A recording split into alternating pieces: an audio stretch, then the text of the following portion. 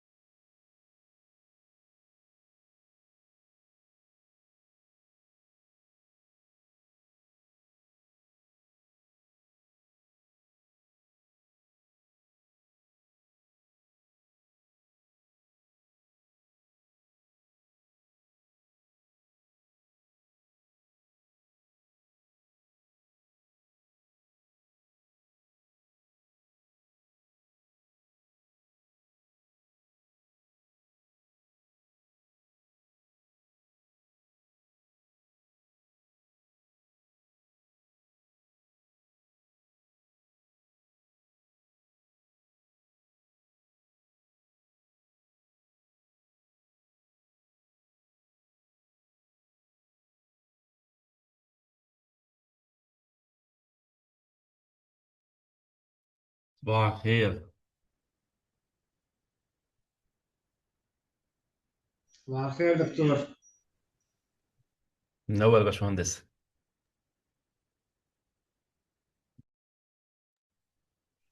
يسعد صباحكم جميعا. دكتور شاهر، يسعد صباحك.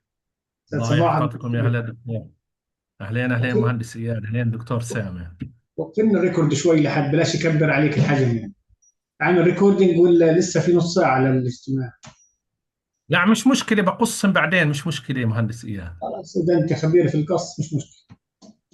اه من قصهم.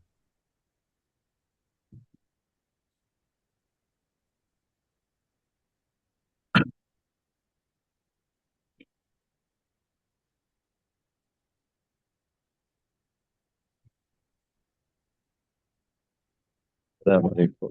السلام عليكم، صباح الخيرات. وعليكم السلام ورحمة الله.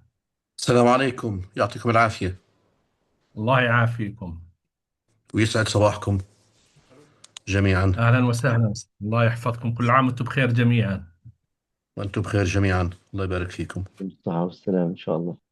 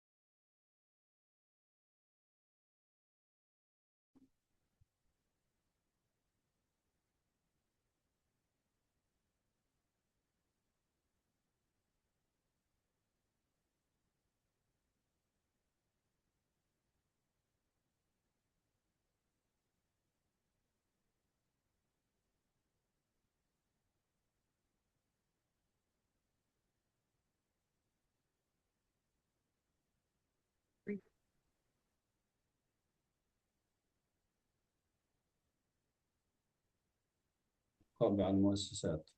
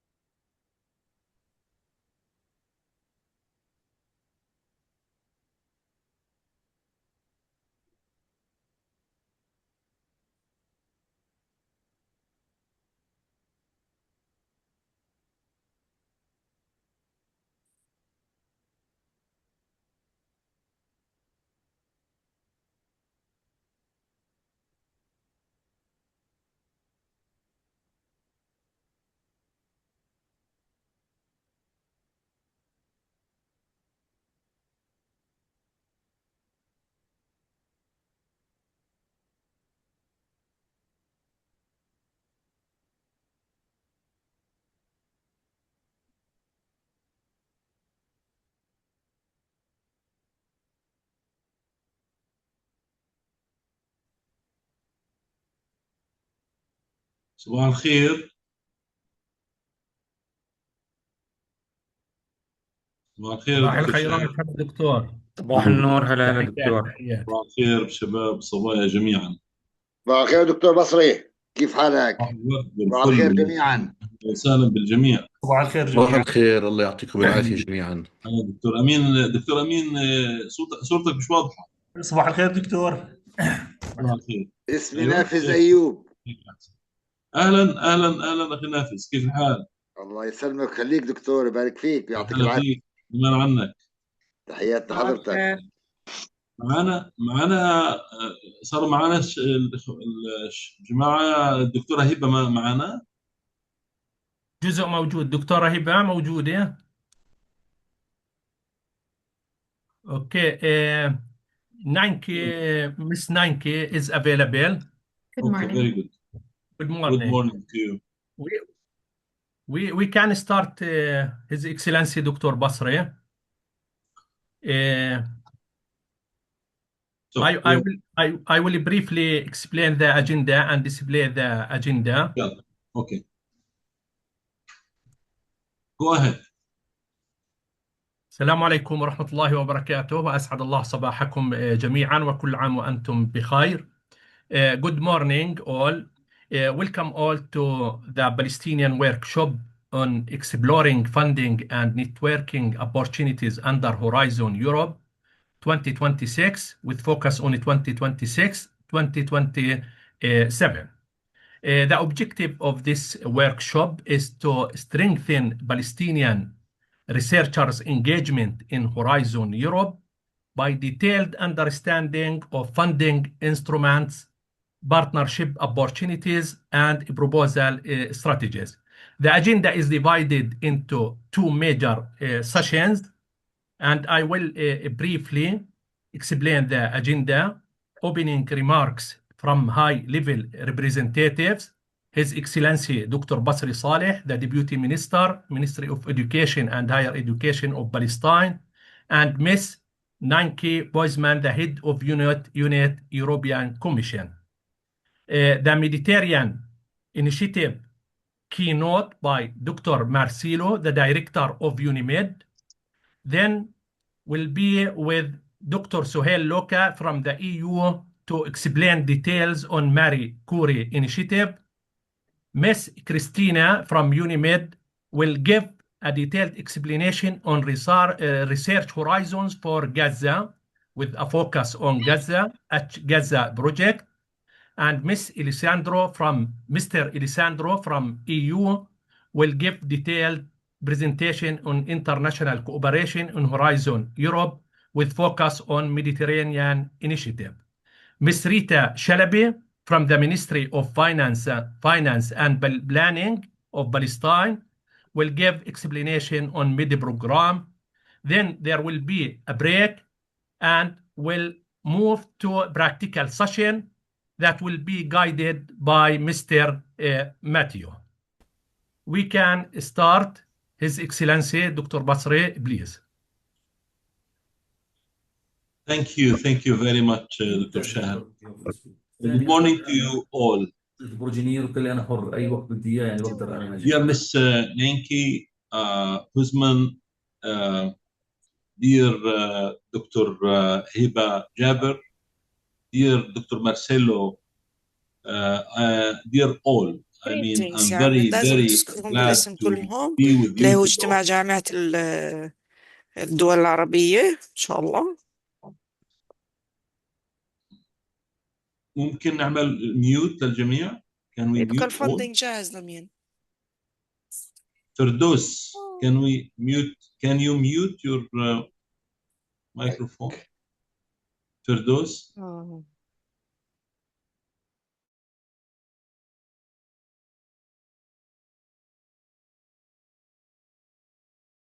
دكتور بصري أنت muted.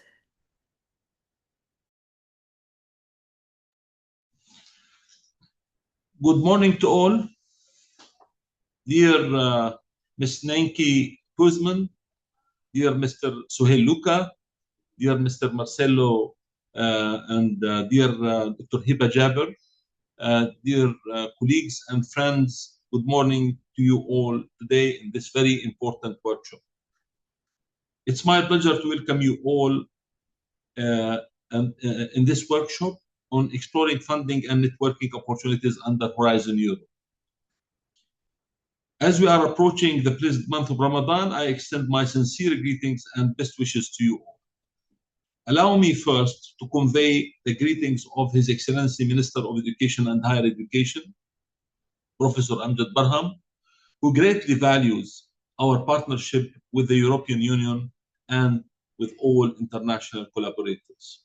I would like also and specifically to sincerely thank Mr. Nancy Boisman, Head of Unit at the European Commission, for her continued engagement and leadership and for being today with us in this workshop. And also thank Dr. Hiba Jaber for her continued support to the Palestinian research community and for her efforts in organizing this significant workshop. Her effort is really very distinguished and it deserves the respect from all of us. All distinguished speakers contributing to today's program, and special welcome to our colleagues from Gaza who are today with us despite all the turbulent situation today in Gaza, and who are coming from the very difficult situation. Unfortunately, we have lost many, hundreds of distinguished researchers in Gaza as a result of this war.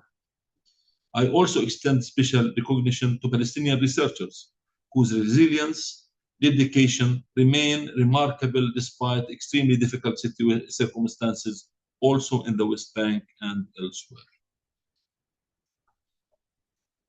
Despite an exceptionally challenging context, Palestine has taken concrete and strategic steps to strengthen its research ecosystem. Our national research priorities are structured around 7 major sectors designed to address national development needs while aligning with global scientific agenda. Within these sectors, particular emphasis is placed on health research, including public health, non-communicable diseases, mental health, health system resilience, and digital health innovations. Also, climate change and environmental sustainability, especially water security, climate adaptation, and sustainable resource management. And then renewable energy and energy transition, including solar technologies, energy efficiency, and smart systems.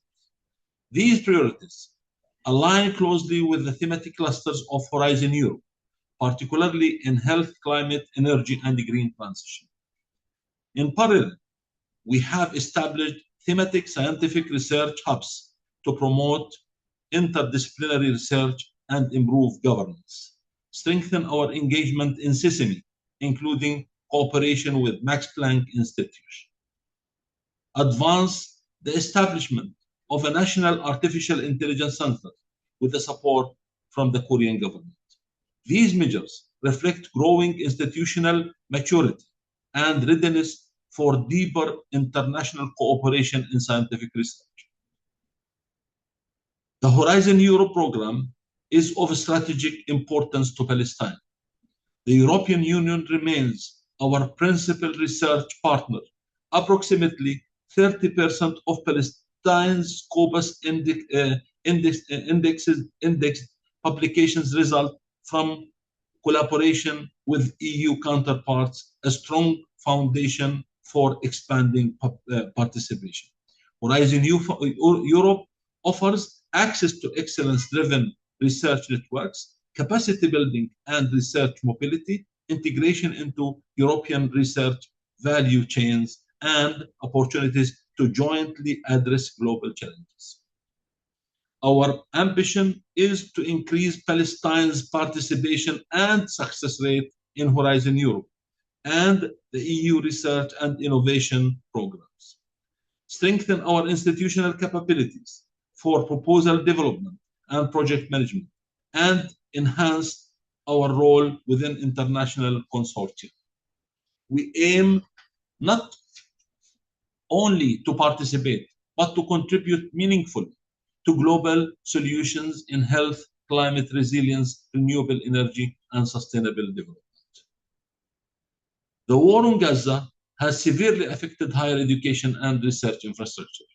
In this context, the Research Horizon for Gaza initiative under Horizon Europe, developed and implemented by UNIMED, provides an important mechanism to safeguard Gaza research capacity. Through coordinated support and virtual collaboration hub via several platforms, the projects and many other projects helps remains connectivity between Gaza researchers and international scientific networks. This initiative will directly benefit the Gaza scientific community and help preserve its human capabilities during this critical period. I really thank UNIMED, Marcelo in specific, for being available and very much cooperative with the ministry in the development phase of the project, and hopefully also in the implementation phase of the project. Further details will be definitely presented by the UNIMED team, whom we thank again and again for their collaboration and spirit of working together. To conclude, I would say, despite adversity, Palestine remains firmly committed to academic excellence and international cooperation. We look forward to strengthen our engagement under Horizon Europe and deepening our partnership with the European Union. Let this workshop have the way to stronger networking, successful proposals, and impactful collaboration. Thank you very much for giving me the opportunity to address this meeting. Thank you, His Excellency Dr. Basri Saleh, for setting the Palestinian national strategic context and reaffirming Palestine's commitment to research excellence and international cooperation. Now it is my pleasure to invite Ms. Nanki Weisman, the head of unit at the European Commission. Please, Ms. Nanki. Many thanks. Many thanks to His Excellency for the opening remarks. Dear Dr. Basri, dear Dr. Shahar, dear colleagues and participants, it's also a pleasure on my side to open this workshop on behalf of the European Commission, DG Research and Innovation, a workshop dedicated to Horizon Europe, the EU's research and innovation program. I would like to first of all thank the Ministry of Education and Higher Education in Palestine for co-organizing this workshop already for the third time in a row, or the third year in a row.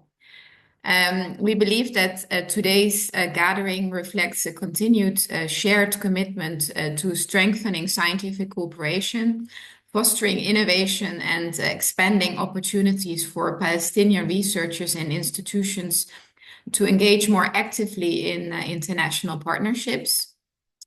Allow me to acknowledge the very difficult humanitarian situation in Gaza, the scale of human suffering and the destruction of infrastructure, including educational and research facilities, reinforces the importance of investing in knowledge, education, and cooperation as foundations for recovery and long-term stability, supporting human capital, strengthening institutions, and keeping channels of academic and scientific exchange open are critical elements of hope for the future.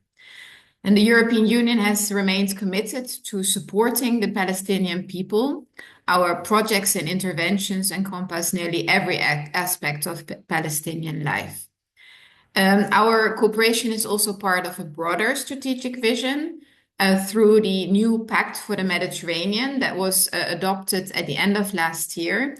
The European Union seeks to deepen partnerships with our southern neighborhoods based on mutual interest, shared prosperity, and sustainable development.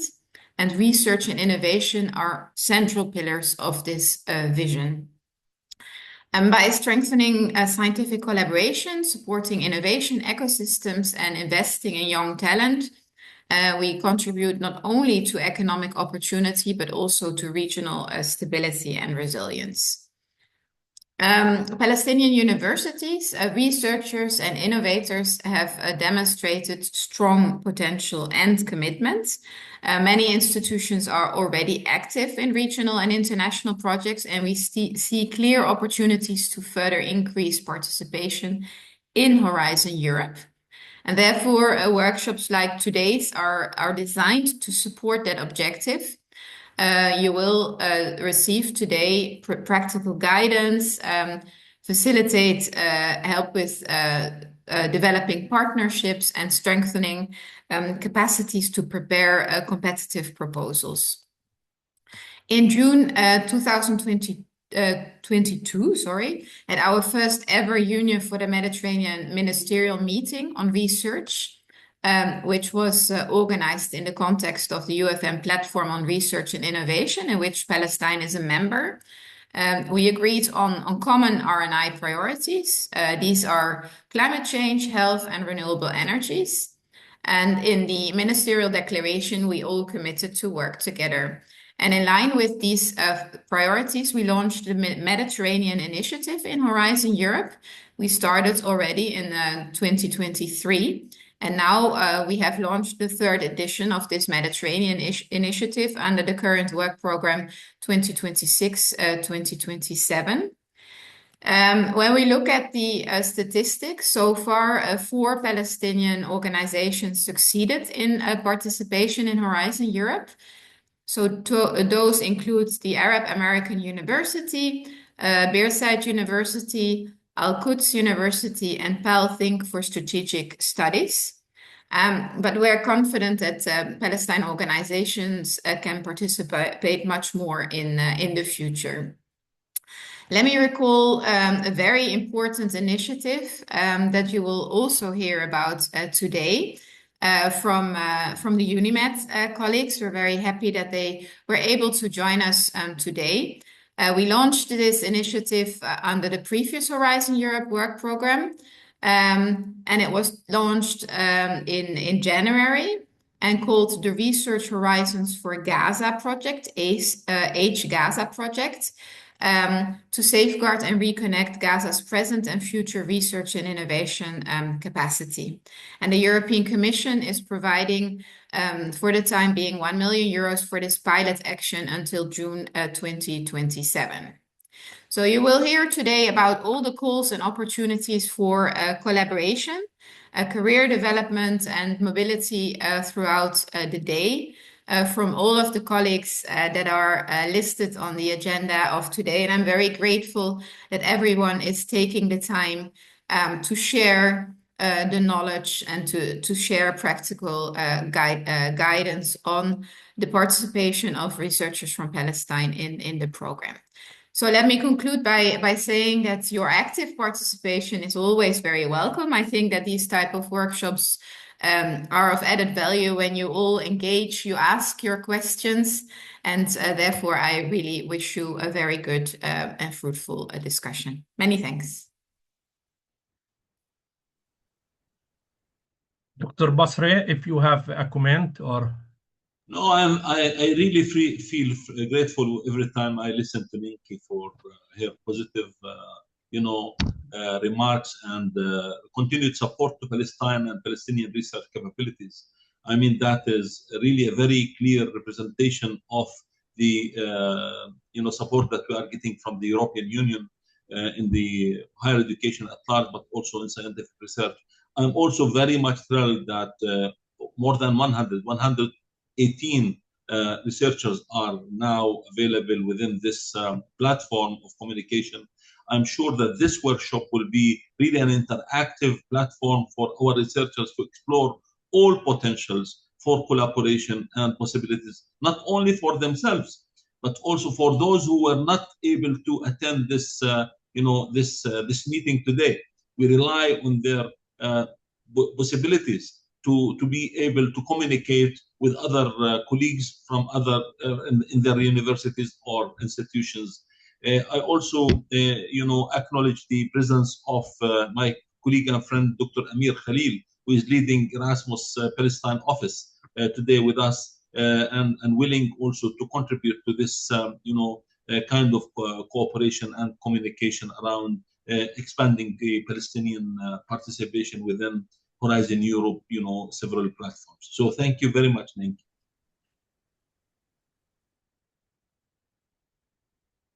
Thank you. Thank you, Dr. Basri. May I add only one thing, Dr. Shahab?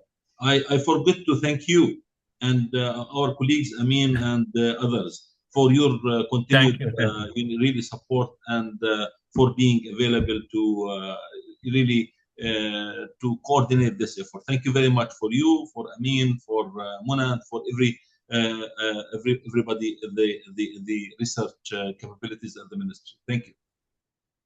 Thank you. Thank you very much. Thank you very much, Dr. Basri, Ms. Ninki. Now we will be with Dr. Marcelo, the director of UNIMED, as to give keynote remarks on Mediterranean initiative. Dr. Marcelo.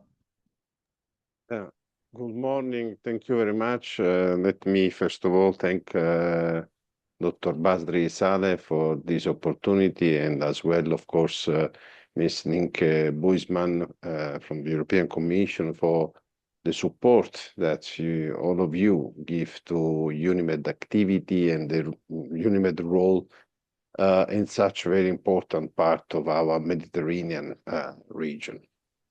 First of all, before to start, let me associate my warm greetings to all of you for a peaceful and blessed Ramadan for those that are interested. That we start tomorrow, if I'm not wrong.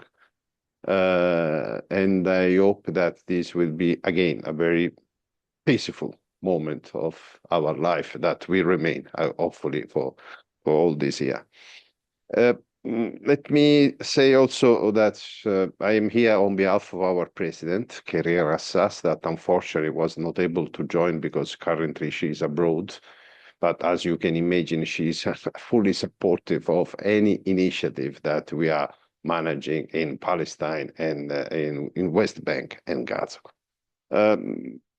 Today has been mentioned several times the HGAZ project that will be presented later by my colleague Cristina Stefanelli. The importance of this initiative will be very well explained by Cristina, but I would like just to underline that European Commission, DG Research and Innovation, and the Ministry of Education not only are fully committed to support this initiative from the beginning, independently by the sponsorship dimension, but on the contents dimension, but also we are creating, working with DG Research and the Ministry, we are creating the right condition to do something that is not managed by someone from abroad, but is managed directly by our colleagues that are in Gaza working with us, with the support of the Minister of Education, and obviously with some other researchers that from Gaza is currently working or doing research activity in Europe. This just to mention that this project has been conceived with Palestinians, for Palestinians, and I hope that we will be able not only to support individuals, researchers from Gaza, if they are still in Gaza or if they're abroad, independently from that, but this will be also a project that will support institutions, hopefully. This is very important to underline, because we don't have to forget that independently by single situation, we need to rebuild the higher education system and the research system in Gaza. This is something that where UNIMED is fully committed to work also in different other scenarios. But moving back to the keynote that has been addressed to me on the Mediterranean situation, I would like to underline that this is an important momentum for the Mediterranean cooperation framework. Has been already announced by Ms. Buisman that has been launched the Pact for the Mediterranean, which is now in the preparatory work for the implementation. And it's the first time that a policy paper of the European Commission to reinforce neighborhood cooperation with Southern Mediterranean collaboration, the first priority is the people-to-people priority, where education and research will play an important role.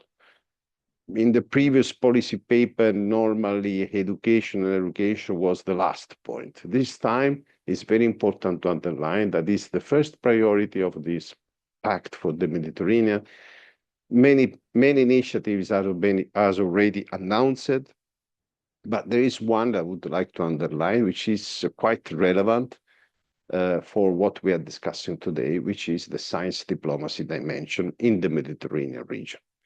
It's very important to mention that because in a way, researchers, professors, universities, and leaders of universities in such particular region are already doing science diplomacy, because we are creating and we are working for reinforce this Mediterranean environment, to reinforce the idea to have a Mediterranean generation independently by the political situation, independently by the political instability. This means that if the Mediterranean region, unfortunately, is not stable, is not a unique environment, at least in their education system and the research system, this is already working properly. It is important this, because we have to remember to all of us that we are fully committed in our daily work on research, on teaching and so on. But at the end of the day, working together, north and south of the Mediterranean, we are creating, probably we are contributing at least to create the right condition to harmonize our countries, our region, and to work again for a better and stable future. But there is not only the pact, obviously, one that will be implemented, hopefully, from this year for the coming years. There is a new Director General that is working on that in close collaboration with other Director General, as DG Research already mentioned. But it's also an important year because it's the reflection on the future of European programs. Basri, you already anticipated the participation of Amir Khalid today here as National Erasmus Officer in Palestine. The future of Erasmus Plus program is quite relevant for university cooperation, but even the future Horizon, the future, I don't know if it will be Horizon named, but Horizon program that we start, both programs we start in 2028 until 2034, are extremely important for our cooperation. And the fact that we have a commissioner for the Mediterranean that is working on the Pact for the Mediterranean.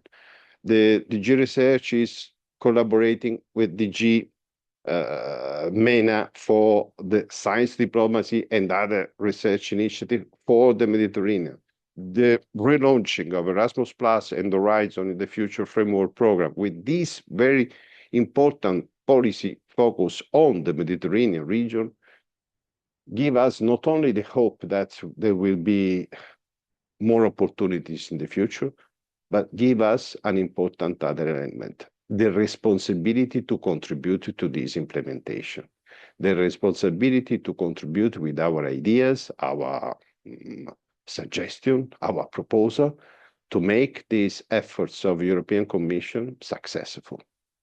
We can't just wait that the European Commission will prepare the programs. We have, all of us, independently by our role, obviously respecting the role of each other, but we have the responsibility to try to contribute to this very important effort of European Commission as a stakeholder, as a researcher, as people fully committed for the Mediterranean region.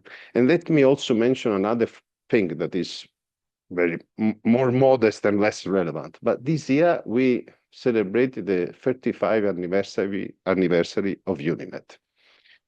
This is important for us as network. We have at the moment 185 universities from 25 countries of the Euro-Mediterranean region and beyond. Obviously, it's an important momentum for us. But it's not only important for us. If an organization like UNIMED is still there after 35 years, this means clearly that the Euro-Mediterranean higher education and research arena is fully committed to work together. Independently by, again, who is managing UNIMED and the governance of UNIMED and so on, show clearly that the Mediterranean region, at least in higher education and research, already exists. Independently by the political situation, you can imagine in 35 years of activity how many crises UNIMED suffered, where we work in very difficult situation in many, many countries, but we are still there. And this is not something that is related, again, to us. It's related to all our scientific community in the region. Now, three weeks ago, and during the UNIMED week in Brussels, we presented the H-Gaza project and several other initiatives. And we are receiving, coming back to Palestine, we are receiving an important support from higher education institutions and research centers, not only from the Euro-Mediterranean region, but from all over the world. Research environment is fully committed to support Palestinians and to offer opportunity at different levels. Now, we have to work together to try to coordinate all these efforts to avoid, hopefully, duplication, to avoid, obviously, losing resources, and to try, again, to pass a positive message to the entire Mediterranean region. The scientific community is fully committed to go beyond our differences and to work using our differences as an element of richness and not as an obstacle. This is clearly explained by the UNIMED life in the last 35 years, and I hope that you find this in your daily activity, working with European researchers, European institutions, and other colleagues, around the world. You can surely count on us. I know that the European Commission is, as has been already mentioned several times, is fully committed to work on this and will provide the right environment, but independently by the resources, it's now the moment to work on our responsibility to produce a collective efforts to support the higher education system in the Mediterranean region. And Palestinian play, obviously, an important role of that. Thank you very much indeed for your attention. Thank you. Thank you very much, Dr. Marcelo. Thank you for your emphasizing the strategic value of regional academic networks and Mediterranean cooperation. Dr. Basri, if you have any comments on Dr. Marcelo input. No, thank you. Thank you very much. That was really excellent. I just wanted also to remarkably mention that the preparation of Gaza project has been of a great cooperation between the ministry and UNIMED, and we have been able all the time to really to support this process, and hopefully the implementation would be as smooth as we were able to cooperate during the development phase. So we rely on the capabilities of UNIMED and also our colleagues in Gaza who are really eager to work towards the future. Thank you very much. Now we will be with Dr. Sohail Loka from the EU to give a presentation on Marie Curie actions. صباح الخير جميعا وكل عام وانتم بخير. Thank you so much, Dr. Ziud and Dr. Hiba for the invitation to share with you the various opportunities offered by the Marie Sklodowska-Curie actions. And I'm humbled to be speaking after the inspirational interventions by Dr. Marcello Scalisi and His Excellency Dr. Basri Saleh, and of course my dear colleague Linke Busman. Now I'm hoping now that I will move from inspiration to a bit more detail on the various opportunities. Right now I will try to share my presentation. You can. Share and then do this. Do you see it? It's okay. Yes, Excellent. It's okay. Thank you very much. So I will move to the next slide to start from the beginning. I'm sure you are very familiar with Horizon Europe. I just wanted to show you where the MSCA, which is the abbreviation for the Marie Sklodowska-Curie actions, where is it located in there? It's under the pillar called Excellent Science. And if we zoom further on this pillar, we see that Horizon Europe, in its duration of 7 years, has dedicated 6.6 billion euros to MSCA. And we are happy, and I must say also proud, that since 2012 and until now, we have now so far 23 Nobel Prize winners who were either MSCA fellows or supervisors. And hopefully in a few years, maybe the 24th Nobel Prize winner would be from Palestine, inshallah.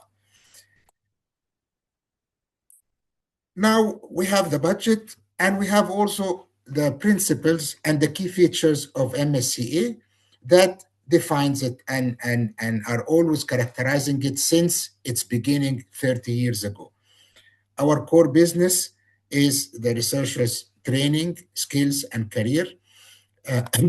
And we use mobility as a tool in order to achieve these objectives. Another very important feature is that excellence is the main criterion when we judge the proposals for the MSCA, meaning that we do not define a field or a topic. We don't say health, we don't say agriculture. We give to the organization or the researcher who apply the freedom to choose any topic. And this, of course, gives some flexibility. We emphasize a lot not only the physical mobility, but the mobility between sectors, meaning between academia and non-academia, but also the mobility between disciplines. Finally, we have strong emphasis into collaboration with the private sector and the industry, be it large industries or small and medium enterprises or startups. In order to achieve these objectives and key features, we use 5 actions, which I will go through briefly during this intervention. And I'm sure that throughout the day, looking at the agenda, there will be more details for each of let's say, the aspects of Horizon Europe, of how to apply and so forth. I will describe 4 of these 5 actions because the 5th one, called MSc and Citizens, relates to public outreach about science and does not involve directly the training and career development and mobility of researchers. So I will focus on the other 4. But in order to be able to describe them, I would like to maybe define some terminology to help us discuss. First is how Horizon Europe divides the world. You have, of course, the EU member states, which are the 27 member states. We have a bit over 20 countries who are associated to Horizon Europe. So they are more or less, they have the same more or less rights and obligations as EU member states for Horizon Europe. I say more or less because it's not like 100% as such. And then you have the non-European countries that are not associated. And these are also differentiated a bit depending on whether they are low to medium income or high income. And later on, you will see the relevance of this distinction. Going further in terminology, an organization can participate in the MSc actions either as beneficiary or as an associated partner.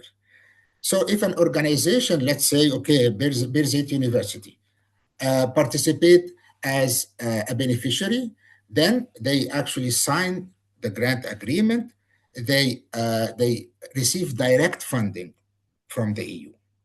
While if they join a consortium as an associated partner, they don't sign the grant agreement, they don't receive direct funding from the EU. And I say direct because they do not receive direct funding, but they can receive actually seconded researchers. So in a way, they are receiving value, but not in the form of money, but in the form of an expert researcher working in their premises, for instance, and they can also participate into the training programs. The last slide on terminology is that also we will see that you can participate in the MSc actions either as an organization, like a university or an industry or an NGO, or as an individual. So the organization actually can be any legal entity. It doesn't have to be a university. And it can participate either as beneficiary or as an associated partner, as I mentioned. For individual researchers, they can actually benefit from the MSc actions regardless of their nationality and regardless of what field they are studying. The main requirement that is common to all of our actions that they have to move. So an individual researcher cannot get an MSc fellowship and stay where they are living and working. Meaning that if a Palestinian researcher is living outside Palestine, they can use MSc to work in an institution in Palestine and vice versa. Now we get into the 4 actions that I will describe. The first one is the doctoral network, which is our larger action from a budget standpoint. It's half the overall budget. And doctoral networks are consortia of different institutions academic and non-academic. The legal minimum is that the consortium has to be a minimum of 3 organizations from an EU member state or associated countries. However, in practice, we never see a consortium of only 3. Usually, the medium size or the average size is maybe 8 to 9 organizations as beneficiaries, and on top of this, you have maybe other 8 or 9 as associated partners. And it is the institutions in these doctoral networks that apply to the grants of the EU, not the doctoral candidate. If a proposal is successful, then we give the consortium, let's say, the equivalent of maximum 15 doctoral fellowships, and it is the consortium that goes and advertise these positions, and they are the ones who interview the doctoral candidates in order to start their journey of doing their doctorate in the various organizations of this consortium. So what does that mean for an individual Palestinian researcher? For an individual Palestinian researcher living actually anywhere, they would look at the internet, of course, at a website that I will share with you at the end of the presentation called EURAXESS, to see if there are published doctoral positions in these doctoral networks. And this, the Palestinian researcher would be advised to do this every 2 or 3 weeks, because these positions keep coming all the time. They don't have sort of an annual deadline like the calls for proposals that we publish at the EU.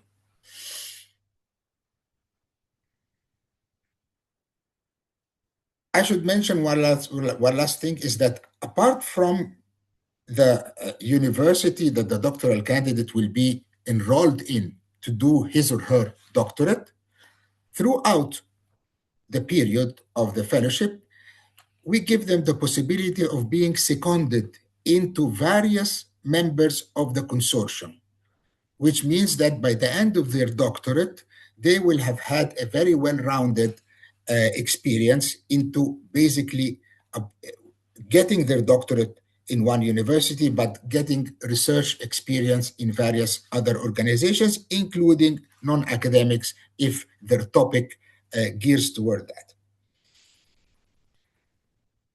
I should also mention that our doctoral networks have 3 types. There is the classical type that I just described right now, but there are 2 other specialized types. One is the industrial doctorates, where the doctoral candidate spends a minimum of 50% of the fellowship duration at the premises of a non-academic entity that can be a company, but can also be an NGO, a hospital, a museum, any non-academic entity. The other requirement is that throughout their doctorate education, they are co-supervised by 2 supervisors, one from the university and one from the non-academic entity.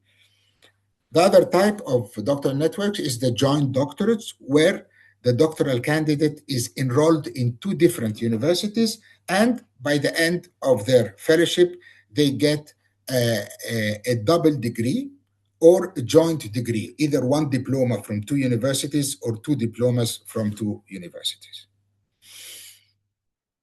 The second action, which is also quite large, the postdoctoral fellowships, is about 30% of our budget, has 2 types of our MSCA doctoral fellowships, and both types, the application comes from individual researchers. Unlike what I said about doctoral networks, which comes from institutions, here it comes from, the initiative starts with the individual researcher. There are 2 types, the European Fellowship and the Global Fellowship. And this European and Global refer to the location where the fellowship would be taking place, not to the nationality of the researcher. So, meaning that European Fellowship is researchers of any nationality applying in order to do a postdoctoral fellowship inside Europe or in a country associated to Horizon Europe. Global fellowships is researchers from the EU or associated countries applying to do a postdoctoral fellowship anywhere in the world, including Palestine, of course. Now, for a Palestinian researcher, if a Palestinian researcher has been residing in the EU or in any of the associated countries to Horizon Europe for more than 5 years, they can apply to the global fellowship. For the European fellowship, any Palestinian researcher can apply anytime.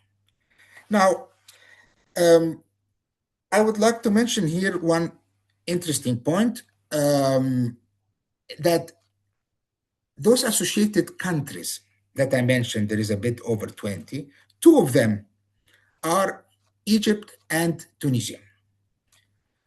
This means that if a Palestinian researcher decides to do a postdoctoral fellowship in an EU or an associated countries, one of these associated countries can be either Egypt or Tunisia, if so they prefer, or if their topic would benefit from having a postdoctoral fellowship within the Arab world. The next action is the staff exchanges. And here, this is again a consortium, like that situation with doctoral networks. A group of institutions get together, write a proposal together, and then if successful, then we give them a project that lasts for 4 years that allow them to exchange staff for periods between 1 and 12 months throughout the lifetime of the project. And the interesting aspect of this type of action is that it's not limited to researchers. As it says, it's staff exchange. They can be exchanges of researchers, postdocs, or doctoral candidates, but also lab technicians, managers, anybody who's associated to the research process, including administration. The other, of course, interesting aspect of staff exchanges is that they have the highest success rate in our actions. And finally, there is the action called co-fund. And here it is when there is an organization doing similar type of activity like us, that is providing support for the training, career mobility, career development and mobility of researchers. They can apply for funding through this co-fund, but they also provide matching fund. Now, perhaps this might not be very attractive for Palestinian institutions. However, for Palestinian researchers, the opportunities are exactly for them like the postdoc and the doctoral networks, because these co-funds can provide either doctoral positions or postdoctoral positions, still to be found in the same website I mentioned before that I will share the link later, called EURAXESS. And the next 2 slides is just, for your convenience, I'm just summarizing the situation with organizations and the situation with individual researchers for each of the actions. What can you do with which action? So for organizations, with the exception of doctoral networks, the participation would be as an associated partner. That is, you can receive exchanges and participate in trainings, but you don't sign the grant agreement and you don't receive direct funding. For doctoral networks, yes. Why? Because Palestine is one of the non-European, non-associated countries that have low to middle income, which means they can participate as beneficiaries and receive funding. And also Palestinian universities can be the degree awarding universities for the PhDs for these actions. So basically for doctoral networks, for organizations, all the possibilities are available for Palestinian organizations. Now, what about researchers, individual researchers? They are eligible for all our actions. So this is, of course, very, very convenient for the individual researchers. And you will find in the last column of the table for each action, where do you go to apply? Or, you know, you see the EURAXESS website mentioned more than once, because it's our, like, say, one-stop shop for looking for positions for individual researchers.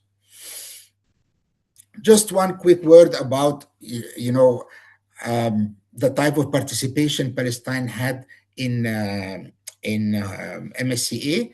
First, in the previous framework program, Horizon 2020, that spanned between 2014 to 2020, and then during Horizon Europe. So during the previous Horizon, Palestine had 3 projects of from the MSCA. 2 of them were staff exchanges, and one was actually doctoral network.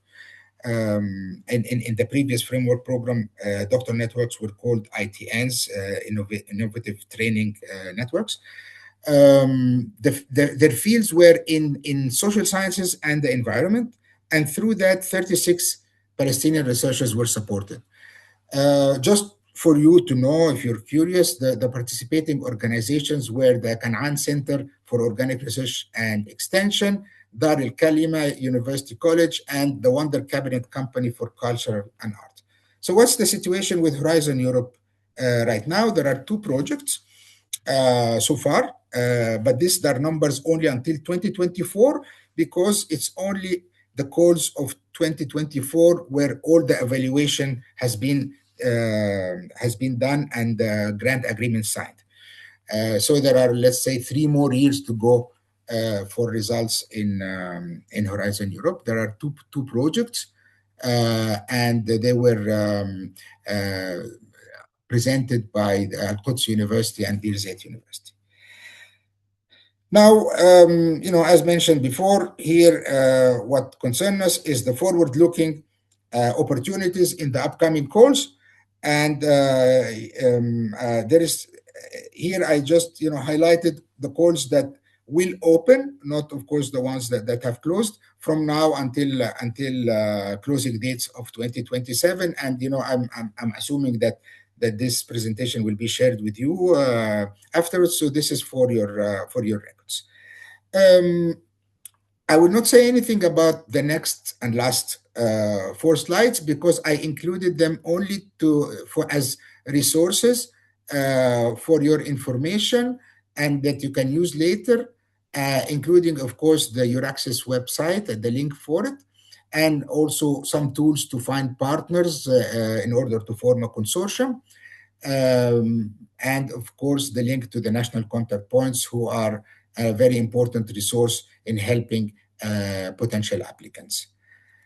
I thank you very much for your attention, and I will stop sharing now my presentation, and I apologize that after 5 minutes I will have to run to another meeting, but I trust we have, you know, some time for a few questions. Thank you very much, Dr. Suhail. First, for your availability all time to support us, and second, for this informative presentation. Thank you very much. Dr. Suhail, Dr. Shaher, are you able to share these slides with us, so we can also share them with the participants? Dr. Suhail will provide us with the presentation, and we will distribute the presentations and the record among all participants, His Excellency. Definitely, this would be very helpful. Yeah, thank you. Thank you very much. Thank you. Thank you very much, Dr. Suhail. I believe we have to move now to Miss Christina, or we have only 5 minutes. If we have only focus 2 questions to Dr. Suhail, because he wants to leave, we are able. My colleagues, only we are able to receive 2 questions, because we have 5 minutes, and we have a complete session for questions and answers. But because Dr. Suhail will leave, we are able to receive 2 questions, please. If there is any question.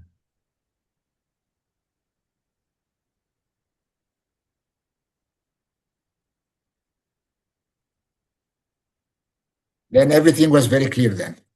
Okay. Thank you very I much. thank you very much again for the invitation, and I wish you a very, very successful continuation. Thank you very much. Okay. Thank you very much. See you. Okay, we now welcome Miss Christina Stefanli from UNIMED to present the H-Gaza project. The floor is yours, and welcome to all colleagues from Gaza because they are participate heavily in this presentation and this workshop. The floor is yours, Miss Christina. Thank you. Good morning, everyone. Thank you for having us today, and happy Ramadan. So I will provide you with a quick presentation of H-Gaza. I also have some slides that I share like this, so I can also see you. So H-Gaza stands for Research Horizons for Gaza, but also Hope, Help, Hub, and Habibi.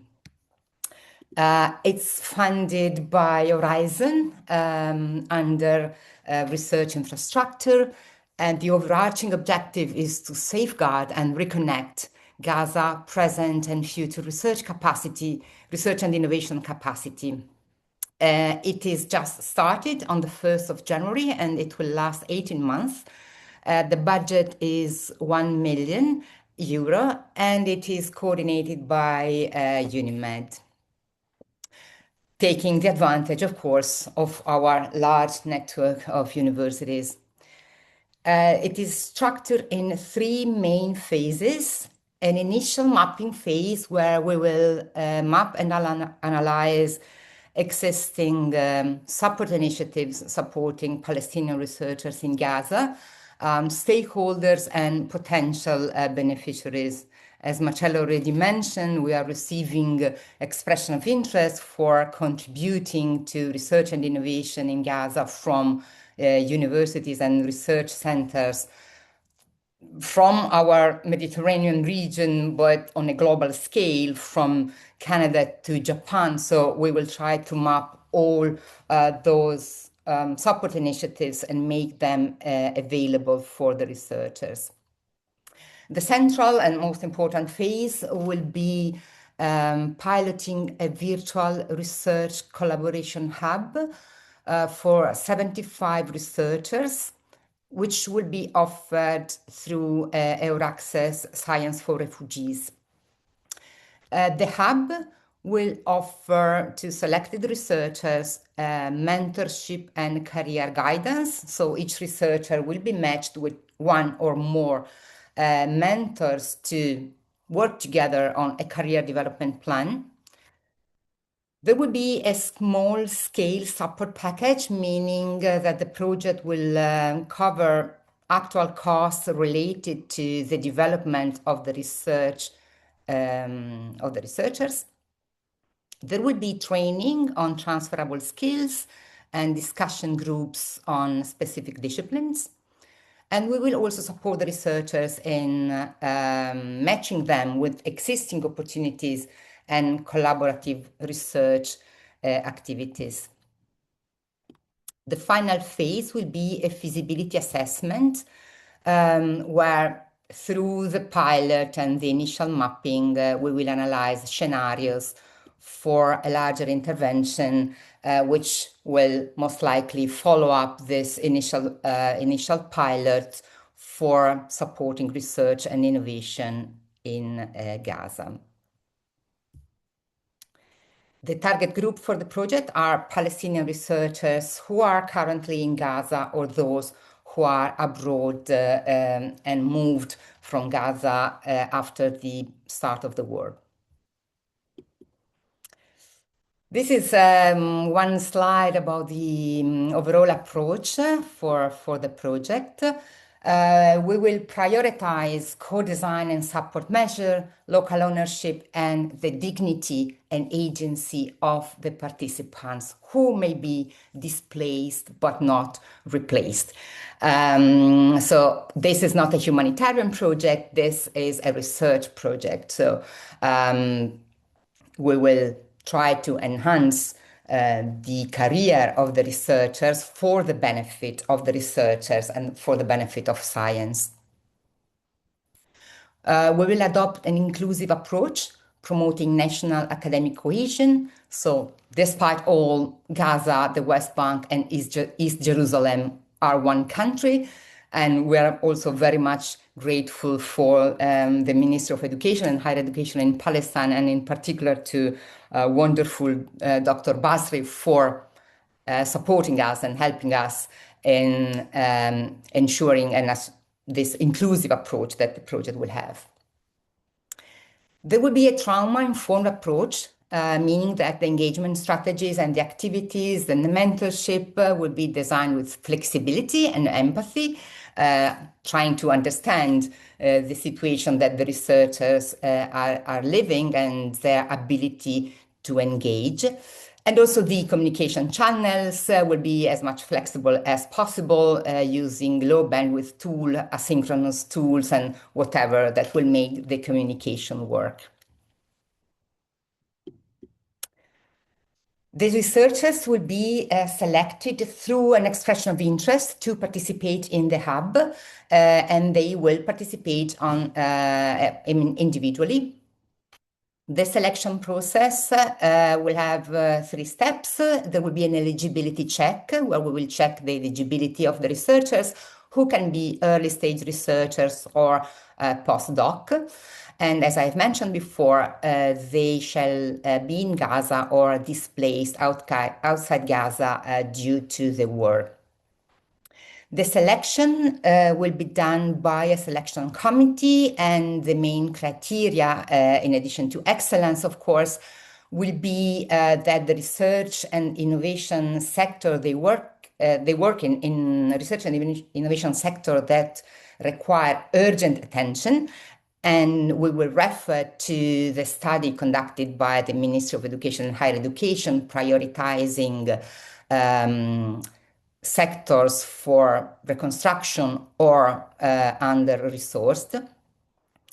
And the other criteria will be community-based researchers addressing local needs. After this selection, the researchers will be matched with mentors, and they will be notified for confirmation and onboarding in the hub.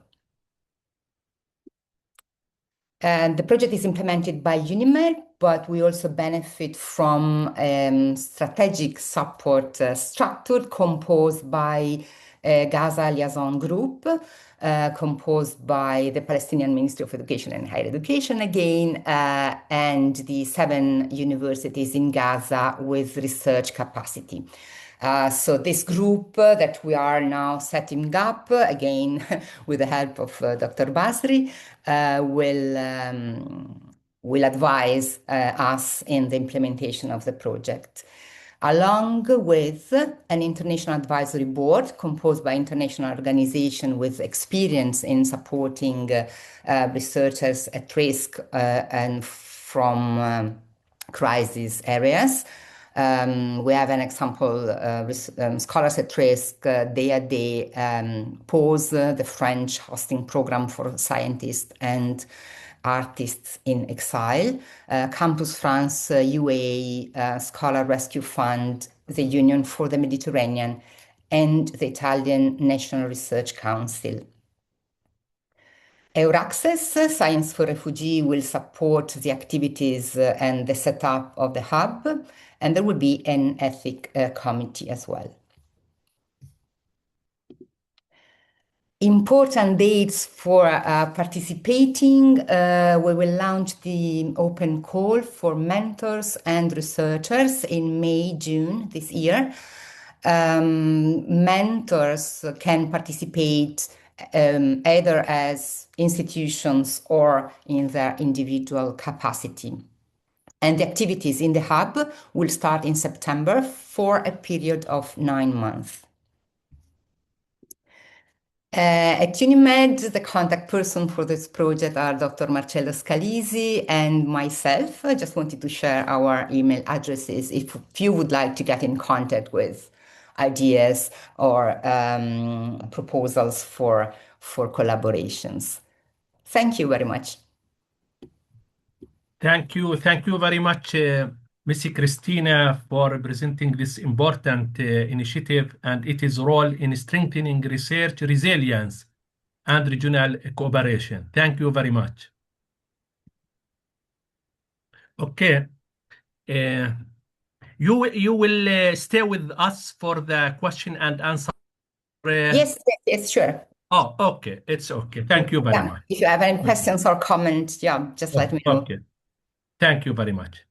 Okay, now it is my pleasure to invite Mr. Alessandro from the EU to present international cooperation in Horizon Europe.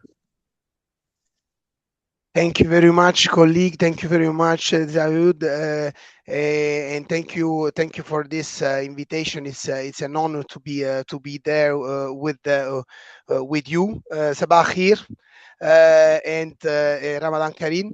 This is really an appointment now that we absolutely do not want to lose, to indeed have this opportunity to meet the researchers from Palestine. So it's really my pleasure to be here. I will try to be very short in my presentation, to not to take too much time to the other presentation that are in the agenda later on, where we will go really into the details of the Horizon Europe. But I still would like to contextualize our cooperation in the framework of our Horizon Europe program, and I will try to do it also with the help of a presentation. I try to share as well mine. That should appear in a second. Yeah. Do you see it? Just to confirm that you see it correctly. Yes, it's okay. Perfect. It's okay. Perfect. Is indeed as I said, to not to repeat also what the colleagues presented very well, but to contextualize a little bit in the framework of our policy actions, of our cooperation with the region. You have seen this slide already from the very useful presentation of Sohail about the Maria Skłodowska-Curie opportunities. Here I would like to focus on this other pillar of the Horizon Europe program, so the pillar 2 on collaborative science. So this is one of the main pillar of the program, where we have really the collaboration in science in the different topics that you see here listed, with a global approach to it that include several principles. So as the name itself suggests, our program is a framework program for research and innovation in Europe. It's Horizon Europe, but as is inspired by certain principle of a global approach to research that are certainly the concept that science is everywhere, and we need to really take it wherever it is. So really this to tell you a bit where does it come from, the idea and the approach of cooperating at international level wherever is excellence science. So one of the principles, I start with the first, is indeed the openness of the program of Horizon Europe, really open to the world. So the participation from every entity in the world, regardless of being funded or not funded, as it was explained by Sohail, but the possibility to participate in the Pillar 2 of the Horizon Europe program. Of course, it was already mentioned, these programs are very competitive programs where there is a very high participation and a very low success rate of this participation. We are around 15% of the proposal that are actually funded. And this comes at the third step, basically a little bit the approach that we have been trying to follow in our cooperation with the Mediterranean region. So trying to create some positive encouragement to the participation in the region, in the different thematics where there are so many correspondence of interest, and where there are indeed actions that are so important to pursue together. And this is where it comes an approach of having international cooperation actions targeted in the program, in the way that I'm going to describe in the next slide. So the choice of these actions is backed around political priorities that have been not only adopted at ministerial level in 2022, but have been also developed in the framework of a very established cooperation with the UFM, with the Union for the Mediterranean, with whom we animate this this platform now for many years. And that is actually the right framework where this dialogue around the priorities, but also specific actions to work on has been achieved. And I insist once more, indeed, on the importance of having at a certain moment already 4 years ago adopted at the highest level possible, so at ministerial level, the priorities on health, climate change, and renewable energy, but also identified very specific actions in what we call our roadmaps, our guidelines for the cooperation with the Mediterranean around these 3 topics, but really detailed in specific actions targeting actions in health, climate change, and renewable energy. In addition to these roadmaps that are really our policy documents that I invite you to consult at the end of the presentation, I included the link to all potentially useful resources. This, in addition to the roadmap, to these roadmaps, we have continued to work also to try to create also a specific framework of discussion inside of the UFM platform with working groups on specific topic. You have been heard a lot from our colleagues about the Maria Skłodowska-Curie action, for example, but also the mobility, the research mobilities, the capacity building, and as we speak, indeed, this working group is working very actively also for what it concerns the science diplomacy that Marcello from UNIMED, director of UNIMED, rightly mentioned. Another one is on open data and digitalization. As you can see, these are co-chair from one country from the north and one country from the south, in this case, Jordan and Spain. And last but not least, also another big chapter of our work on scalability and innovation. This is really something on which we are working, trying to work very hard. We are trying to develop a strategy on scalability and innovation, because we are very well aware that there is a an important gap that we need to tackle between research and its commerciability, its marketability. So really the gap between these two, to make research profitable. And this is very important for competitivity, for scalability of this research itself.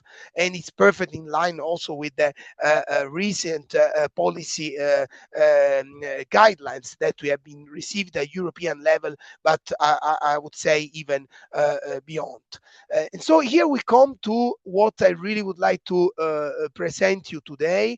As I said, the colleagues will go really through every single details of the Horizon Europe program, and they will go also into practical aspect of the participation. I see section about from the idea to project. This is indeed what I think will be very useful for you to get really an overview of how concretely this participation in this big program Horizon Europe can be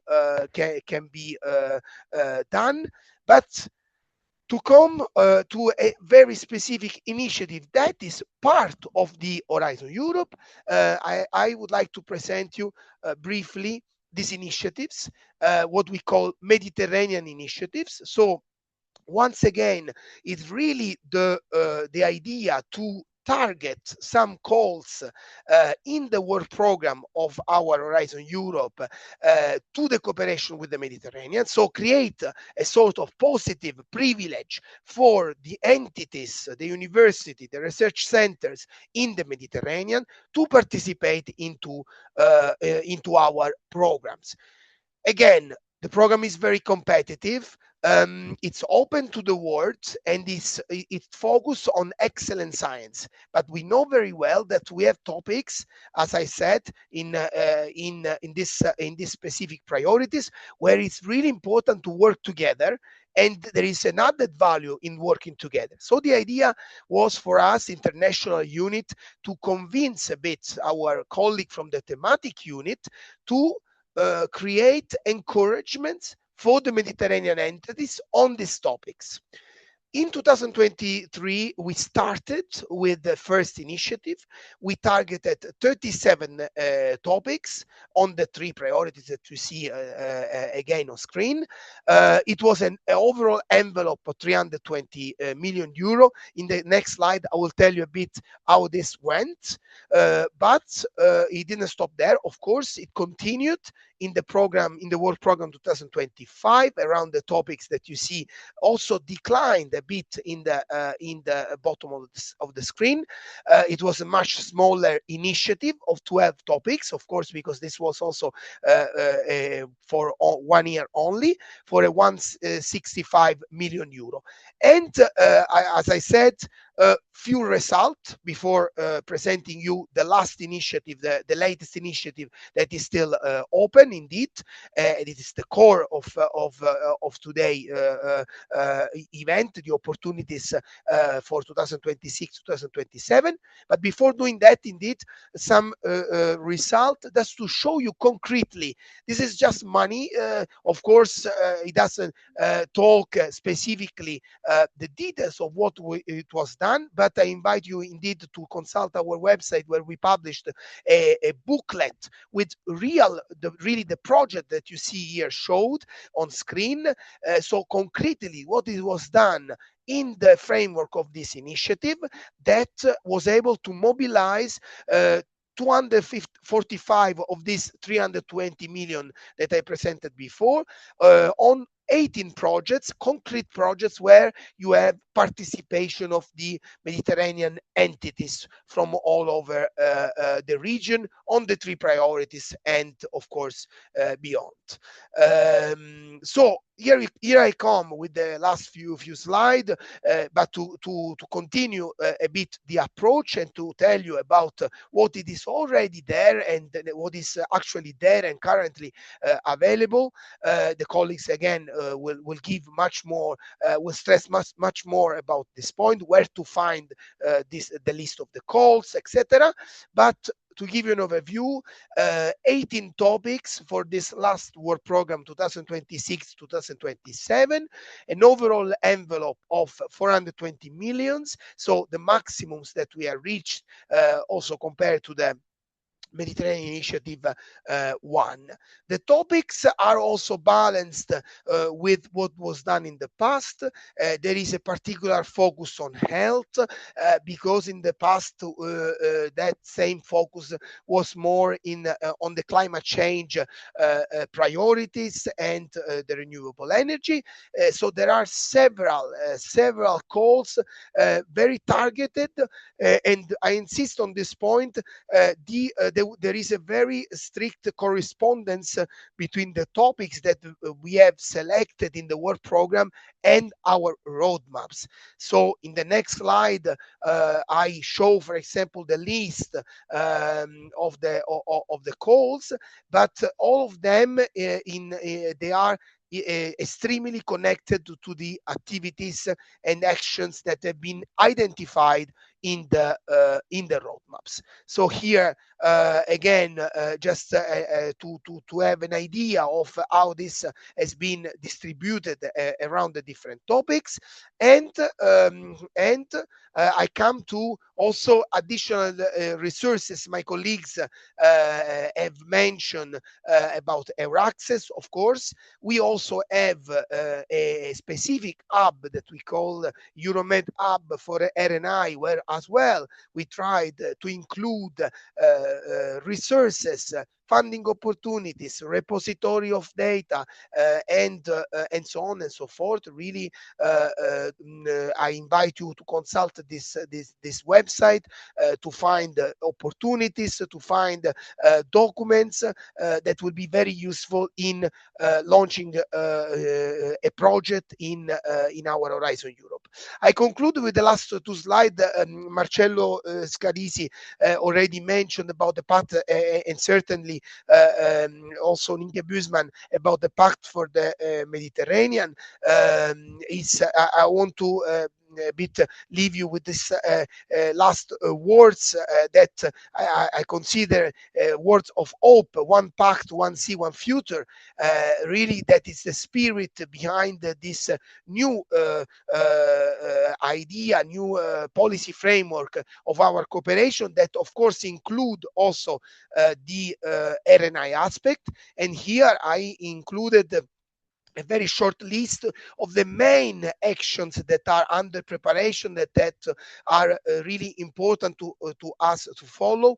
The Science Diplomacy Center that it was already mentioned, but also the Mediterranean University, and in particularly for what it concerns us, the research part, the actions related that are fought for the researchers with the Maria Skłodowska-Curie action that could be indeed leveraged for the region, but as well the innovation and research hubs. I mentioned at the beginning about the scalability actions that we are trying to develop, and the idea is to create hubs all over the region targeting on this relation between research and innovation.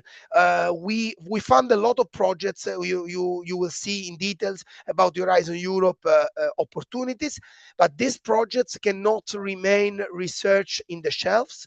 We need to put this research in the market. We need to put this research and valorize it and make it produce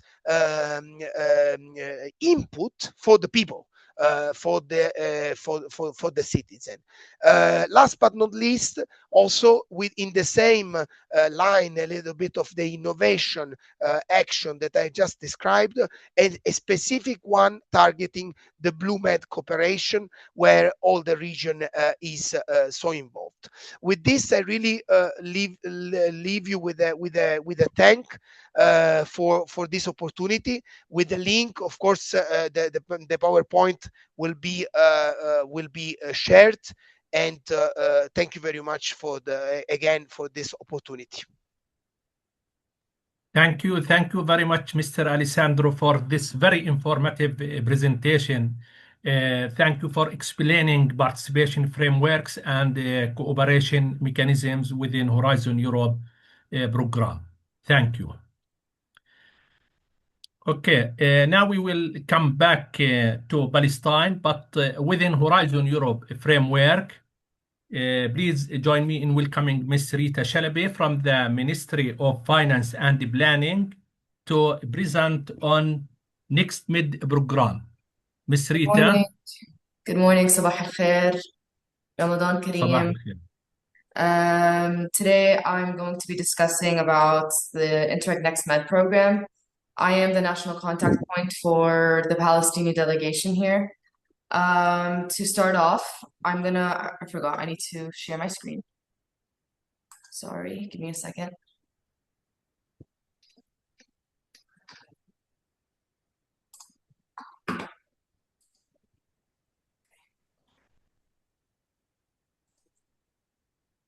Does everyone see it? Is it clear? It's Yes. okay. It's okay. Yeah. Okay. So to start off, Interreg Next Med is one of the largest EU external funded programs. It's basically designed to tackle like pressing Mediterranean problems that are best solved together rather than individually. And this could be through joint initiatives in economic development, sustainability, or education. Interreg Next Med was actually, this is the third edition. Before we had the EPI and ENI CBC Med since 2007. Palestine has always been a participating country for a very long time. We're operating with a total funding now about 292 million euros. Just to talk about the 15 countries that are a part of this, you have Algeria, Egypt, Greece, France, Portugal, of course, Palestine, and Spain. Again, with the budget, it's 292 million euros, and of course, there's co-financing at a project level, which the partners need to also contribute, which is about 229 million euros. To discuss our priorities and what we look at in Interreg Next Med, you could apply to 4 of these pillars. You have a Smarter Mediterranean, which focuses on innovation or digitization. There's the Greener Mediterranean, which basically covers the green economic initiatives, circular economy, climate change, renewable energy, and so on. There's the More Social Mediterranean, which priority 3, I think, is where everyone, like researchers, would be most interested in. It's talking about inclusive education, creating job opportunities, social equity, and so on. And then the last pillar is a better cooperation governance, and we're here talking about capacity building, multi-level governance, and so on. In Palestine, currently, we have the first call that is under implementation. We have 18 active partners and 3 lead partners. This is one of the highest also participating in the last 10 years. Examples of current partners is Najah University, Bir Zayt, Quds University, Polytechnic University in Hebron, and so on. This is who our partners are in the first call. As I said, call for proposal, the first call is closed. The second call is also closed and we're under evaluation. We have 79 approved programs from now on. Step 2 does not come out until May, and that's when the third call would also be announced. So I can't tell you could apply now for the third call. It's until after May, the third call would be open for everyone.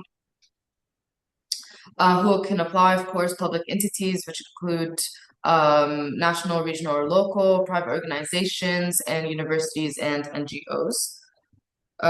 Just so I can make sure I'm not missing anything else. That's basically it. That's a quick recap. If you have any questions, please ask now because I'll be leaving. Thank you very much. Thank you very much. Thank you very much, Ms. Rita, for outlining how Next Med program also complements Horizon Europe opportunities for Palestinian researchers. Thank you very much. Okay, we finished the first session. Dr. Hiba, if you are available with us, I want to consult you if it is possible to give the floor for questions, or we should have a break and continue with the next session. Dr. Hiba?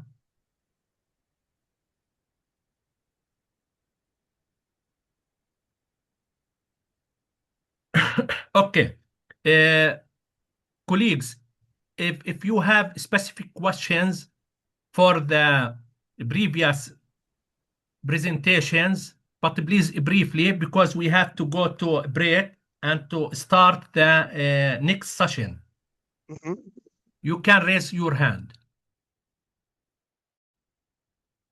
Okay. Dr. Rana, please. Good morning. Can you hear me? It's okay. Yeah, okay. Good morning. Thank you, everybody, for this initiative. It's very important. I have a few questions regarding the Horizon and Marie Curie action. So my question is, how can Palestinian in higher education institution strategically align with the Marie Curie and Horizon Europe and integrate NextMed opportunity to build sustainable research ecosystem?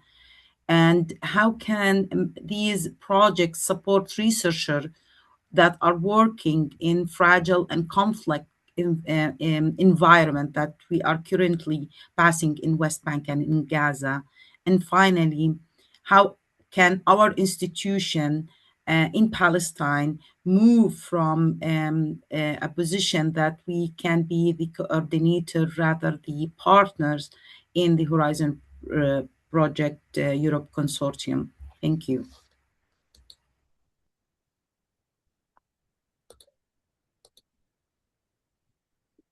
If Mr. Alessandro, you have a question, you can reply to Professor Rana.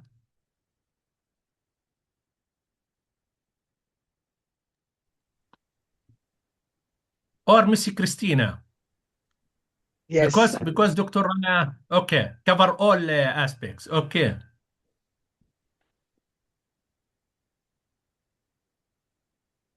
Now, this is a question like we should organize another event for 1 month. I mean, this is the question. Okay. Only focus points, Miss Christina, if you are... No, Alessandro, please. Alessandro, okay. No, if you were saying something, as you wish, I mean, moving from emergency to stability, I think, is the aim of everything of what we all here and are doing, and all the European funded initiatives. And I don't know, I mean, Rana, your question is too big. I mean, I think this is exactly what everybody's doing, and this requires collaboration. This requires organizations working together without competing. And I don't know. Do you have the answer? I mean, did you make this question because you have ideas? No, I'm trying to sorry, I'm trying to see how can we move forward, because we have been trying to engage in Horizon Project for several years. We work with the Ministry of Higher Education several times on different workshops, and we still in the scratching period. So any kind of tip, or if we can be engaged in some kind of networking, just like we do with Erasmus Plus Mobility and Capacity Building and VET projects, maybe that will help us to be more involved in Horizon Project and Marie Curie. We still are in the elementary phase in these projects in West Bank. And I think in West Bank and Gaza and Palestine, we are in definite need for these projects, because it's support on a greater level the research and the institutions and the infrastructure of our institution and universities.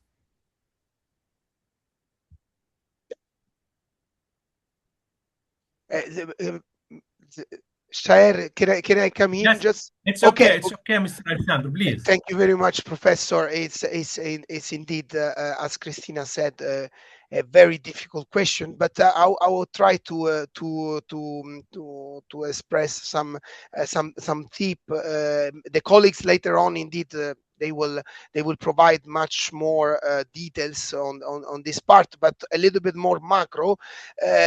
Having the experience with other countries in the region, being myself with EBA, the regional people for research and innovation in DG RTD, and following Horizon. Indeed, it's very understood that the complexity of the program and the pillar 2 with the focus on excellent science create a lot of indeed competitivity. What I tried to describe before with this Mediterranean initiative is indeed one of the way we try to create an encouragement. So to really try to put an encouragement for the entities in the region. But of course, we are very well aware that this is very little, and it's not enough to, of course, assure that there is concretely a possibility to get a project, etc. In our colleagues in the African cooperation with the African Union, for example, they have been able to go a little bit farther with some eligibility condition. For example, that this was a bit stronger as an encouragement, of course, because this means that the partners needs to put in the consortium some of the entities coming from Africa. Fortunately, this is not the case for the Mediterranean, but I can assure you we are fighting hard. I mean, that's certainly in our mind. This said, I think that what we experienced talking with the stakeholders is that the key word is really what you mentioned already in networking, because we are talking about indeed being in a consortium that is already working right now for a call for proposal that I presented in the Mediterranean Initiative for October, or even later for 2027 work program. So it is something that is right now cooking up with the consortium, gathering the partners, etc. But as a colleague, you used to say that I like very much the definition. Sometimes it's maybe to revert the logic with not where is the opportunities, but where is the offer that we have, that we can offer to the consortium, and giving them a reason to put us in the consortium, in the proposal, because we can come with this very specific added value in the project. Because this is a little bit how it works, as you know very well. Work packages, having something specific that can be given to a project consortium and give bigger chances to be funded. This is a little bit this story. If I can be very open, I think, and I close there just with the projects. HGAZA certainly try to follow an approach that we think it could be also very beneficial, meaning creating, trying to indeed, first of all, maintain the line open. So really the connection with the researchers everywhere they are. So this is, of course, targeting Gaza, but in general, our work will be also to dialogue with our DG MENA colleagues, with the colleagues that work on Palestine, to see what kind of actions to support the capacity can be done. Because we know very well that Horizon Europe, and I finish there, but I think it's important to raise this point, and you know it, some of you, I'm sure you know it very well, is an excellent science program. It's not a capacity building program. So there is not capacity building actions that we can have there. but we need capacity to participate in Horizon Europe. And I stop there. Thank you. Thank you very much, Mr. Alessandro. I believe you largely replied to Professor Rana explanation. Okay, we have 5 minutes to start the break for 15 minutes. And in case there are any question or there is any question from colleagues from Gaza on the Gaza project for Miss Christina. Otherwise, we will start the break. Okay. Mr. I have Matthew, a question, please. Okay, please. Okay. My name is Izzeddin Adwan, and I'm working at a technical college, and it was not listed among those universities which were shown in one of the slides.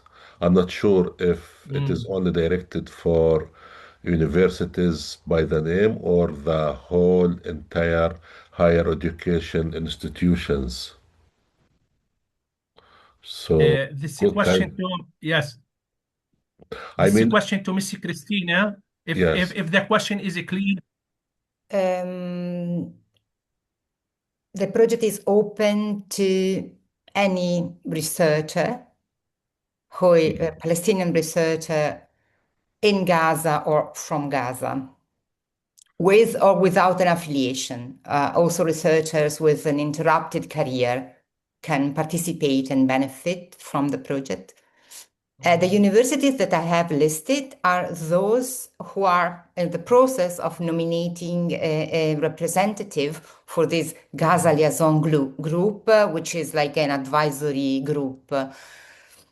And we listed the universities with research capacity mainly, but this is like just as, I mean, it's a very important group because they will provide advice for the project activities. But for the researchers and the beneficiaries, it's open to any researcher. Okay, is it also this Liaison open to be joined by more member universities from Gaza or, let's say, technical colleges? You mean the liaison group, the advisory group? Yes. I mean, in principle, yes, especially if you have advice and suggestions for the improvement of the project. We thought to include the universities with research capacity, but yeah, it can be, I mean, in principle, expanded. I mean, they are not former partners. It's an advisory board. Okay, maybe my last question. Is there a website that I can learn more about this project? I mean, I can get the information I want from this website. You should have. Yes, also the project is started on the 1st of January. We have a web page on the UNIMED website. I'll share the link, and I also shared my email address so you can get in contact anytime.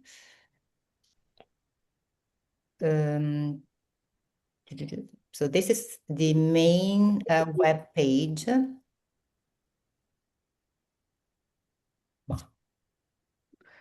Okay, I will share it in the chat. So there is a web page on the UNIMED website, and all the news will be linked to that web page.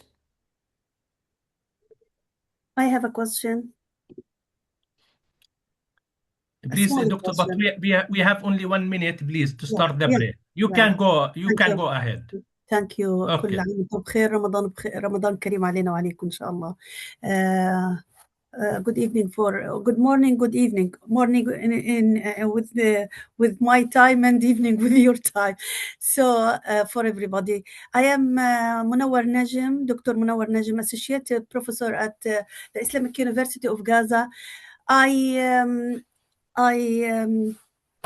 participate in the war in Gaza about 700 days. Within the tents or the educational initiates, of course, from my university. It lead these tents and these schools for children. But unfortunately, we cannot engage these expertise and these teachers, those teachers and those managers of these tents, and the researcher within Gaza cannot do their cannot know how can they transfer these rich knowledge from these tents to Horizon project, because we have many. I think my question is, how can Horizon Europe create pathways to integrate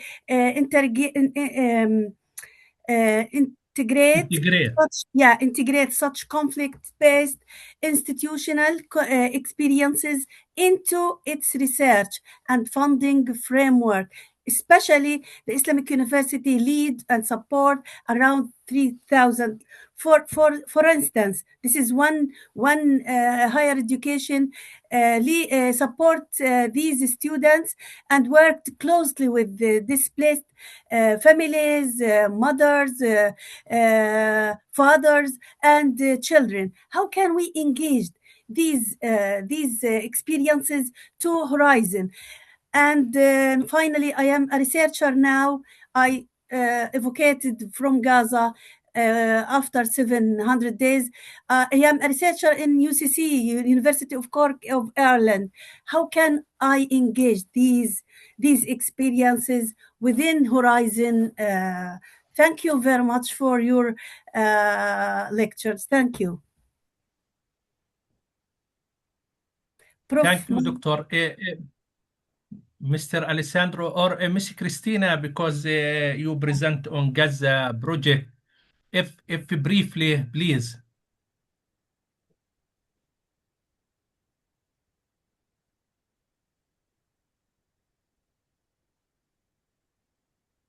Christina, since is on Gaza, maybe you can take it.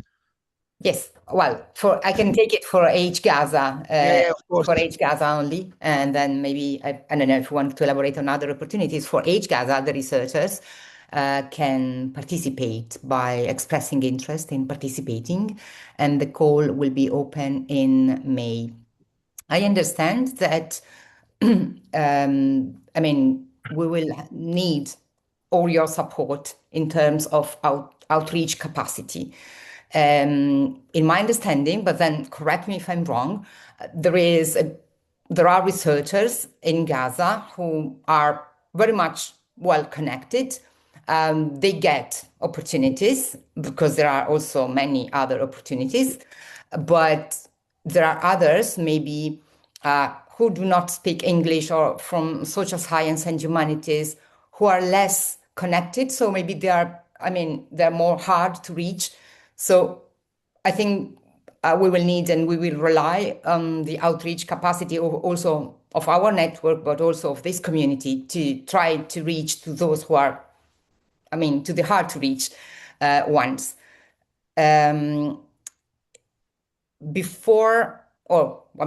this period, we as UNIMED, as part of the H Gaza project, are mapping opportunities offered by other institutions, universities, and I'm not talking only about European funded opportunities, but initiatives launched by universities or research centers targeting researchers in or from Gaza, and we will map them and make them available on the EURAccess website. This is just a mapping, just to make, because the information can be like, there are opportunities, but the information are not all presented like in the same way or in the same place, and we would just try to collect them, analyze, and make them available to facilitate access, but this is only just like a mapping. Thank you for your input, Miss Christina. اوكي زملائي الاعزاء، احنا 10 دقائق بدنا ناخذ بريك. We have 10 minutes break to start the second session, which is a practical session guided by Mr. Mattia from the Italian Agency for the Promotion of European Research. We have 10 minutes to start at 11:30. Thank you, Ms. Cristina. Thank you, Ms. Elisandro. Thank you all. Thank you very much. Thank you Enjoy very the much. coffee.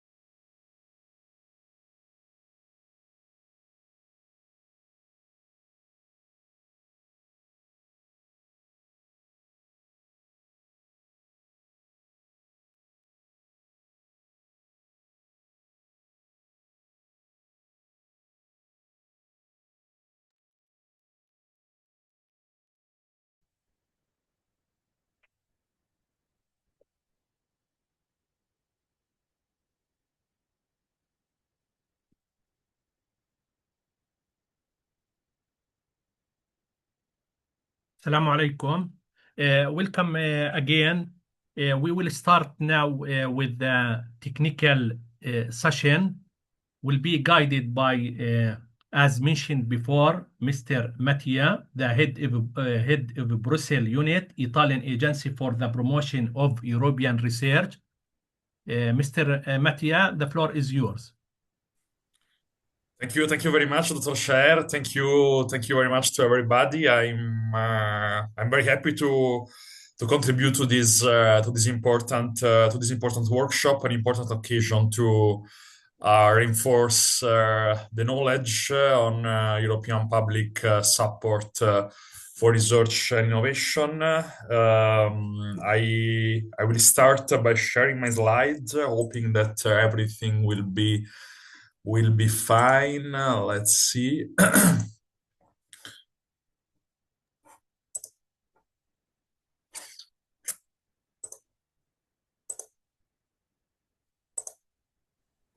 Okay, I think you can Yes, watch. You it's can see okay. the slide. So that's perfect. So as said, I'm the head of the Brussels unit of APRE. APRE is the Italian Agency for the Promotion of European Research, and it's basically the entity in Italy promoting the Horizon Europe program in the country and helping the Italian national community of researchers and innovators to participate to the program.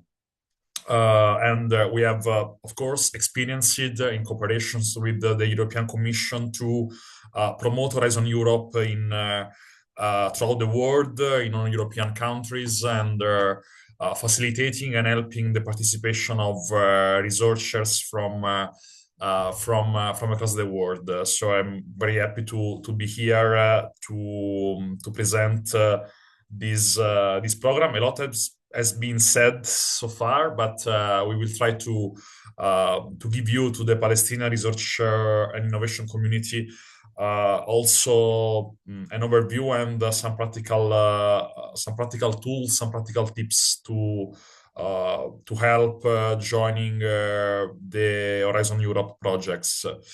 What we will have to have an overview of the program, of the Horizon Europe program, and then to start this what we call this practical journey through the main instrument, which is the Funding and Tenders portal, the main instrument where you can find Horizon Europe opportunities, but you can also look for European partners, prepare your proposals, and implement the project. And it's basically what all you need to know from starting from your research activity, basically, to the preparation and implementation of a project proposal. Of course, there will be a lot of room for questions and answers. I will stop time to time to give you the opportunity to ask questions, not only in the end of this workshop, but also like session by session, let's say. Horizon Europe is the most ambitious European research and innovation program so far. It, as I said, it lasts for 7 years, from 2024 to 2027. So we are approaching the end of the program, but as we will see, we still have the open calls for this year, 2026, and for the next year, 2027, which are open or will be open, and where it's possible to apply. So last 2 years of the program, and a lot of funding opportunities, cooperation opportunities still available.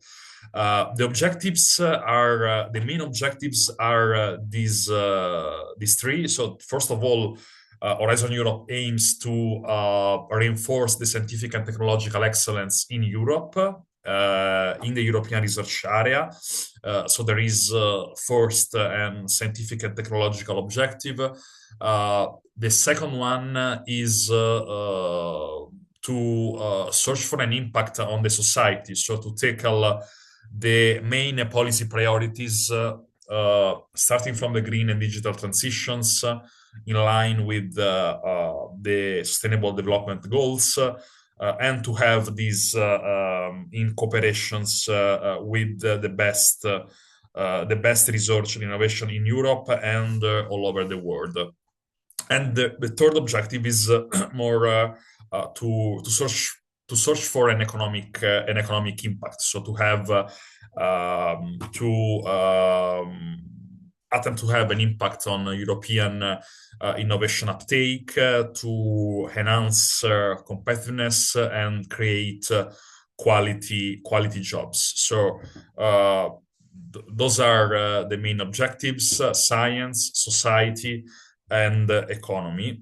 And the Horizon Europe legislation, it's like just to have to give you a more maybe specific and practical glimpse on what the program is really aiming to. So high quality knowledge, for example, there is an objective on strengthening the human capital in research and innovation, to fostering the diffusion of knowledge in line with the open science principles, and as said, a lot on society and economy.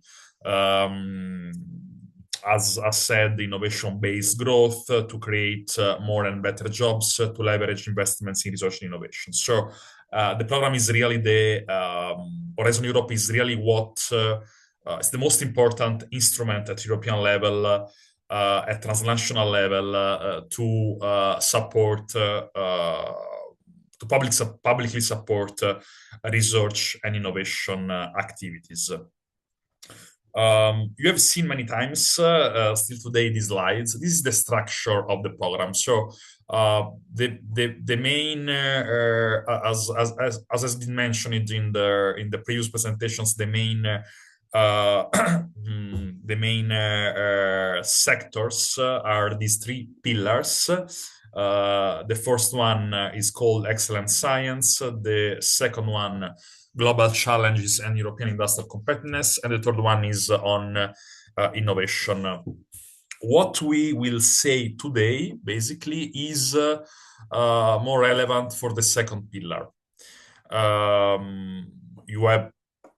We have had the opportunity to listen to the presentations on Mary Skłodowska-Curie from our colleague on DG Education and Culture. The first pillar is more, even but not only, on individual opportunities for single researchers, even if as you listen, there are opportunities for consortia even in the Mary Skłodowska-Curie actions. But the second pillar is really the part of Horizon Europe where cooperations between different research organizations takes place, different research organizations from different countries, and as you can see, it's divided into different sectors. While the third pillar is more focusing on support startups, companies, best class innovation. In a so-called innovation pathways from the lab to the market. Then we have a so-called cross-cutting part, which is this widening participation and strengthening the European research area, which is more like supporting actions dedicated to reinforce the action structures of the European research area. I will not mention these actions on defense and actions on nuclear research because are like following different, completely different rules, but also logic in terms of composition of the consortia, in terms of objectives. The budget is more or less this 95.5 billion euros for 7 years. So it means more than $100 billion. I just want to point out the differences between the budget amongst the different Horizon Europe parts. So the biggest part of the biggest size of the budget goes to the second pillar, global challenges in European industrial competitiveness, while we have more or less 1/4 of the budget for excellent science for the first pillar, and a bit more of 1/10 of the budget for the innovation part. So I described before the different parts of Horizon Europe, and this is where these 95.5 billion euros are allocated along the different parts. So far, we have the program Horizon Europe has allocated more than 52 billion euros, and I said we have completed 5 years of the program, so it's I think pretty understandable that we already allocated the most of the Horizon Europe budget, even if we still have more than 30 billion to allocate in the next 2 years and a half. Of course, these statistics doesn't include projects proposals that are still under evaluation.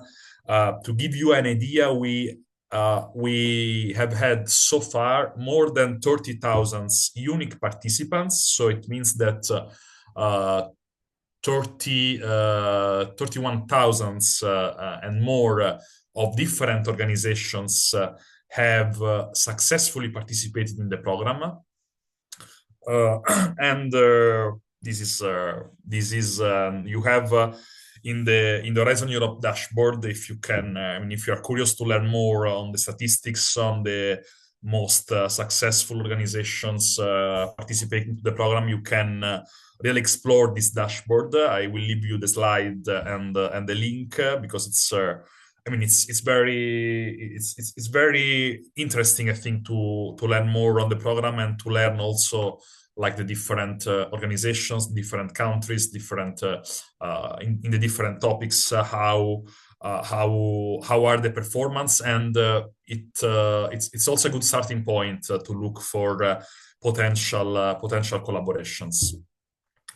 Very briefly here, first pillar is called Excellent Science. Again, the aim is to strengthen the excellence of European Union science base through 3 different kind of instruments. The first one is the European Research Council. Here we look really at best researchers in the world, funding frontier research with again with the best researchers and their teams. So the European Research Council throughout the years supported, for example, Nobel Prize winners, and really the best of the researchers in the world. I will not say anything about the merits of the Lvovsky reactions because it was perfectly presented by our colleague from the European Commission. Again, here is as you have seen before. Here the aim is really to fund and to support the mobility in Europe, but also in non-European countries. And then the third part of this pillar is to support the research infrastructures and to better connect and integrate the research infrastructures in Europe and also in the neighborhood countries. The second pillar is as said, and we will have the opportunities to repeat this in our conversation, is dedicated to support and to try to give some answers to these global challenges and to reinforce the European industrial competitiveness. Again, we have under the second pillar different sectors, what like in the Horizon Europe vocabulary are called clusters.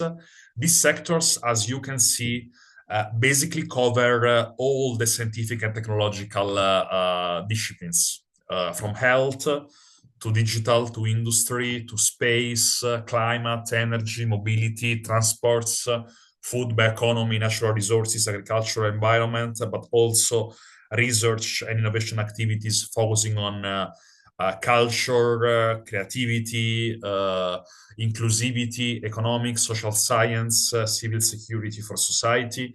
We will look then at specific opportunities that we'll have under these clusters. I will show you how to look for them, which is maybe the most interesting part of our workshop. Of course, it's important here also to understand the allocations in terms of money. This gives you an overview on what, in terms of funding, are the most important priorities for the European Union at the moment. Of course, these priorities, this allocation was defined 5 years ago. So in the beginning of this programming period that I remind you again lasts from 2024 to 2027. We will have another Horizon Europe program starting on 2028, but we will not speak about that. But it's important to understand that research and innovation support in Europe will continue after 2027. But again, as said, these 6 clusters, the allocations of the budget is as you can see in the slides. So the most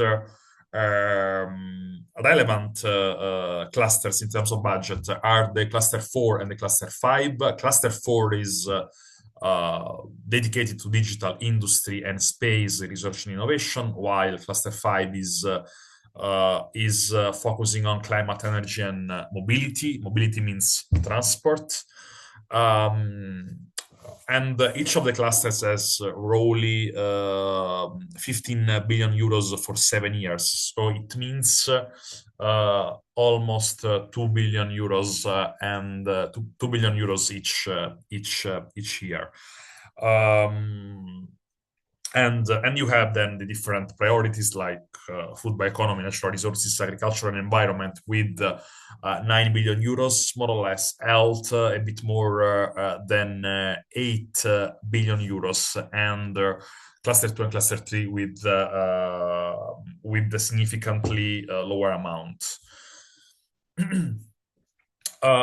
We have, it's just a mention of different instruments you can find in Horizon Europe. One important maybe is the European Research and Innovation Partnerships. Those are a sort of mini sub research and innovation programs.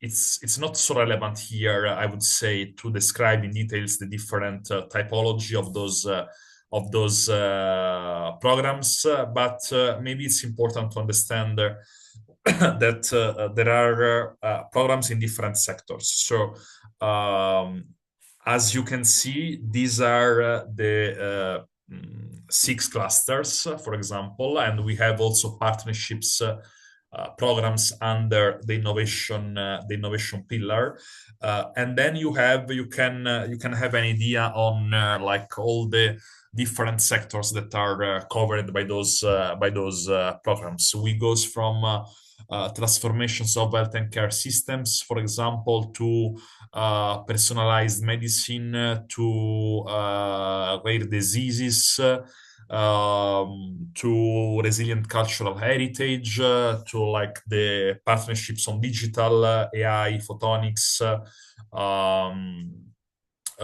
innovative materials, virtual worlds, textile. It's important because it's like you can find for some of them you can find the calls on the Horizon Europe documents. Sometimes the documents and the rules of those partnerships, especially those that are here highlighted in orange, can be like slightly different. And but again, the important thing is that everything is on the funding and tenders portal that we will explore later on. Besides the partnership, we have another instrument which is called European missions. Those instruments under Horizon Europe second pillar is aims to better connect the European research and innovation activities to the society and citizens' needs, and also to give a stronger visibility and impact to research and innovation. And those missions, again, covers very different sectors, from climate change to cancer, to oceans, to smart cities, to soil health and food. So again, another instruments with its dedicated open calls to support more research and innovation, and here like to better connect research and innovation activities with the society and with the citizens' needs. Last part of Horizon Europe is the innovation pillar. I would like just mention here, because we will not go in detail on this pillar, that the main part of the Innovative Europe pillar is the European Innovation Council, and the aim here is to support innovations with breakthrough and market creating potential. Really like to cover the different stage of the innovation pathways, from the low technology readiness level to the commercialization phase. It's important like to highlight this open science principle, even if the European Union is like under the process of analyzing and like reviewing a bit the open science framework, also taking into account the research security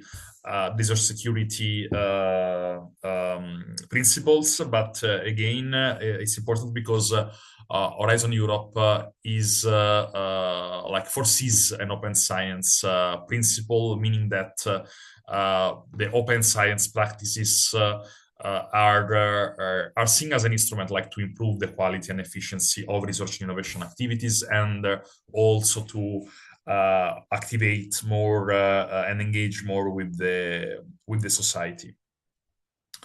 I will leave you these slides. I will try now like to recap a bit some key features, and also like give you also a recap, because like a lot has been said on international cooperations before by Alessandro, but it's important like to understand really the key features of the program. First of all, as said, the program Horizon Europe funds research and innovation activities, and it does through open and competitive calls for proposals. So the funds for the projects are allocated through competitive calls. The calls for proposals are published in documents that we call work programs. These documents are published on a regular basis, For example, now at the moment we have a work program for 2026 and 2027, and the proposals are evaluated through a peer review process that we will see in the last part of this workshop. Those proposals that become projects once the proposals are selected based on excellence, impact, and quality of implementation. So these are the three Horizon Europe evaluation criteria. And it's important also to understand that Horizon Europe follows a strict time to grant rules to ensure efficiency and transparency. It means that there are certainty on the time from which you present with the group of organizations of your consortium the proposals, from the time you will start receiving the funding, or from the time when the project is when the project starts. So it's important that this efficiency and transparency is an important principle of the Horizon Europe program, and the European Commission is working more and more to improve these aspects. For the international cooperation, again, I will repeat what has been said before.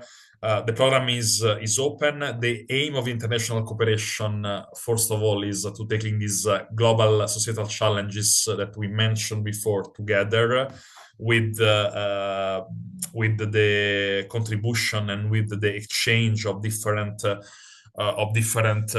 cultures, different backgrounds, different approach to research and innovation. And we have an instrument, the European Union has an instrument under Horizon to better link these international cooperations and to reinforce the international cooperations, which is called the Association Agreement. So some countries can be associated to Horizon Europe programs. This was also presented by the colleague before. But then we have other different instruments. So again, what we call as the general openness principle is it means that Horizon Europe is by default as open as possible to almost all countries, like provided some exceptions specifically in general and in some specific calls.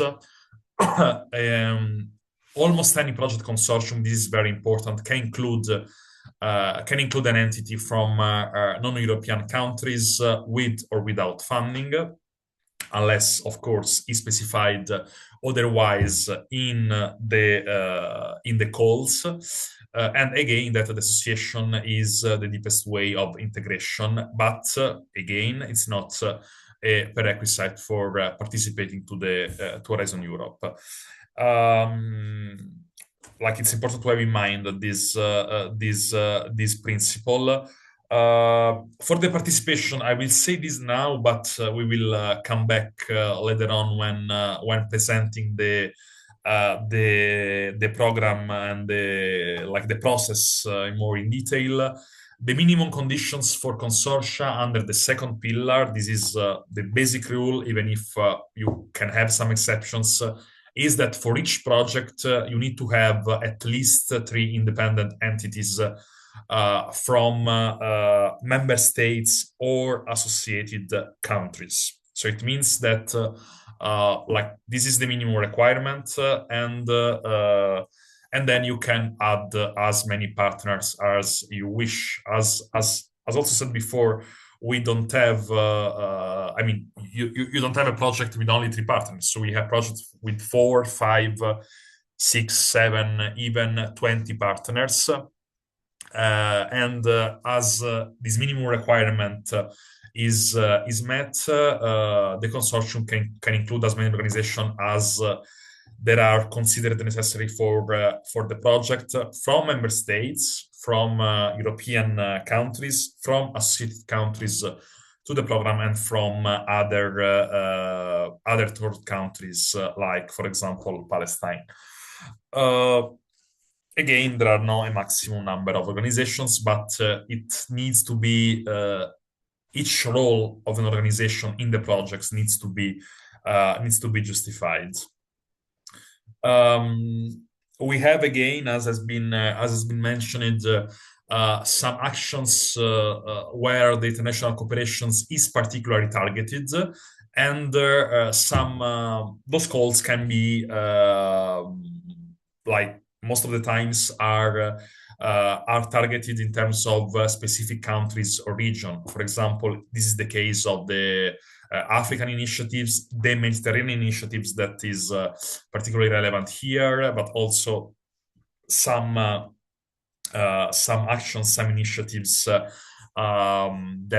targeting other regions in the world. So there is again participation which is generally open. Some instruments to incentivize the international cooperations, or by like the association agreement, or by some targeted actions like the Mediterranean initiatives.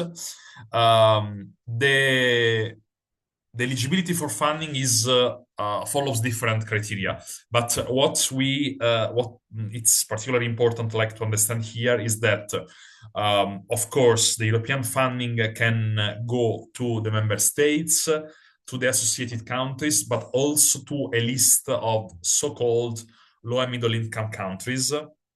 I will show you also this list because it's important, and Palestine is included in those lists, meaning that Palestinian entities not only can, of course, participate in most of the Horizon Europe calls, but they can also receive funding from the European Union to support the participation in Horizon Europe projects.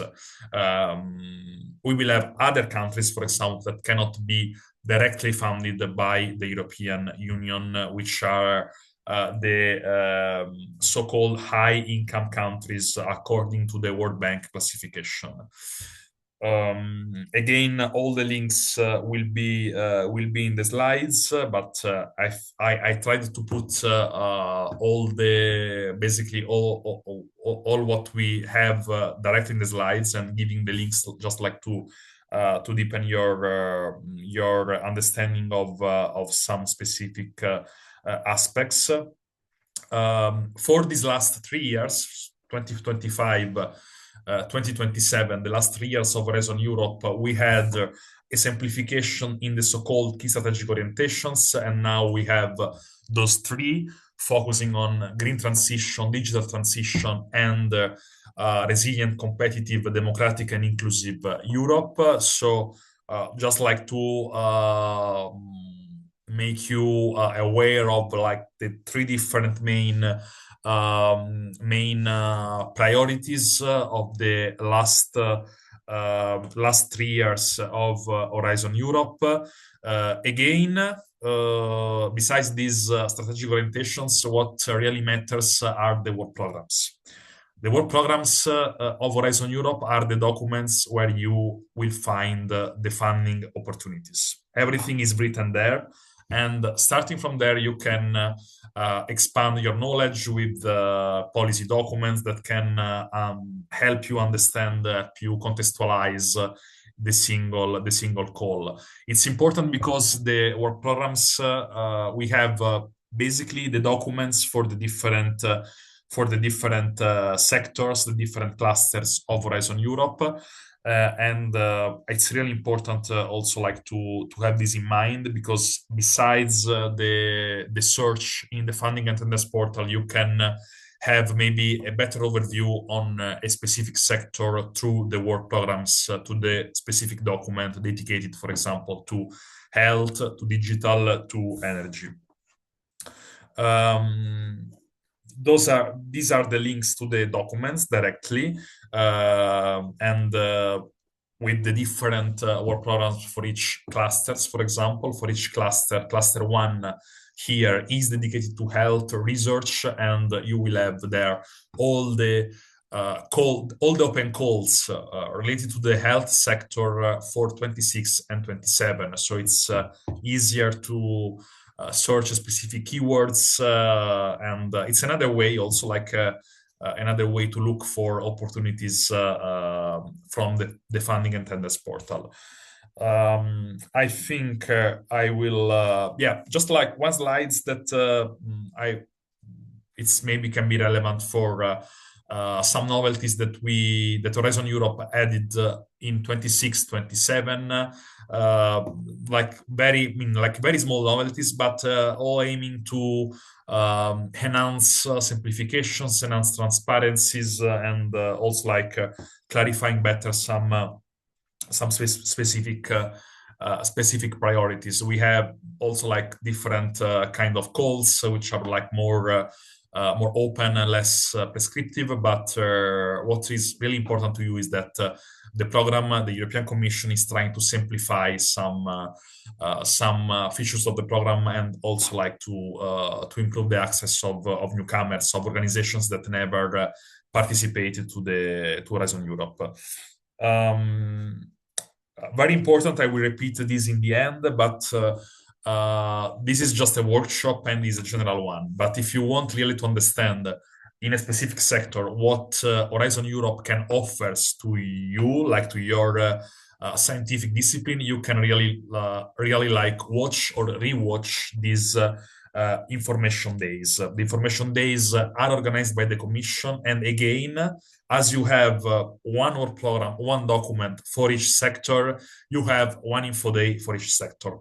For example, what is coming in the near future are the information days on Cluster 3, which is focusing on civil security research, which will be on the 4th of March 2026, and the info day on Cluster 2 that will be on the 26th of March. Again, all the information are linked here and are in the official Research and Innovation website of the European Commission.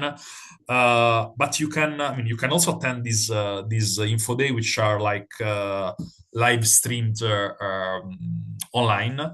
But you can also rewatch the past info days. For example, the info day on health research took place last week on the 10th of February, and you can rewatch online easily. Again, as you can easily understand, this is not necessary for you like to rewatch or like to follow all the info days. Also, like the sectors which are relevant to your sector, to your research activity. But those are like very much useful to familiarize with the open calls, with the sectors, with priorities. It gives really an overview on the contents of the calls. Okay, while today we are more focusing on the practical. We will focusing on the practical tools, the practical instruments. I will stop here for now, and I really want to know if there are questions from you. We will continue with the practical part. Okay, so if you have, more like practical or really practical questions, we will have the occasion to speak later on. But if you have some general questions on Horizon Europe, like what you can have in mind now, there are no questions that cannot be asked. Thank you, Matthew. Thank you very much. Okay, thank you. If my colleagues, if anyone want to ask any question, please raise your hand.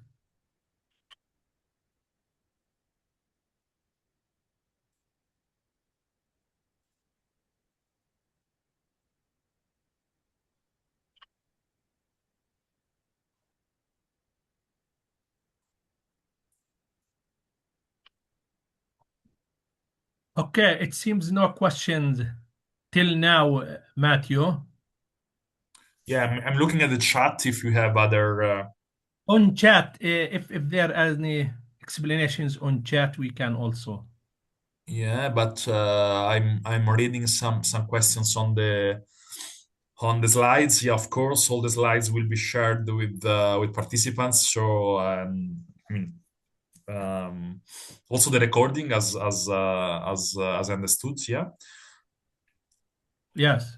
Yeah. So it's okay.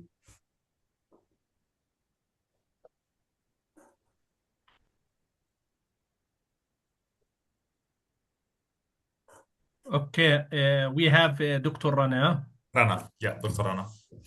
Yeah, hello, Mattia. Thank you very much for your presentation.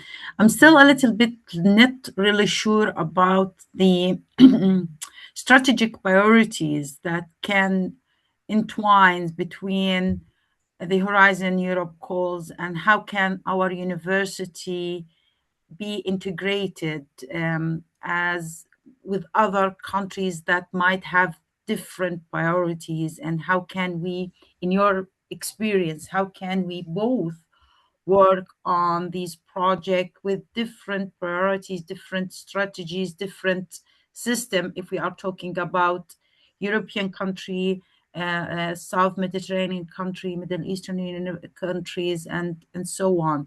How can we find a common ground that can be integrated into be added into one of the Horizon project? Because it is not like Erasmus project that it is a capacity building. It is more like a scientific research and research-based collaborations. So how can we minimize these gaps in your experience?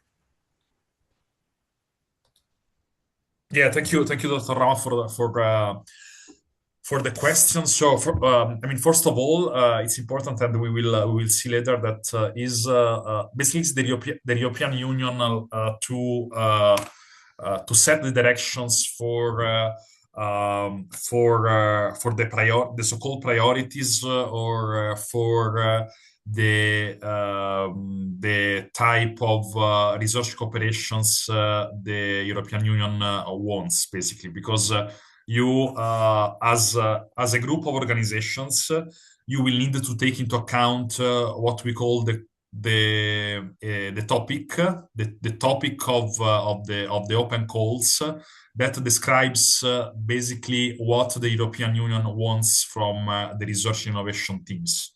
Okay, so there is a common ground, which is sometimes is more specific, sometimes is a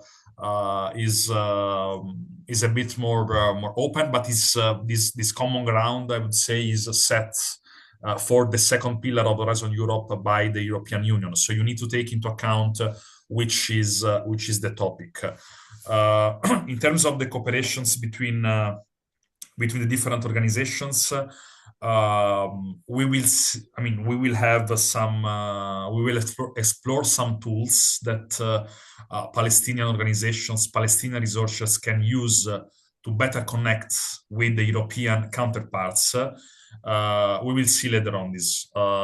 It's important because I mean, you have some instruments even for maybe for organizations that have never participated in the program that can help. For example, you can look under a specific topic which European organizations are interested in participating and in joining that kind of consortium. I think this is the best way. Of course, I mean, besides the cooperations you may still you may already have with European organizations, but besides this, there are like some specific instruments for Horizon Europe that can help you to network and to match, I would say, with European organizations. But we will see later, and maybe we will find, I mean, a better, more like complete answer to your questions. So, do you normally have a platform for networking that we can like refer to if we are trying to find a better match or an organization? Exactly. That's what we have. Exactly. We have actually we have some matchmaking platforms that are designed specifically for Horizon Europe to connect partners throughout the Europe, but also throughout the world. Okay. Yeah, that would be great if you could share with these. There is in the websites. presentation. Okay, There is in the thank you. presentation. Thank you, Matia.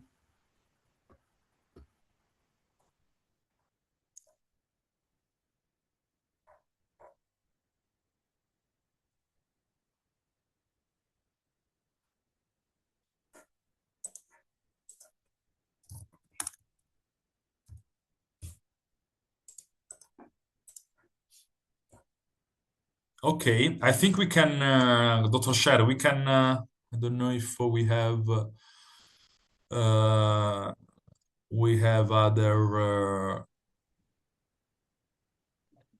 other questions, but we can maybe we can continue and then we will.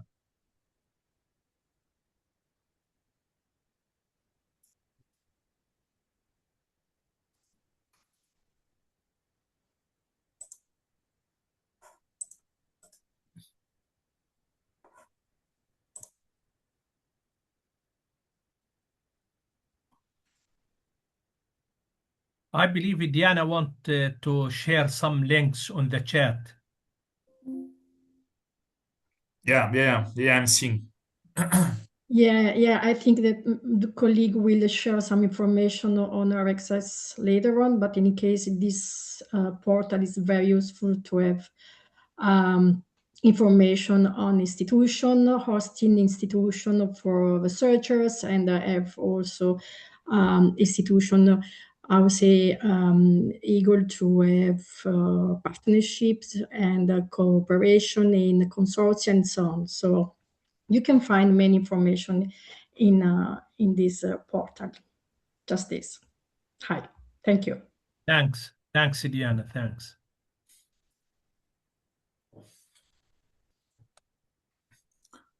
Okay, Matthew, if you want to go ahead with the... I will.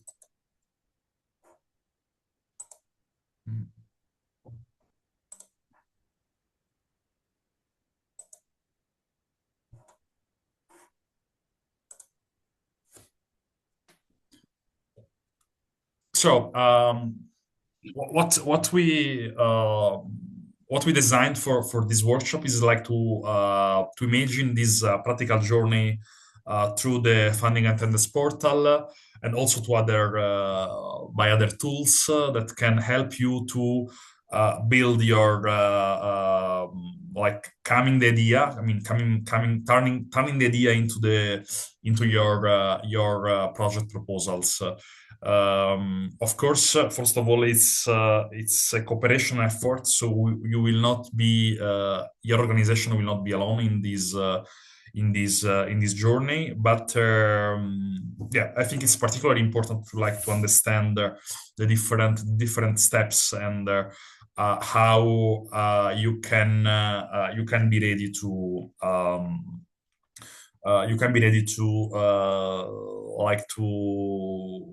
to apply and to join consortia, for example, that are led by European institutions. Before to start, I will just leave you some slides. I will not go into detail because that it's not really focusing on Horizon Europe, but it's important to understand these some basic features of how the European funding and tender portal works. First of all, I mean, this is the homepage, but you can easily Google EU funding and tenders portal. You can access the portal. The European Union launched recently also an app. We will show how to. I mean, the name of the app is EU and funding. And you can also try to download the app on your smartphone. But yeah, this is the homepage of the funding attendance portal. We will come back on this later on. But again, for all the services you have, I mean, for to manage everything in the funding attendance portal, not to look for opportunities, but like if you start to search for partners, to publish your announcements, to apply, for example, you need a EU login account. Okay. this is for you personally. You log in account, so a personal account, and then you have what we call the personal identification number for the organizations, which is called the PIC, PIC. Again, for the U-Login account, it's very easy. I mean, to go on the portal and to have all the access. But again, is as you create an account for different websites, doesn't change. So you need to register basically. There are like some two-factor authentication that are like becoming more and more common, and I think you have an experience of that as well. But again, I mean, creation of U-Login account with your email address, with your password, it's important. There is a possibility, of course, to register a mobile device and activate the two-step authentication system. There are like different methods to do that. But again, it's important to if you are not registered in the EU with a new login, is important to register, because it helps you in this process. Then we have the organization. Okay. It's not really a training on how to register your organization. I think and I assume most of your organizations are already registered in the portal. Okay, so U-Login is for personal, for individuals. The PIC is for organization. So an organization to be able to apply to a project proposal needs to be registered in the portal, and there are a lot of guidelines, an online manual, some webinars that really help you and guide you in this process. What you need is to receive this PIC. So first of all, look if your organization is already registered, and you can easily find out this in the portal. Otherwise, you need to register the organization. Of course, in the university, this is or in research institutions is a process mainly led by the management, by the administrative department of the university. Again, there are you need to fill with the relevant details of your organizations, of a contact person. Again, you will find all the different steps through the registration process. Again, it's really important to have this. To keep this in mind, because you need, if you want to apply to Horizon Europe, you need with your organization, you need to have this done. And for each organizations, we have a so-called legal person, which is responsible with contacts with the commission services, which is appointed by the organization itself. And then you have the process also implies that you need to have, of course, first of all, a declarations of the PIC number, and then a validation from the commission services, which is a process that normally takes some weeks, but it's not really complicated. So it's very easy. And again, you have all the also tools online to be practically guided step by step to this process. Again, here you have some slides on the process, like from the validation process point of view, like to be able to get your organization registered and validated on the portal. This is the app, EU Funding and Me. It's like the official app of the European Commission, and basically it's the portal on your smartphone. Okay, so I will suggest you to try also to give reviews on the app. I know that I mean the Commission, the European Commission is trying to improve more and more this app, but I would say is important, is relevant, like to have this on your smartphone, and also to take into account the portal that we will present now.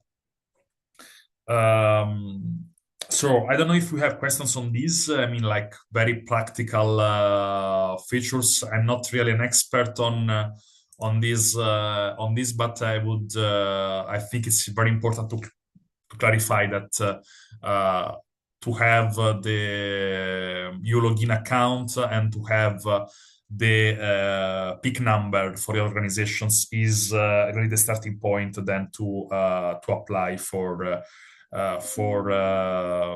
the proposals. Yeah, I'm seeing in the chat. Okay, I will. Dr. Rana, please.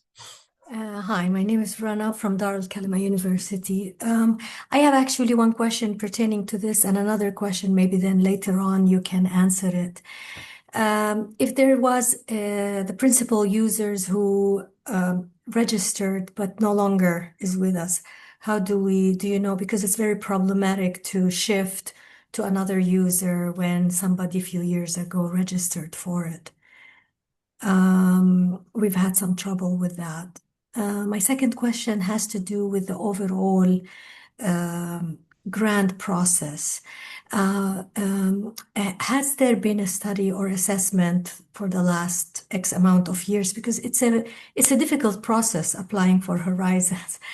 Has there been a study to see what were maybe the main challenges that come out from our region, from Palestine, that limits our competitiveness when we do these applications? Has there been like some points that we can learn from so that for the next cycle? So these are my two questions.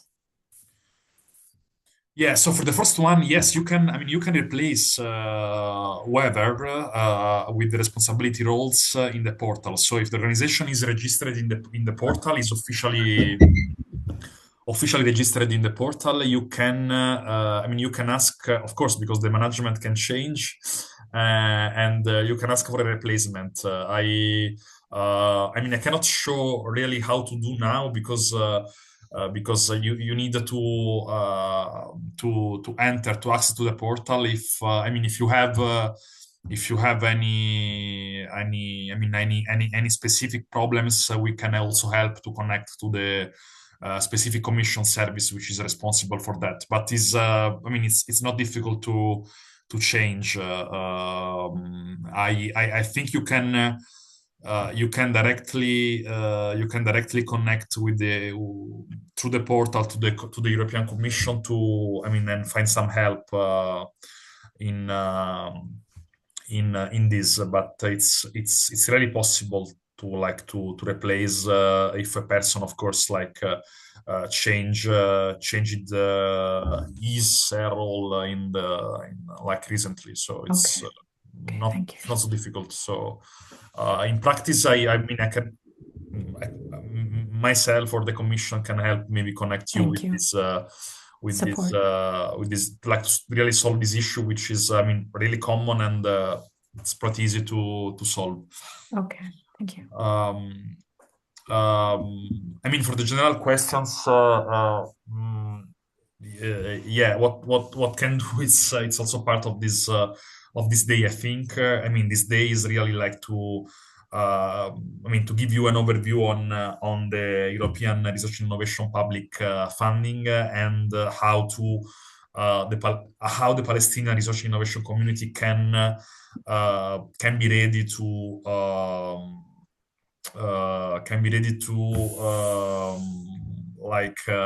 get these opportunities. Of course, it's not. Horizon Europe specifically is very, as has been said, is quite competitive. Is competitive. For organizations that know very well how the program works, and I know that can be complex in the beginning. Can be it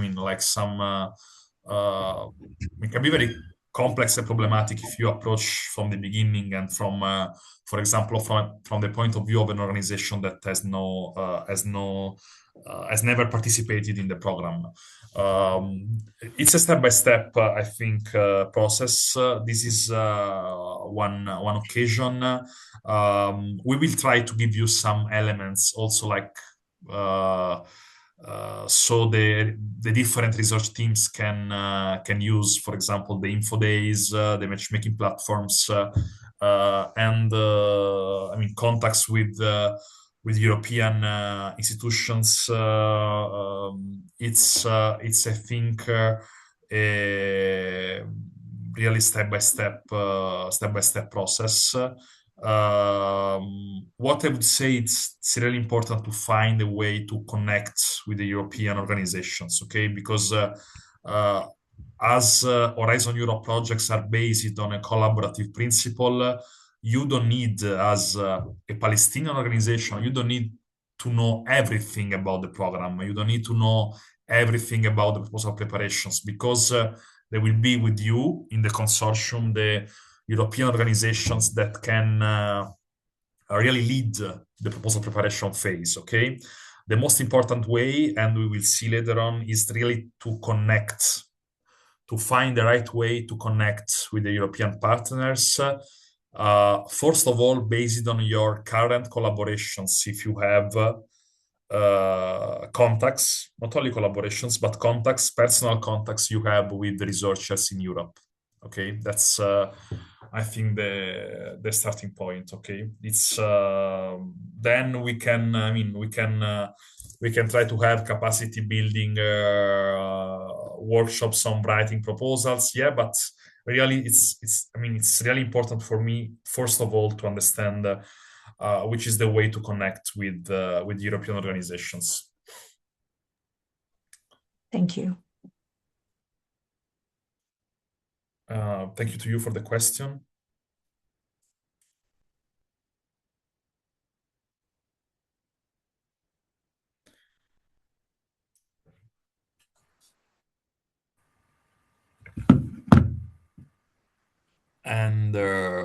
And yeah, I will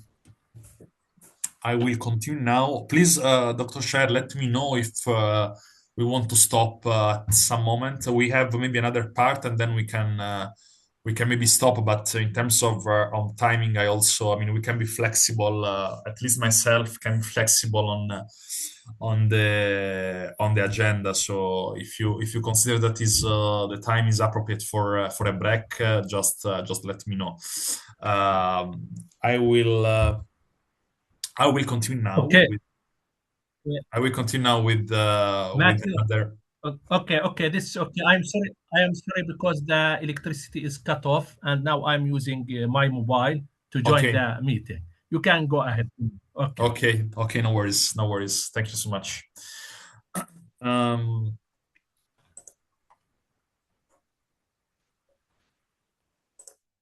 Okay, I'm going to share again the screen.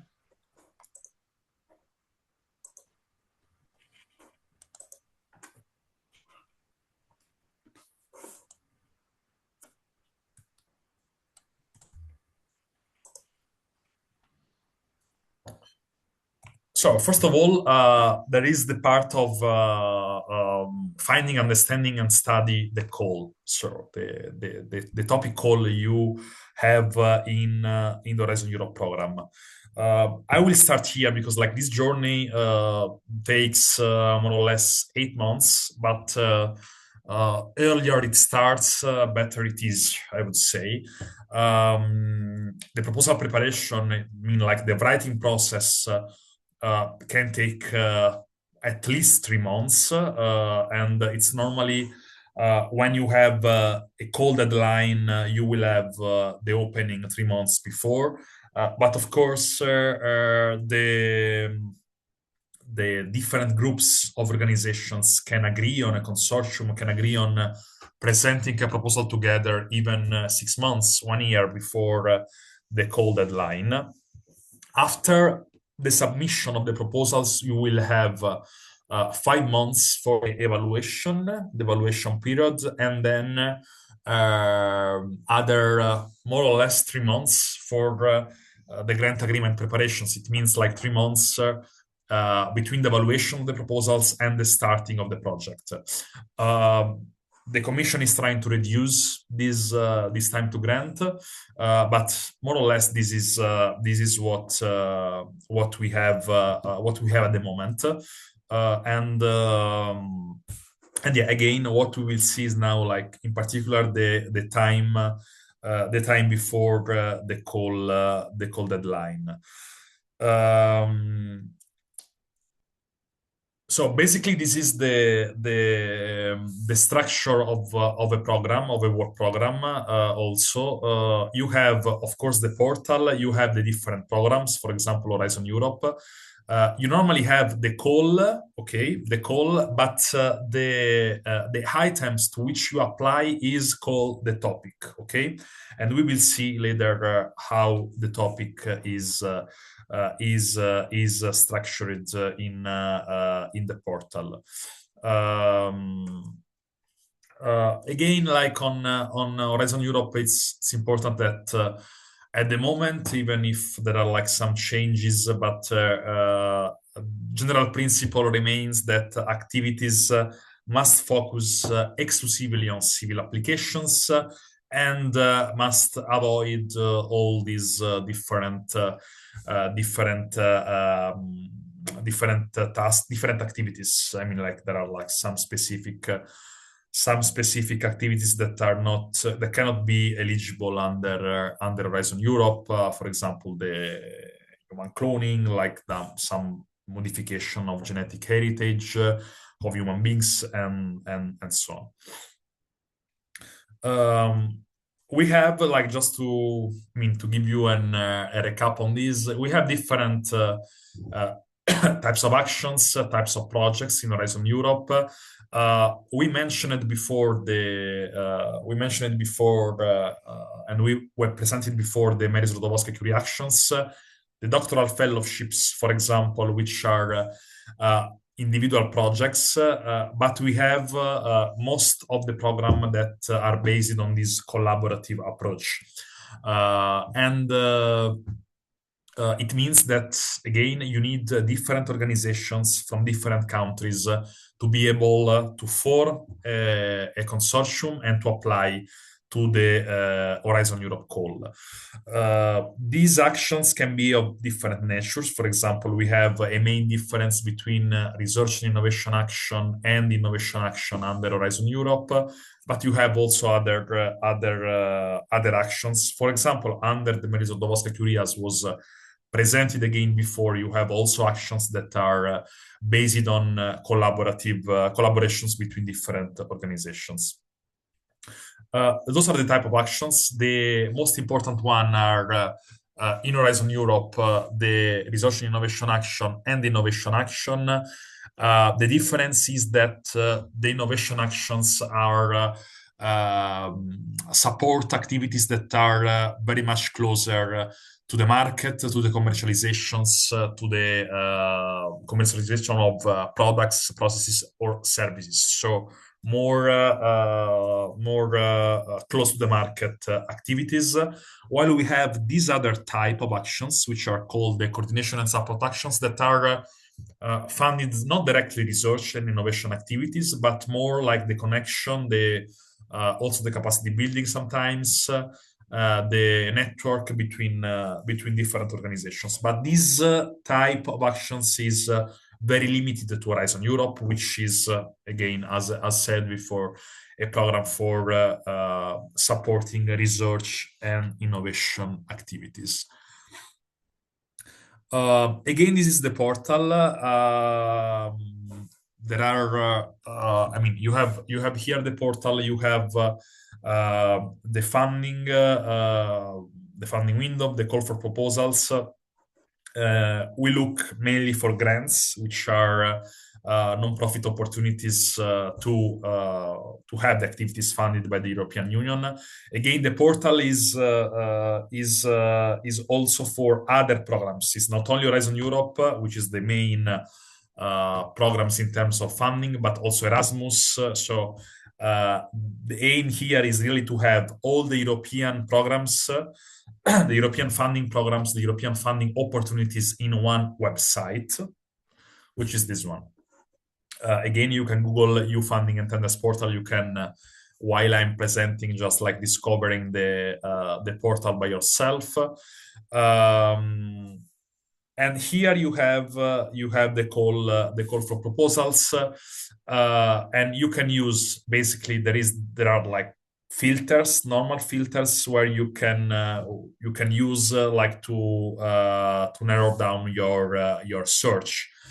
First of all, by selecting the programming period, the program, of course, the open and forthcoming calls, and then you have like some other filters on the thematics, on the priorities, and maybe I will show directly like live this at the end of this session to you. For Horizon Europe, when we select this, you have, again, I mean, you can select the program part. You can search for keywords, for example, if your focus is for example, natural resources or water resources or renewable energies, you can also try to do a quick search by keywords, but you have here also the filters for the program parts. No? For example, we have the 4 pillars of Horizon Europe, and you can have the different part of the different clusters of the program, and also the different priorities. This is how a topic call is presented in the portal. So you have here the program, the call, the topic, and the different elements of the topic, the opening date, the deadline, the type of action, and there are all the informations where you can find here in the topic page. And here you have all the kind of information you need. For example, the information about the topic, which are divided in general, topic description, updates, some context, some element of context. For example, the mission and destination. You can look here the partner social announcements, which is very useful. Because you can have in this topic section the list of the partners from Europe, but also from other countries that have shown an interest in the topic, okay? And you can start contacting them with this official request of collaboration. And then you have other elements, the budget. It's very important. I'd like to see both how much money is allocated to each projects, and how many proposals will get funded under this topic, and also here from this page, from this actual page, you will start the process of the submission if you are coordinating a proposal preparation. This is normally what is the role that is taken from an European organization, but I mean, it's important also to understand that and to have a view on the different elements of this page.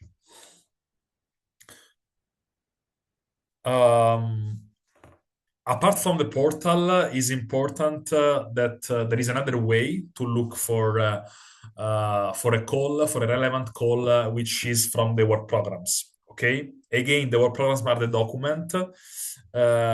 document of where you can find all the Horizon Europe calls, and these documents are divided into the different sectors. And you have, for example, a document for health, a document for digital industry and space, and so on and so forth. So the opportunities are the same. Okay, it's just another way to look for opportunities and to have maybe the different elements, the same elements in a different way. This is the link to the work programs. I left you in the beginning in another slide, but again, this is the link to the documents for Horizon Europe work programs for 26-27. Again,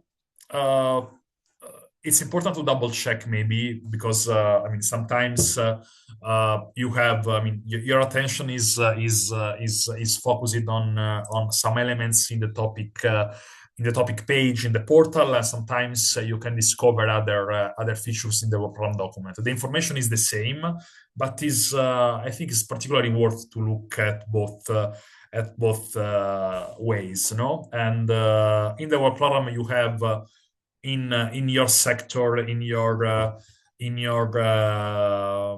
context, really what everything you need. So also a group of the same calls for the same sector that you can easily scroll and read. Again, with all the different features, from the title to the specific conditions. It's important in particular, like you have here the expected EU contribution per projects, which is an element that gives you, first of all, how much money the European Union is allocated for each projects, but also how much projects the European Union thinks to fund under that topic. For example, in this particular case, we had a budget of 9 million euros with for each project a budget from 2 to 3 million. It means that more or less the European Union, the European Commission here is was thinking to fund from 3 to 4 projects.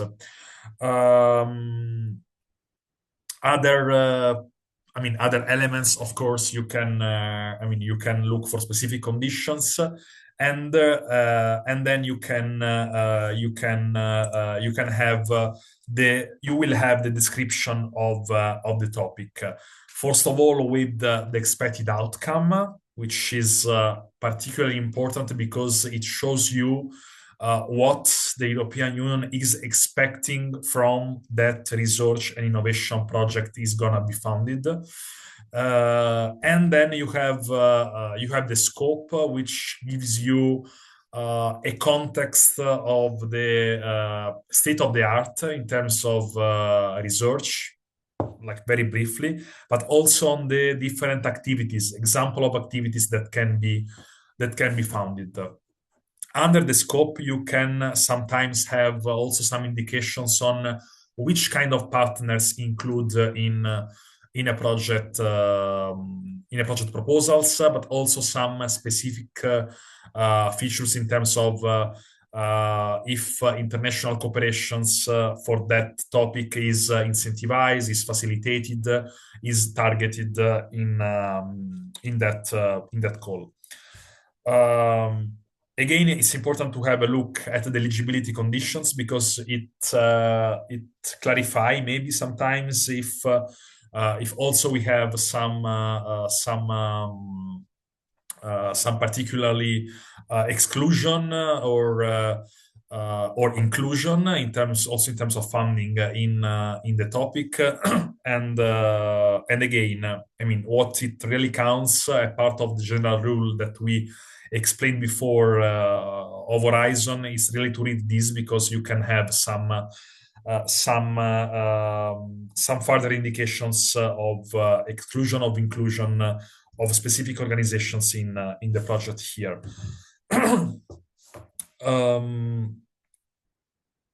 Just like an important note on the technology readiness level, because sometimes you have a reference on this in the topic description, and the technology readiness level is used under Horizon Europe as well to measure the maturity of a particular technology. Okay, you have here from TRL 1 to TRL 9 the different stages of research and innovation maturity, and it's important because sometimes the European Commission, in the proposal, asks, for example, to the proposal to start the activities at TRL 4 and to end the activity at TRL 6, for example. Okay, so it's a scale that you need to have in mind to be better prepared to the Horizon Europe goals. One of the last slides of this session is what Alessandro already shows you. Those are the topics flagged under the Mediterranean Initiative in 26 and 27. And we will see maybe later on the portal, but it's important first that, I mean, these are the topic calls where the participation of countries from the Mediterranean area is particularly incentivized. Of course, this does not prevent you to participate in other topics other than these ones. Okay, you have here the opening and the deadline for these topics, but again, the participation is open to Palestine also in other Horizon Europe calls. Okay, you need just like to find the right one. Okay, this is I mean, some tools to find, understand, and read. First of all, read and understand the calls. I will stop here probably to see if there are some maybe some questions on this.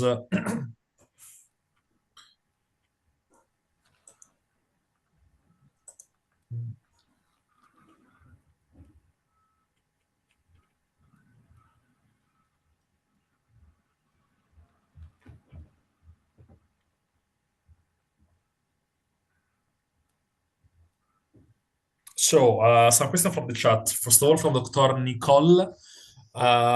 We have a list of so-called low to middle income non-associated countries. The list is on the slides, so we will circulate the slides afterwards. Palestine is included in this list. It means that Palestinian organizations can receive European funding. Okay, we have some countries that cannot. But the majority of countries, even if they are not associated to Horizon Europe, can receive European funding. So they can both participate and receive EU money.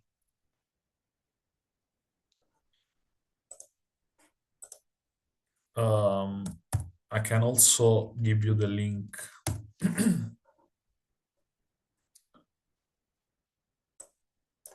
Now to this list.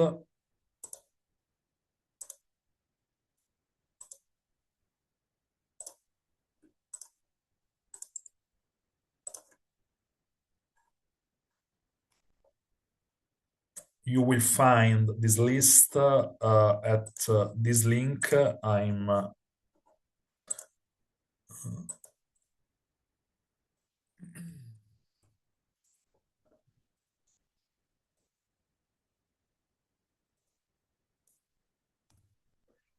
at page 3.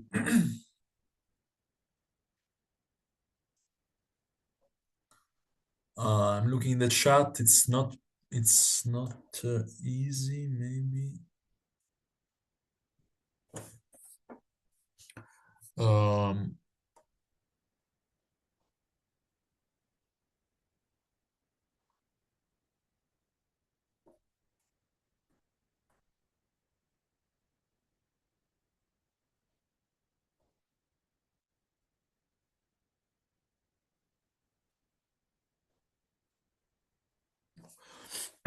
Okay, thank you so much.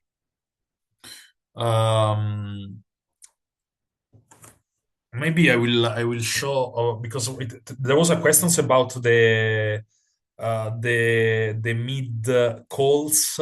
Probably is it refers to the Mediterranean initiative calls. If you agree, I will try to share my my screen directly now.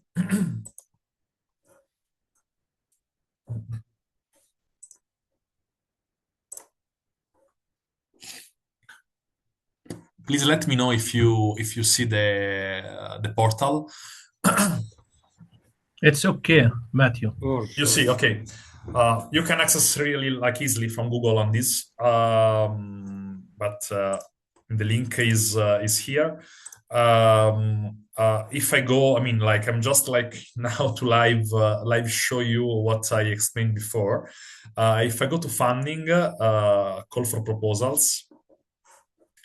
Horizon Europe is already selected, okay. Submission status, we can focus. I mean, also the closed calls are important because you can see which organizations won in the past, which is really important if you want to build collaborations with other for the futures. But for now, if we want to look at open calls and forthcoming opportunities, let's deselect, unselect closed, and then I click through all filters. I can have all the program parts. Okay, so I can just select the different Horizon Europe program parts here. For example, I'm interested in health, and I will have all the open calls and forthcoming calls for health, for example. The specific questions was on the Mediterranean initiative calls. So these topic calls were selected based on common priorities to specifically targeted the cooperations with countries from the Mediterranean area. I just need to look at the cross-cutting priority, okay? And we have Africa, we have artificial intelligence, we have some others, cooperations with partners from ASEAN countries. And here we have international cooperations, which is generally incentivized under 77 calls. We have Latin America and we have the Mediterranean, okay? 18 topics, I select this and it automatically shows the different one. You can see here that 4 topics are under the health and under the health for 2027, but you have the division here for calls, but in case you want to find the items, the 18th topic, those are the topics, okay? I can also briefly read again to you. Maybe let's goes in the with the deadline date from the most the deadline dates that are like near to us. For example, in the 31st of March, we will have the first deadline for a topic under the Mediterranean initiatives. This is on grid forming capabilities for more resilience and REST-based electricity grids. So it's a topic under the cluster 5. Then we have in the spring again advanced local digital twins using AI for early warning and preparedness. So a topic focusing on artificial intelligence, and another one with a deadline in mid-April again on development of novel vaccines for viral pathogens with epidemic potential. Those 3 are open, okay? It's a bit late maybe to start from scratch, trying to prepare proposals for this, or like better to join a potential consortium. But you can, I mean, it's possible to try, especially for the 2 calls that are with the deadline in April. Then, I mean, all the rest is basically you are perfectly on time, okay? In September, we have these other calls, this one focusing on biodiversity, on ocean, on heritage, cultural heritage. We have, and then we have other calls on more like local democracy, post-conflict democracy and reconstruction. Again, you have, I mean, you have here all the different topics.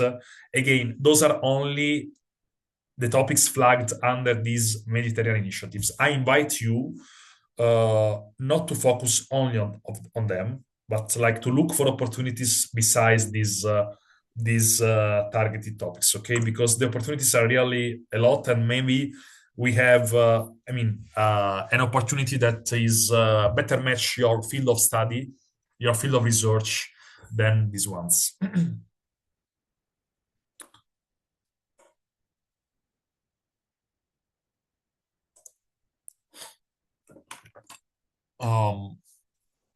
I hope I answered to the questions from Dr. Majdi.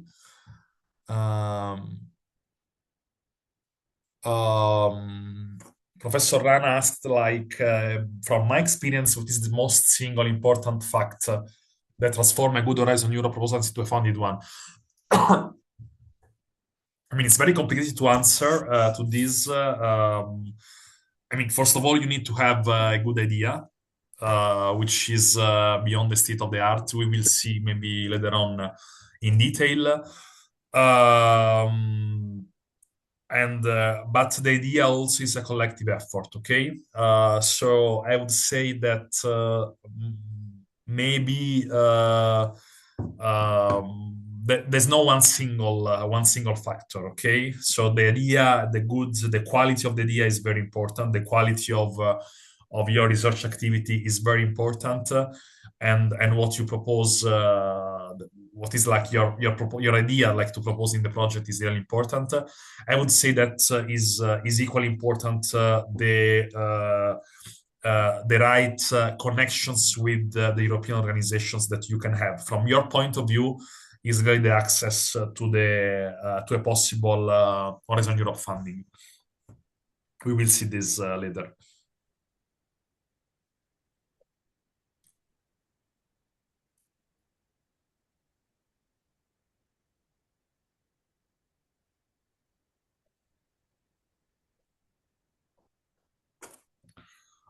Yeah, about the last comments. Yeah, I know. I mean, I know that I'm giving you a lot of information, but you can use the slide. I mean, easily to,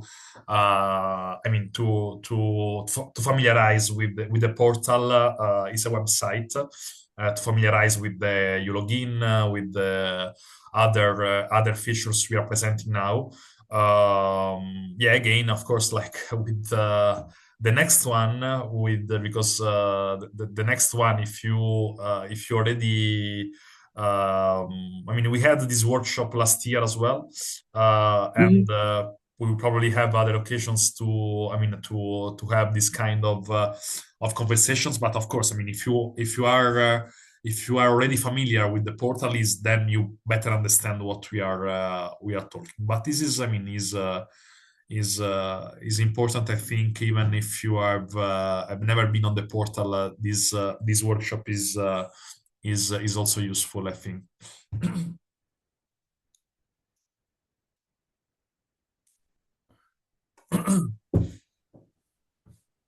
About the questions, we are an educational school, part of an NGO. Can we submit alone or through the organization? I don't know if the educational school is an independent legal entity. If it's not, you need to submit with the NGO you are part of. Okay. If the educational school has a separate legal entity from the NGO, you can register and you can submit also throughout your educational school. But I suggest to submit with your NGO, with the NGO. Professor Anna, please. Yeah, Mattia, do you know exactly or an estimate about the percentage of the acceptance rate of the project submitted to being funded with the Horizon or Maria Curie? Do you have these numericals or these statistics that might help us understand that we apply for a good project, but due to high competitions, then the rate is maybe low or something like that? Yeah, we have. I didn't show before. Yeah, you're right. We have the success rate for the program. At the moment, it's around 18%. So it means that less than one proposals out of 5 get the European funding. So again, it's competitive. The interesting fact is that compared to Horizon 2020, which was the previous program, this success rate significantly increased because in Horizon 2020 we had a success rate between 11 and 12%. So it means that basically only 1 out of 10 proposals got funding under Horizon 2020. So now we are in a better situation. Of course, the situation is evolving rapidly. Even because at the moment we are experiencing an increase in the number of submitted proposals, due to different factors. But in general, we can say that we have a range between 1 out of 5 and 1 out of 6 proposals that are funded. Of course, it's not for all the sectors the same, and we have some specific success rates along the different Horizon Europe parts. For example, the European Research Council, the European Innovation Council have success rates which are significantly lower than those ones. But in general, that is what I said. Thank you.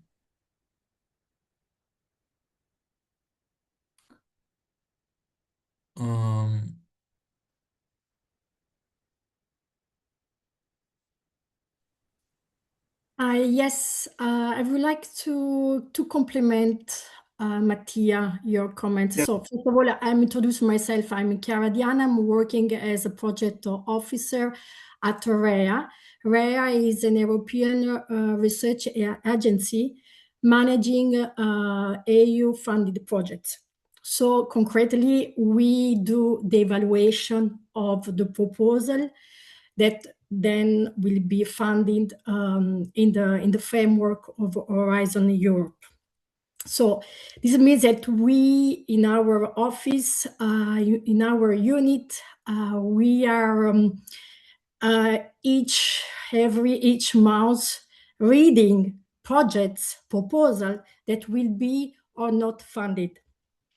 So what I'm of course, this is just an complement observation about how to prepare your proposal and project that can be funded.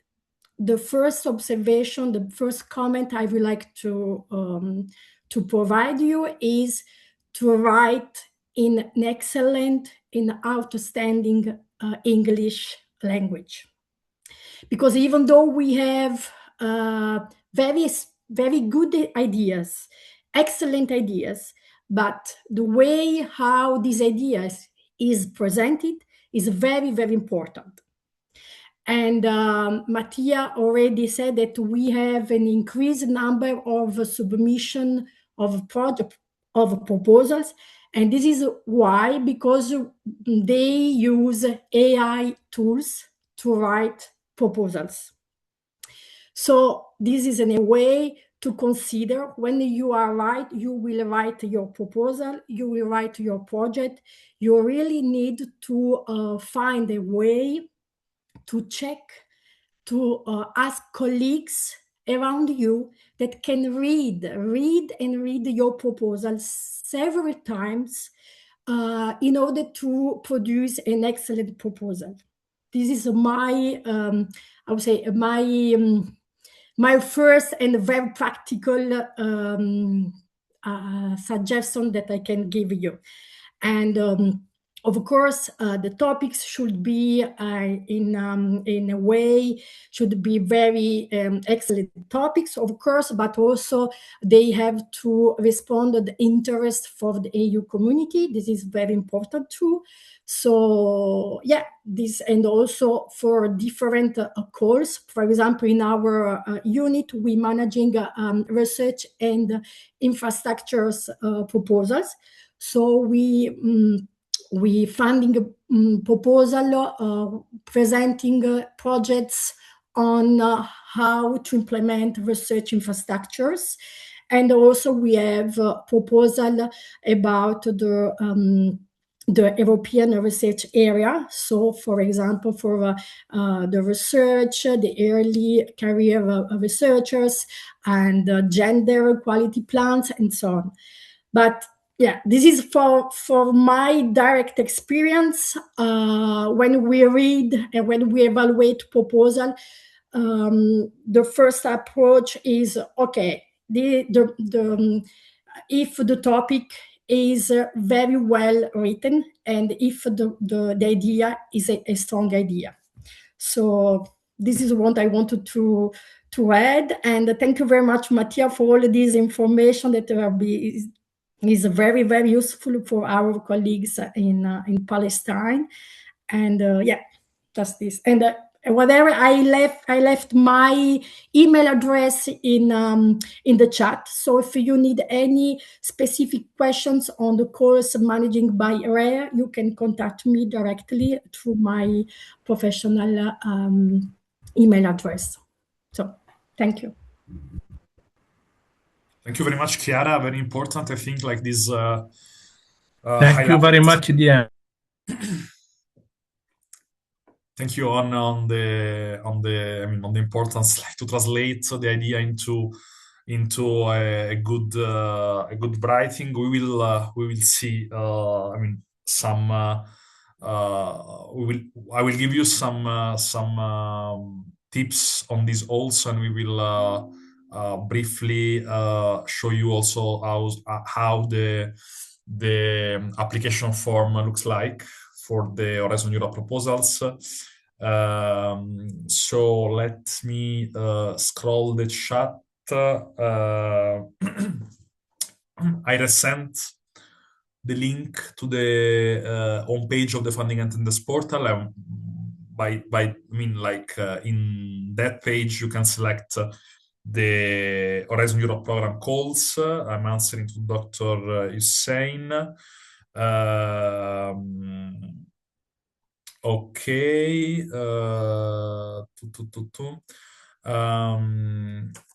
I would like to ask about project ideas. Would Dr. Sandy ask this? Would Horizon Commission consider an health project study focused on Palestinian community as a good idea, or should the project ideas be related on the interest of European community or be considered for Horizon? I will again, repeat this because for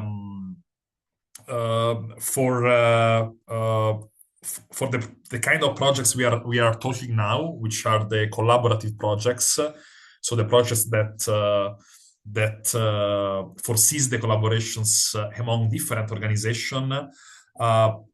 There are not basically the researchers to choose the topic. Okay, the topic is set by the European Union, and you need to answer. Okay, you need to build your activities, your proposals. You have a certain degree of freedom in conceiving activities. Okay, but having in mind the topic description. Okay, so specifically, that could be maybe a part of a project that could implement this NLT project study on Palestinian community, but it should be part of maybe a wider project, okay, with other organizations in line with the requests from the European Union. It's very important to understand this logic. So, okay, we have the topic calls with some outcomes expected, with some activities suggested, with some scope defined. And then we have, we as researchers, I would say, we have the possibility, based on that text, to build our project. But we are not... we cannot start from zero to imagine something and to ask for a funding without any indications before, okay? At least for collaborative projects. I hope I replied to Dr. Sandy with this.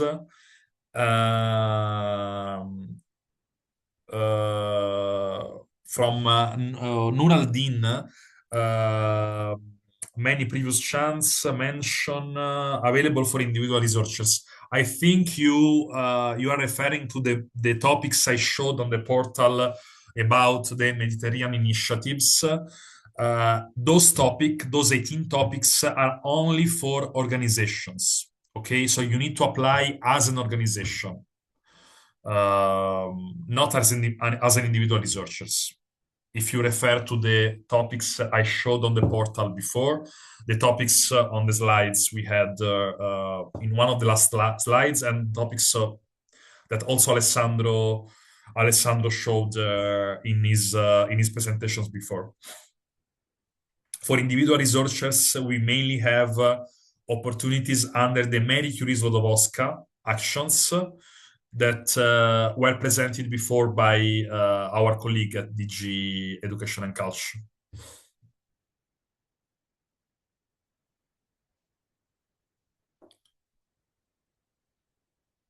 Okay.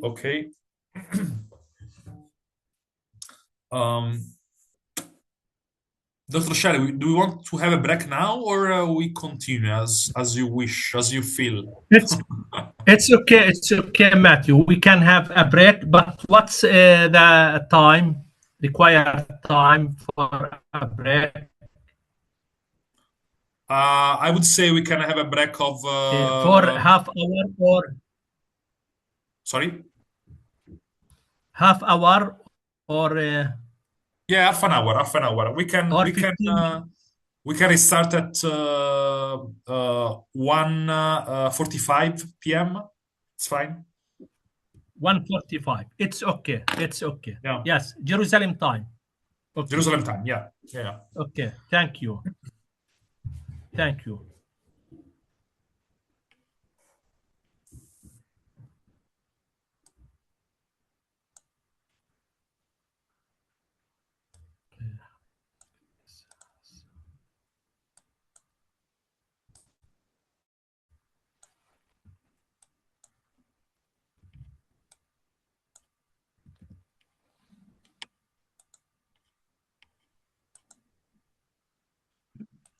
دكتور شاهر، مساء الخير. مساء الخير. هلا دكتور حسين. دكتور، أنا حطيت ملاحظة، يا ريت لو في المرات القادمة. هلا مش كل يعني، وأنا منهم يعني بصراحة، مش كثير بالإنجليزي. هذه يعني معلومات يعني قيمة. يا ريت لو يكون في ترجمة، لأنه يعني تكون معلومات منقوصة. أو صحيح. بعرفش شو الإمكانيات اللي عندكم لترجمة فورية، أو حتى إذا تعذر ممكن إنه حد من يعني الزملاء حاولت أعمل مستقبل؟ ترجمة هون فورية بالورش الثاني إن شاء الله بنحاول نعمل بالسيتنجز نعدل عليها إن شاء الله. ولا يهمك دكتور حسين. يعطيك العافية دكتور شاهر.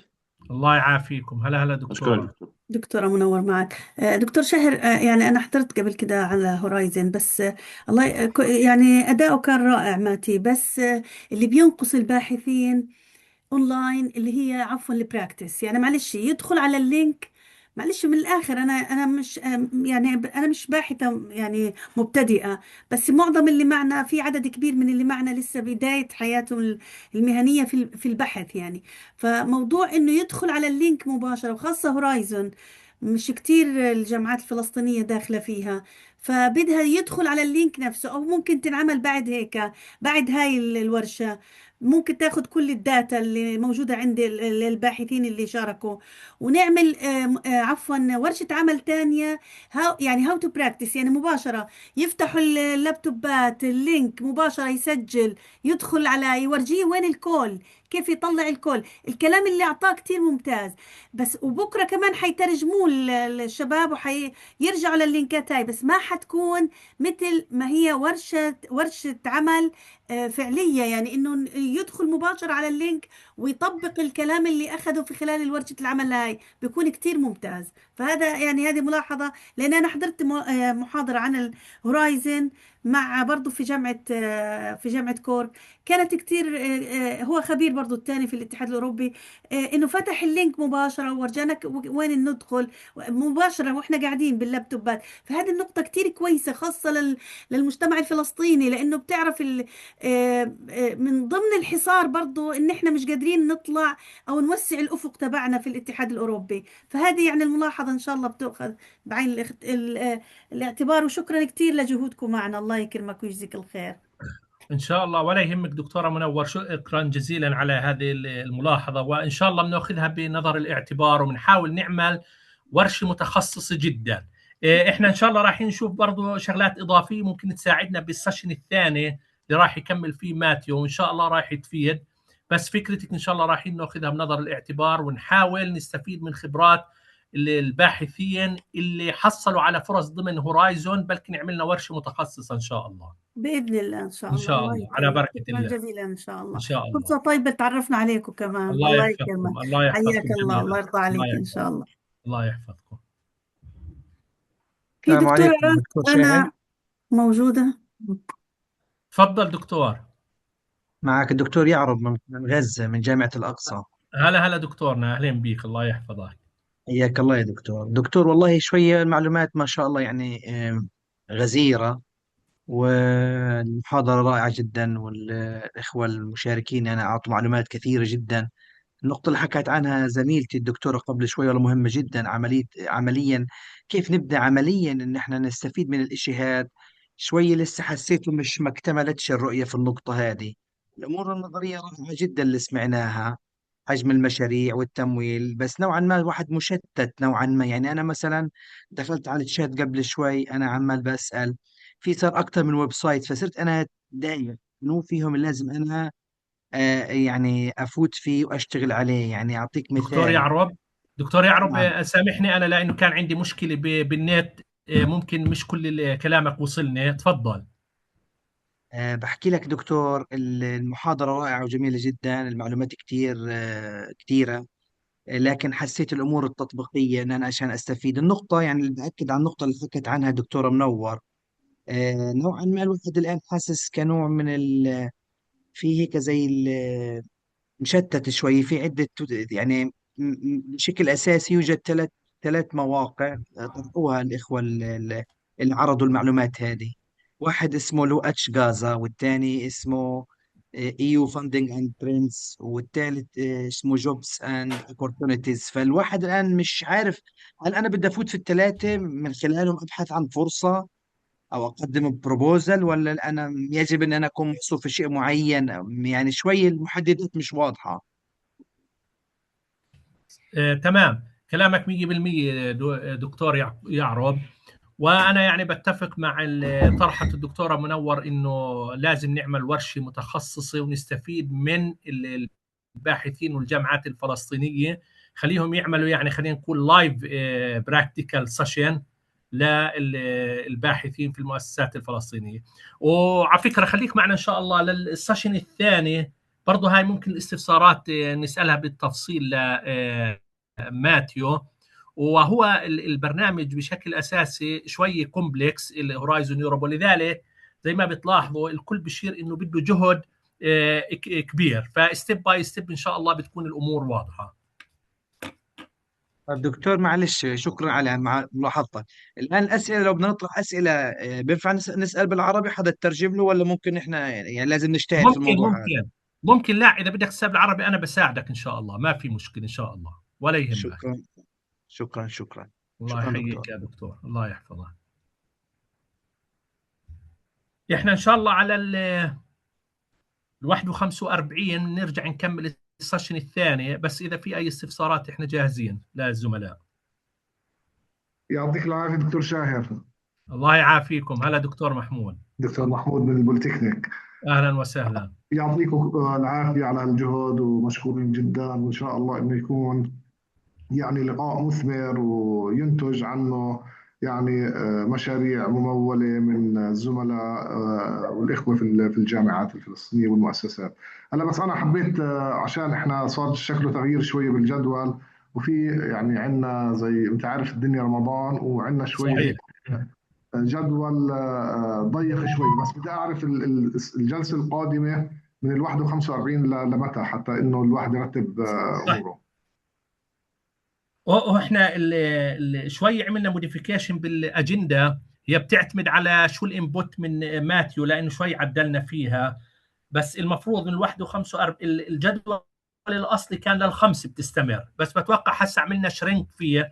خلينا نشوف احنا لما تبدا من 41 على الاقل ساعه ونص الى ساعتين مع الكويشنز اند انسر سيشن. دكتور محمود تمام شكرا لك.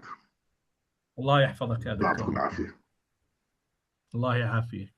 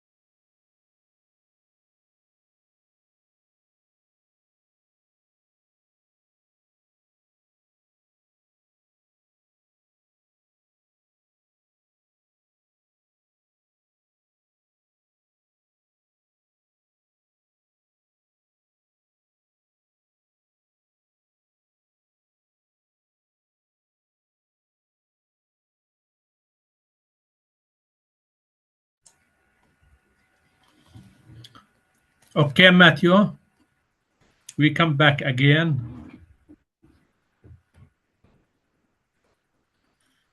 Perfect. I think we can start. We can start. We can restart our workshop. So in the first part of this session of this Horizon Europe workshop, we had first an overview on Horizon Europe with the objectives, the structure of the program, the budget, the different sections and sectors, and some general info on international cooperation, on the collaborative logic of the program. Then we had a small focus on some basic features of the European Union funding portal, so how to get an EU login and how to register your organization to be ready for a potential application to Horizon Europe. And then we start to explore how the EU funding and tenders portal work, where to look for opportunities, and where to look for opportunities both in the portal and in our program document, and we also have seen which are the 18 topics of the Mediterranean initiatives under the Horizon Europe work programs for 2026 and 2027. Now, I mean, after and this was the first part of our journey from the idea to the project. Okay, so once you have identified and you know better than anyone else which is your research activity, your research field, and you start looking for opportunities in the funding and tenders portal in line with your activity. Okay, you can understand, you can read, you can understand the topic. Again, as we had multiple questions on this before, it's important the logic of the program, because with this kind of projects we are talking right now, so collaborative projects, meaning projects putting together different organizations, it's not the research team that decides the field autonomously, but it's the European Union that set the direction with the topic call. And you need to follow, the research team needs to follow the scope, the outcomes, and build on the topic description its own proposals in collaborations with other research organizations in Europe and in the world. So after this, after understanding this topic, it's the time is to look for collaborations, because as said, we need a collaboration with other organizations to start to apply and prepare proposals for Horizon Europe. That's really important, and I think it's the main obstacle for non-European organizations.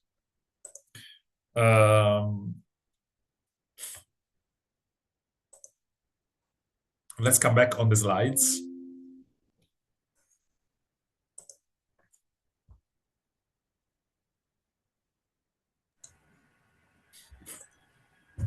So in other words, that's the time to find and to look for the European partners. Which are the instruments we have? First of all, I would like to recap why it's important to look for European partners, because the rules of Horizon Europe, again, foresees this collaborative approach. So to apply to a project, for a funding, I need to have at least 3 independent organizations from Europe, from member states, European member states, or from countries associated to Horizon Europe. When this minimum requirement has been met, I can include as many organizations as I want. As I want means that as I consider it necessary for the successful and of the proposals, it's important that each organization needs to have a role in the project. So this is the general rule, for example, no? Like proposal is eligible with the 3 European organizations. Is eligible if we add as many partners as we want, for example, 3 European organizations or more and 1 Palestinian one. Is not eligible if there are only 2 organizations from Europe and no one else from Europe, but also from other countries. So this is the general rule, which is important to keep in mind of the consortium composition. Of course, European partners know that. So when you match with the European partner, you can, easily remember this rule. Again, the participation is incentivized. I included this slide also here, but in general, you know that the participation is open to the topics, but that there are specific calls like the 18 we mentioned before that are particularly relevant for a specific region, in this case for the Mediterranean countries. Eligibility for funding, again, European countries, organizations are eligible for funding, so are the organizations from associated countries to Horizon Europe, but also organizations from a list of countries, like namely the low and middle income countries, which is this one. And I included here because it's like mentioned, of course, Palestine among those countries, but also, other countries that are automatically eligible for funding, so can receive funding from the European Union. The organizations participating in the project of Horizon Europe can receive the funding from the European Union. Funding rates, so generally we have 100% funding rate for most of the actions that interest you. So it means that the European Union covers all the eligible cost plus a 25% of indirect cost. So it covers actually 125% of the eligible cost. We have some exceptions. For example, in the innovation action, we have only for private entities, actually, innovation action and private entities, we have a rate of 70%. Okay, and the other actions are not really interesting for us in this case. So I would say that in most of the cases, in most of the projects we will participate, there is a funding rate of 100% plus 25% of indirect cost.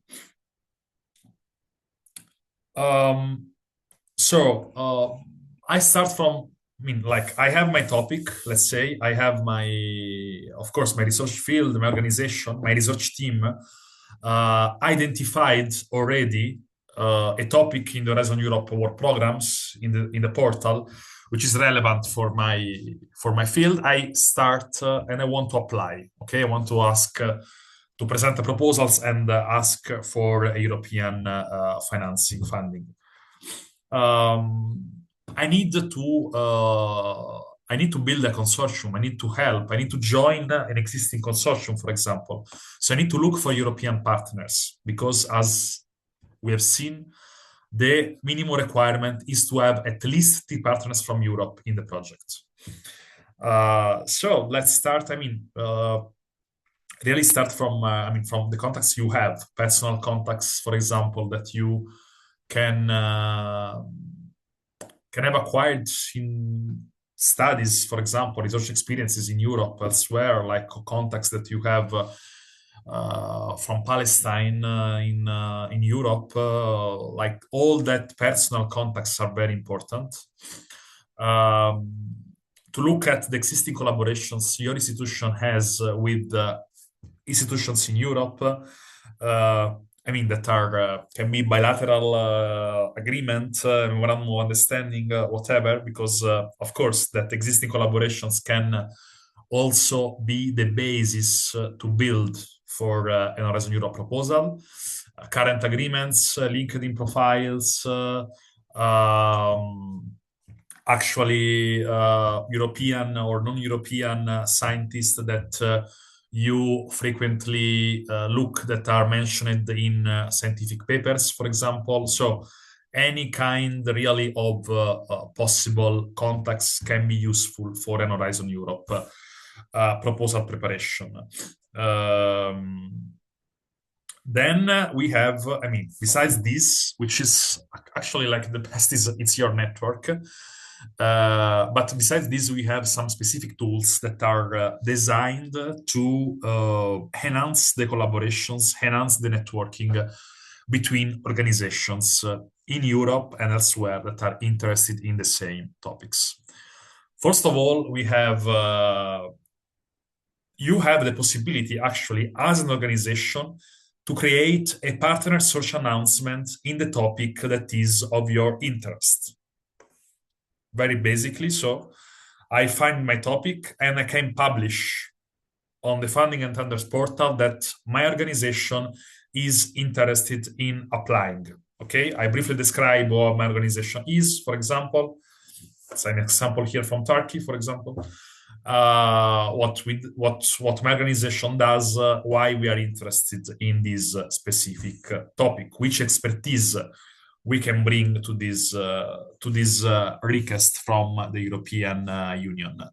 Okay, so once I publish these partner announcements, all the other organizations from Europe that are interested in my same topic can look my announcement, so can contact me. That is that's really relevant, I think. These official tools, organization, person, so you have all the contact. You can both publish your announcements, but also look, I mean, discover which are the existing announcements under a specific topic. Okay.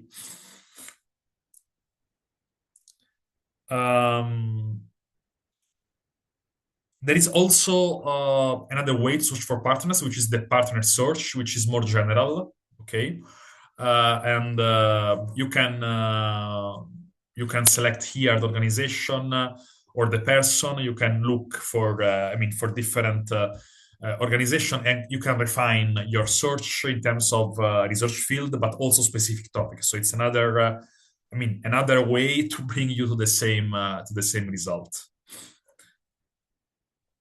The person profile is visible, so the person which is linked to the organization interested in the same topic of yours is visible and can be contacted by the email address that they put on this website. It's possible, of course, like to edit the information, your personal information on the portal, and to explore the organization profile, for example, no? In the partner search, if you look for an organization, you want to know which is its track record, for example, in terms of participation to Horizon Europe or to other different programs. Which are the projects that these organizations already won? For example, this organization from Estonia, which won 6 projects and published 35 partner search announcements, for example. Okay, so you can have an overview also on a specific organization, and having here also like the description about the different projects or topics in which this organization is interested. And then the list of projects, for example, here of this organization. It's everything in the portal. In the web page again of the portal, you can have the notifications, so you can in your personal page you can realize when you are contacted from other organizations, so you can receive notifications about events, about other partner announcements, or about updates of the portal. So again, first thing first is to get registered as a person by you login on this portal. And here you have you can also save your search. This is another way, I mean, to look for proposals, and you can save which are your favorite searches or your favorite topics. So it's I mean, like other tools, okay, like Discover times by time. Maybe it's not I mean, totally clear what I'm saying, but I mean, practice and really learning by doing this. Also, these small things, I think, improves a lot your chances to get involved in a possible consortium with your organizations. You have other instruments to look for partners. An important tools is the database of you-founded projects.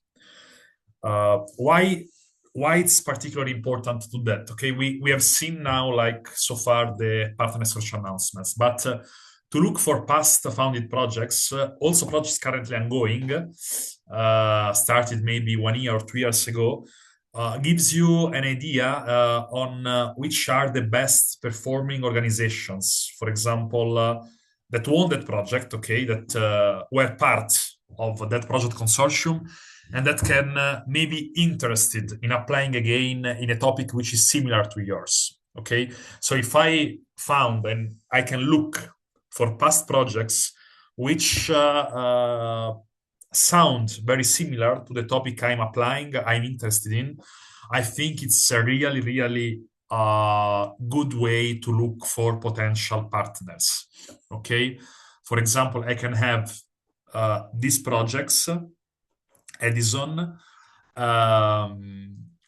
and which is coordinated by this Danish organization, with the date from 22 to 2025, and I can find the different organizations which are part of this project. These details I can find also directly on Cordis.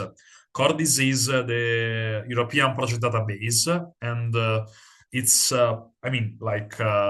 with the YouFunding and Tenders portal, another important tool to look for potential organizations and potential partners for Horizon Europe proposals. Other instruments, again, the Horizon Europe dashboard, to gives you an overview on all the statistics, but also on the most performing organizations in the different fields. And yeah, of course, you have also other opportunities, but that are not really related to the search for European partners, for example, to publish the results of your project. It's important because the website is designed, is built to have everything in one place. Again, the dashboard here with explained you the different filter you can use to look for projects in terms of data mainly, and to look for potential performing organizations here. But the better way to look for organizations is by the partner social announcements in the portal and by looking to past projects. Past projects here is the project, the Cordis database. and gives you more information than the portal on past projects. You can use again the search tools to look for some projects which are similar to yours, and yeah, you can have here the description of the project. For example, this project was founded between 2017 and 2020. What I have here is also the list, and you can have the link, but you can discover by yourself the list of partners in this project. So partner search tools, past projects, and then you have these matchmaking platforms.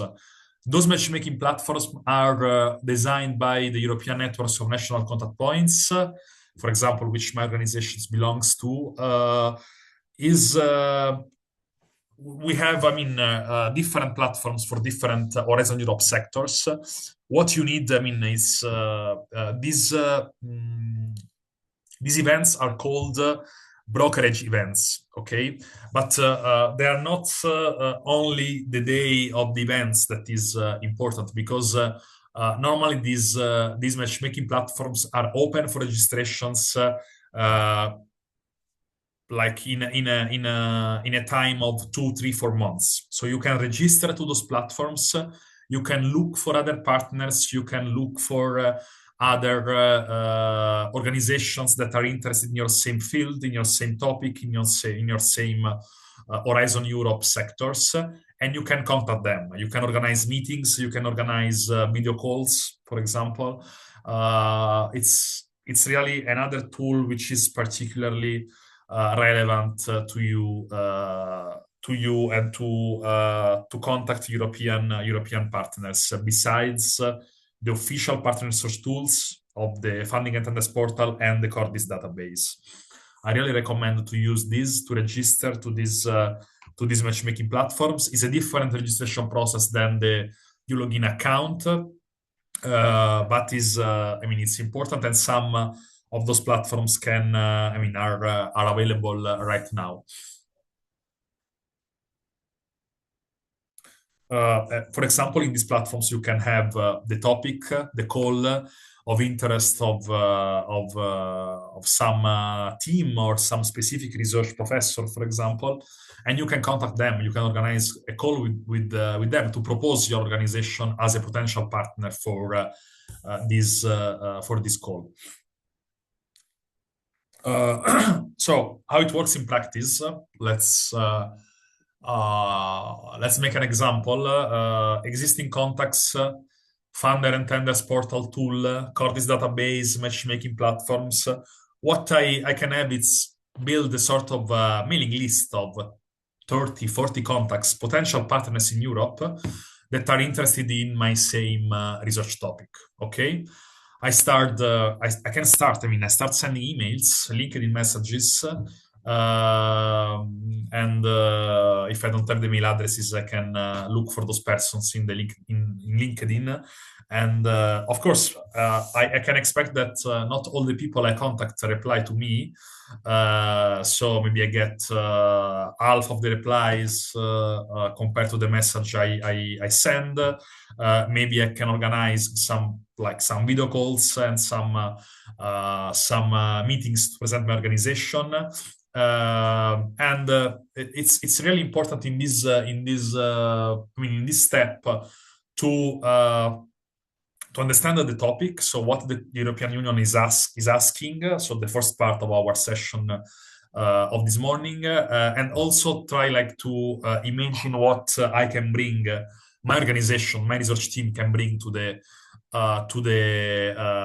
that project with other European partners.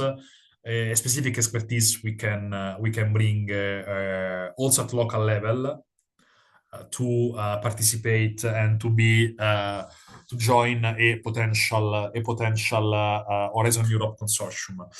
That is more or less how it works. It's theory, of course, but then after the theory comes the practice, no?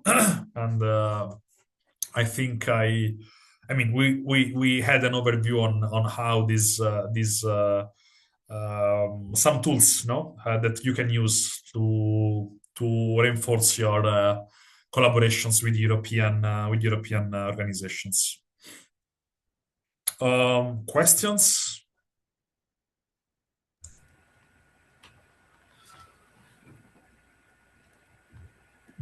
So let me check.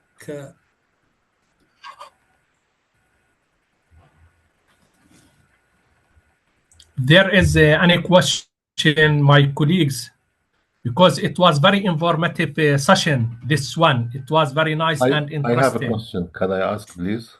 Okay.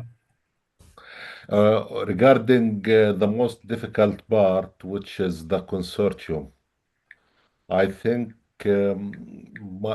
my point here, if I myself have an idea, because usually European partners, they are not maybe interested in partners from Palestine. I mean, Palestine is a country, that far away from Europe, and they think they have no interest in technology or research.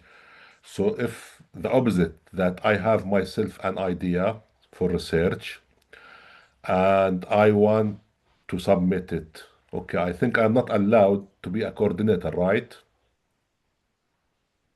So can we proceed maybe with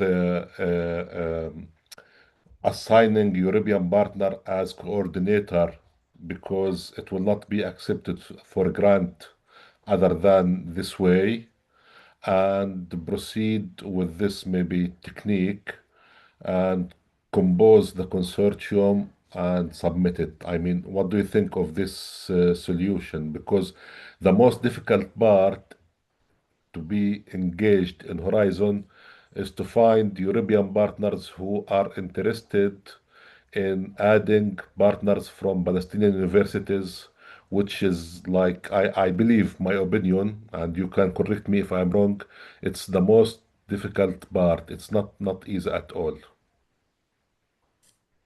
Yeah, thank you so much for the question. So if I understand correctly, so first of all, yes, I mean, I would leave the coordinator role, which is which has also some some bureaucracy in addition, because the coordinator, of course, needs to liaise with the European Commission on a weekly basis. So the coordinator is generally from Europe. We have some exceptions, exceptions from non-European countries that. With organization that can coordinate, but I think that Palestinian organization can as you rightly said, like have a role of partner in a European led proposal. Okay. I get the point about that some European partners can be maybe more interested in different collaborations, maybe with with organizations that are maybe better prepared to Horizon Europe, or like they better know the program. It's a challenge. It's a challenge not only for non-European organizations. It's also a challenge for example, smaller organizations in Europe that maybe never participated in Horizon, and they start from zero, basically. I think that, of course, like you need to find the European organizations that is open to participation from non-European countries. But we have, we have a wide range, really, of opportunities, a wide range, and a lot of organizations from Europe that are very open to collaborations with the Mediterranean countries, with Palestine. I think it's important really to find, and it takes time. Maybe it's a process that can take time, but is really rewarding, because in the end, if you find the right consortium, or like, of course, with European organizations, it can lead you to an Horizon Europe winning. So Yeah, I mean, that's time probably. Yeah, I get your point about the difficulty, but it's I mean, it's really worth it because then you can have a public form of support to your research and innovation. And once you are in the game, once you are in the Horizon Europe game, and maybe after 2 years, you can get an Horizon Europe grant, it opens you, I mean, many doors in different in your research in your research path. So I know that to begin can be difficult. Yeah. Thank you very much for that. That's clear.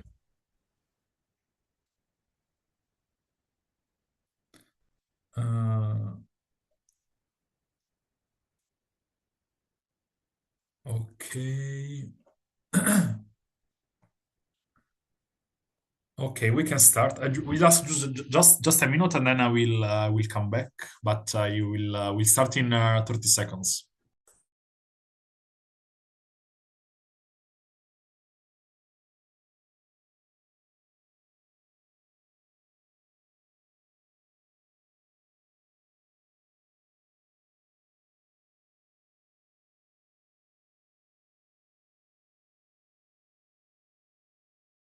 دكتور عز الدين، بتوقع يعني نفس مبدأ الإراسموس، إذا سمحت لي. إراسموس بلس بالضبط، بدها جهد، بس هي الفرق بين إنه هون الكومبيتيشن عالي وستاندردز عالية، فأنت بدك جهد كبير إنك تبحث عن الشركاء. هو الفرق الإراسموس إنه في كل موجه للمنطقة، صحيح. هو جنوب المتوسط، ساوث ميديترينيان، أو مثلا الميدل إيست، أو صحيح. أي منطقة جغرافية. فبالتالي مسموح إنه يكون الليدر في الحالة هاي من المنطقة نفسها. صحيح. لكن الهورايزون يوروب لا، بس في برنامج من البرامج اللي عملت برزنتيشن عنه، اللي هي نيكست ميدي بروجرام، ريتا شلبي.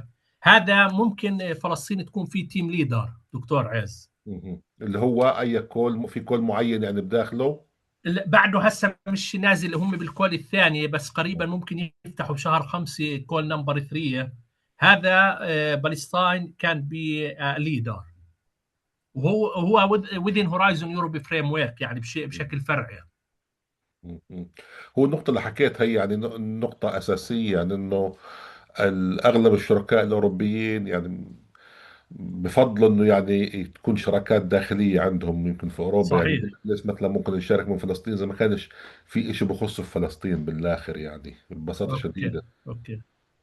Okay. Sorry, Matthew, we discussed some things in Arabic, but regarding Horizon Europe. No worries. So let me share again the presentation. We are going to the last part of our session.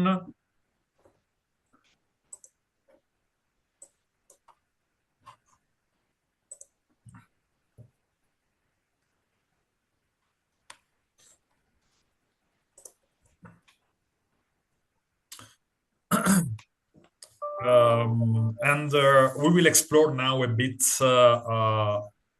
okay, assuming that after identified our topic call, and after like our many different attempts of look for European partners, let's say that we are part of a European consortium, that European organizations consortium with other organizations from Palestine, for example, or from other countries that are applying to Horizon Europe. Okay, again, is a collective effort, a collaborative approach.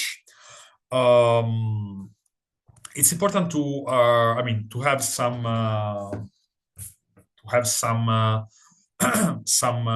knowledge, basic knowledge of the application form.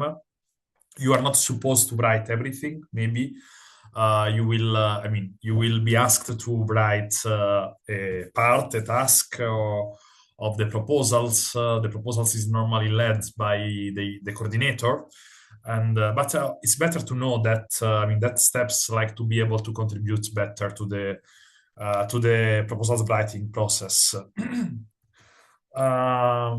First of all, there are some page limits, and I want, highlight the fact that, of course, like we have the application form, the application template, and there are a limit for the proposal description. Okay, those limits have been reviewed in this year, and more or less you have 40-45 pages for research and innovation action and innovation action projects, or 28-25 pages for coordination and support action.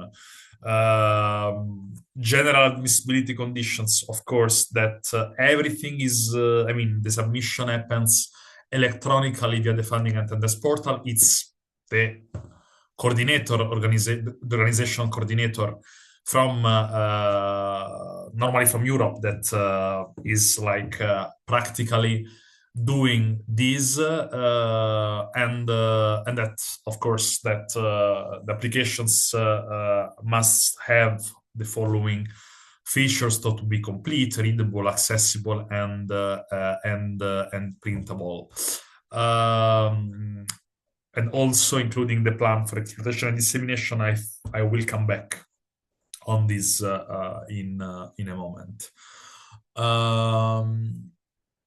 So the proposal template is made by two main parts. The first part is the part A, which is web-based, so you fill directly online by the IT system, and is basically is based on the information that you enter in the funding and tenders portal, and you need to fill in with your organization name, with your contacts, and so on. The part B is the so-called descriptive narrative part that includes the three sections that correspond to the evaluation criteria. This part is uploaded on the web portal as a PDF document. So you normally write in a Word document, okay, text document, the applications with track changes, with of course the coordinator leading all of this. You can contribute with your part if you are assigned some task, and so on. But then is a PDF that is uploaded on the website by the coordinator. The part A, again, contains the web-based part, the general information on the proposals, the participants, the budget, some questionnaires, some questions the coordinator needs to reply on ethics and security, some other questions that are also that needs also to be answered by the partners, and other specific questions depending on the type of calls and the declaration of the project coordinator. This is what you need to fill in online.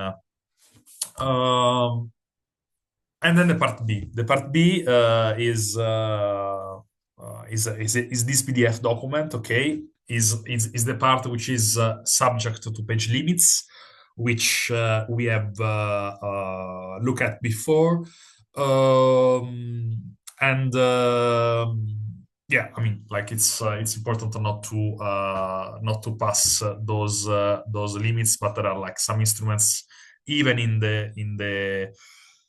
the web portal that prevents you to do this, I would say. Which are the evaluation criteria? The evaluation criteria, I mentioned them before, are excellence, impact, and quality and efficiency of the implementation. Some, of course, lesson learned that we are adapting. Again, open science, the new approach to impact, the new Horizon Europe,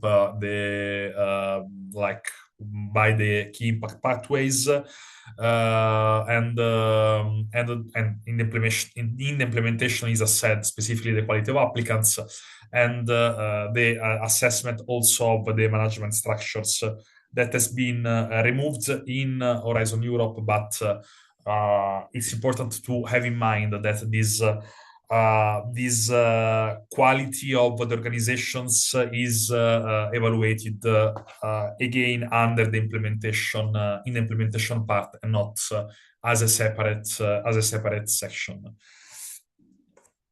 Those are the criteria list for research and innovation actions and innovation actions, which are like the most common project types under Horizon Europe. With excellence, we mean the clarity and pertinence of the project objectives, extent to which the proposed work is ambitious and goes beyond the state of the art. So, first of all, is really the idea and which has to be as we said beyond the state of the current knowledge. The excellence evaluate also the methodology of the project, of the overall project. So the concepts, models, assumptions, interdisciplinary approach. There is a gender dimension to take into account, and also, as said, the quality of the open science practices that we mentioned in the proposals. This means also actions to engage citizens, civil society, and users where it's relevant. The impact, which is the second criteria, here we evaluate the credibility of the pathways to achieve the expected outcomes and impacts which are specified in the work programs, and also the scale and significance of the contribution that are due to the project. In the impact section, we also evaluate the quality of what we call the measure to maximize the expected outcomes and impacts, like actions of communication, dissemination, and exploitation. Last, the third criteria is the quality and the efficiency of the implementation. It means to have the work plan with the different work packages, the assessment of risk, how much appropriate of the effort designed to each work package of the project proposals, and the overall resources assigned to the project. And here we also evaluate the Commission, of course, also evaluates the capacity and role of each participant, and the role in terms of the contribution they bring to the consortium. So, very briefly, those are the three criteria: excellence, impact, and implementation. The three criteria, and each of one corresponds to a section of the Part B of the Horizon Europe template.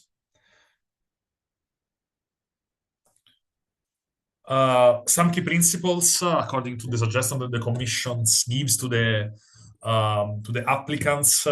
Of course, first of all, is to have the proposals within the scope of the topic, which is again mentioned multiple times today. But a proposal needs to follow the indications of the topic. Again, they need to demonstrate that the idea is beyond the state of the art.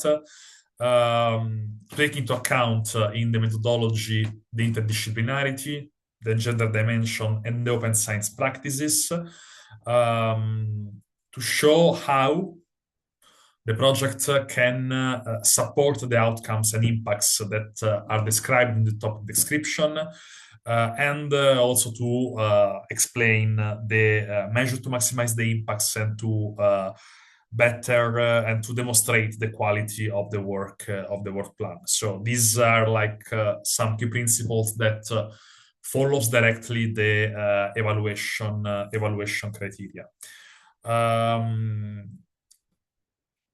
So like some other horizontal considerations, but aspects that normally are considered in all Horizon Europe calls. So regardless of which are the specific topic, the specific research field, but you need to take into account some of those aspects in every Horizon Europe proposals. Again, this the process is done as a joint effort with organizations from Europe that are maybe more familiar with the Horizon Europe rules. So no worries, you don't need to remember everything of what I'm saying. Here is just to have you, a better idea on what you can expect once you enter the phase of the proposal preparation. Open science, again, we mentioned a lot of times. I will give you again the slides, but it's important that the open science is taken as a principle in Horizon Europe and also in the proposal writing process, for example, with the mandatory immediate open access to publications funded under a specific Horizon Europe projects, or, for example, with the principle of open as possible, as close as necessary for the sharing of the data. The integration of gender dimension is mandatory for Horizon Europe, and you can have, of course, some examples here, but also in the portal. But again, is something that is something of which the European organization are aware right now after in different years that this aspect has been introduced to Horizon Europe. In terms of the impact, you have, a sort of line that connects the EU policy priorities, the key strategic orientations of Horizon Europe, with the expected impact of the destination of the work program and the expected outcomes of the projects. It's important because on the base on the expected outcomes, I can better design my activities. Okay, this is in terms of project management. Logic is, I think, pretty understandable. But if you have questions, I can reply to this. But this is how we describe the impact logic from the project activities to the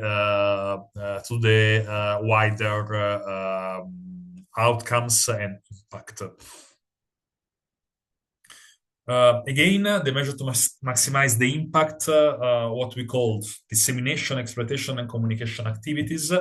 It's essential. It's a requirement for the admissibility to have a dissemination, exploitation, and communication plan in a project proposals.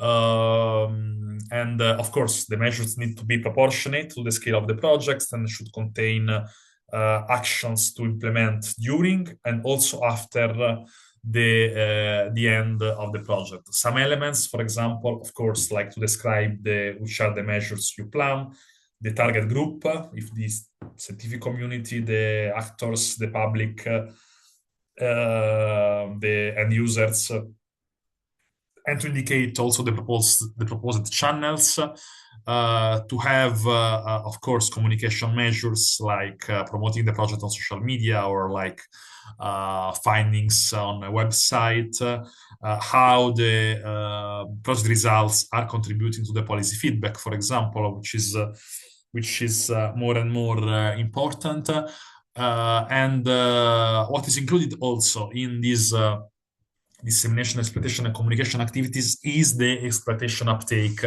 of the results. So how the consortium during the projects can design a exploitation strategy for the future, and which is particularly relevant if we focus on the long-term impact of the project and the long-term impact in general.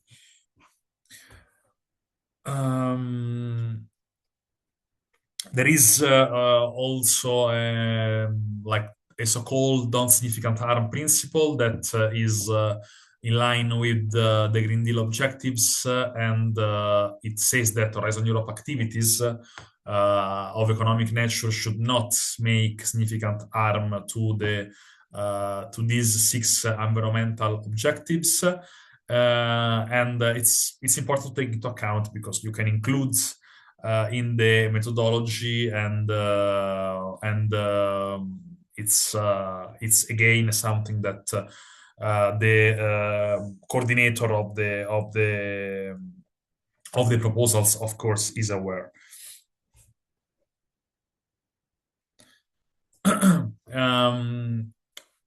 Artificial intelligence is another, of course, element of the proposal preparation. We mentioned also the increased number of proposals due to the AI generative tools. In this case, of course, there are some rules that we need to follow according to the European laws when we introduce some AI features or like system in the between the activities of our proposals or future projects. Like some disclaimer about the use of generative AI tools in the preparation of the proposals. There is a guideline from the European Commission's on these.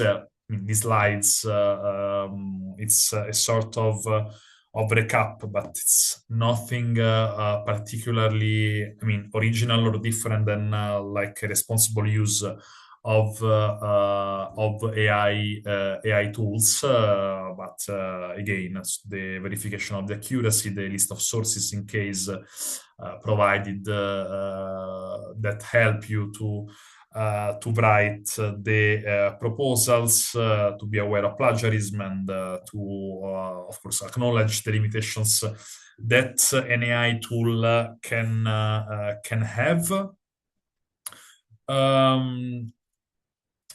Okay, just like to close, some frequent shortcomings. Again, you have very different broad range of shortcomings, but what we maybe experience it as the most frequent in case of proposals that is very far from a good evaluation are, for example, objectives that are not pertinent to the call. Again, proposals which is not enough ambitious or does not going beyond the state of the art, or like requirements that are not fully respected. For impact, that, for example, communication, exploitation, and dissemination, which is not correctly addressed, and again, other that can be that a proposal is not convincingly demonstrate which are the impact, the expected outcomes, and the different contributions. For the implementation, if like work package and that are not clearly linked, the work plan which is not detailed, and the operational capacity which is not clearly demonstrated. It's important maybe to highlight that the partner, of course, like contribute and are requested to give feedback to all the 3 proposal section, the 3 that you see mentioned here, but are most likely to provide input in terms of work package, for example, in terms of the task in the implementation section. So that's mainly the part where all the different partners are involved, also in the writing phase. Again, I will leave you these slides with preparation tips, but it's really what we have repeated all the time today. So read carefully the topic, check the criteria, the templates available, not other kind of forms, relevant topics on Cordis website. It's important also to to use the support you have on the website. I will in the end I will show the different support you can have from different tools. Of course, again, not to copy and paste from other sources without a specific a specific reference. The partners, we said that it's important to use all the existing instruments and the existing contacts you have, like to expand your network, especially in Europe. Another important point is to involve all the members of the consortium in the proposal preparation phase, and to assign in the project, of course, a specific role to each organization, and to be sure, of course, that the estimation of the budget, which is mainly an estimation from the coordinator, but it's important to provide input on this as well, and that of course that maybe start submitting the proposals a few days before the call deadline, because you can always update the proposals till the very last minute before the call deadline. So if I have maybe proposals which is not reviewed 1 week before the deadline, it's better that at least that version I upload that version on the website, and then I can replace with the updated one. Let's see.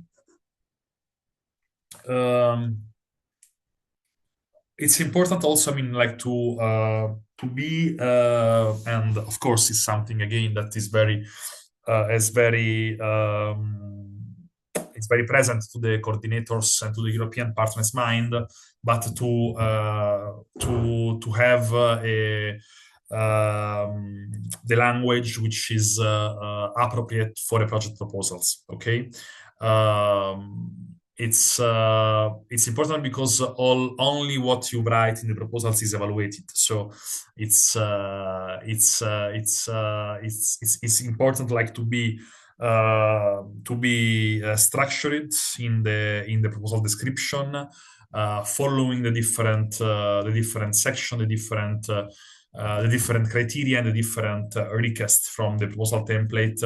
And, for example, write clearly and concisely, and explain also in simple terms the research. So to use like a language which is appropriate, given also that, as you can imagine, not all the evaluators are English native speakers. To have a proofreading, so all different, small tips that maybe can help in conceiving and be prepared to write, or like to contribute to writing a proposal. Once you finish and the proposal is complete, you submit on the portal. In this page, and you have like different roles in the access to this page, and you can have that by managing the organization data and your projects where you personally are assigned. Again, I will probably skip this short Q&A and finish, and then we can have a Q&A in the end. I want just like to give you also some elements on the evaluation process, which is directly related to the writing process of the proposals. First of all, I said before, this proposal evaluation phase lasts for about 5 months, and it means between the call deadline and the time when the European Commission informs the applicants of the results of the proposal. Again, all the proposals, we said that in the beginning, are evaluated by independent external experts, okay? Against the criteria that we have shown and the work program text. Minimum of 3 experts for each proposals, and like the evaluation process works, that there is of course individual experts that needs to agree on a common opinion, which is the basis for the feedback that the participants receive, and then the panel of the evaluators in a specific topic that agree together in the ranking of proposals. So independent expert, I saw that Chiara before shows that also non-European can apply to become an expert evaluator under Horizon Europe. So is a really opportunity for you also to be involved in the network actually, because then the evaluators are of course, like the evaluators are also persons that in different topics, of course, can directly apply. But yeah, it's an opportunity available to the Palestinian experts and researchers as well. So if you have a specific expertise as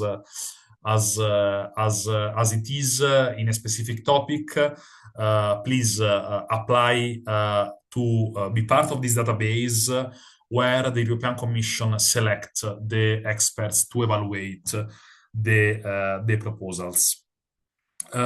This is the standard evaluation process. I mean, from the individual evaluation to the consensus group, to the panel review, to the finalization.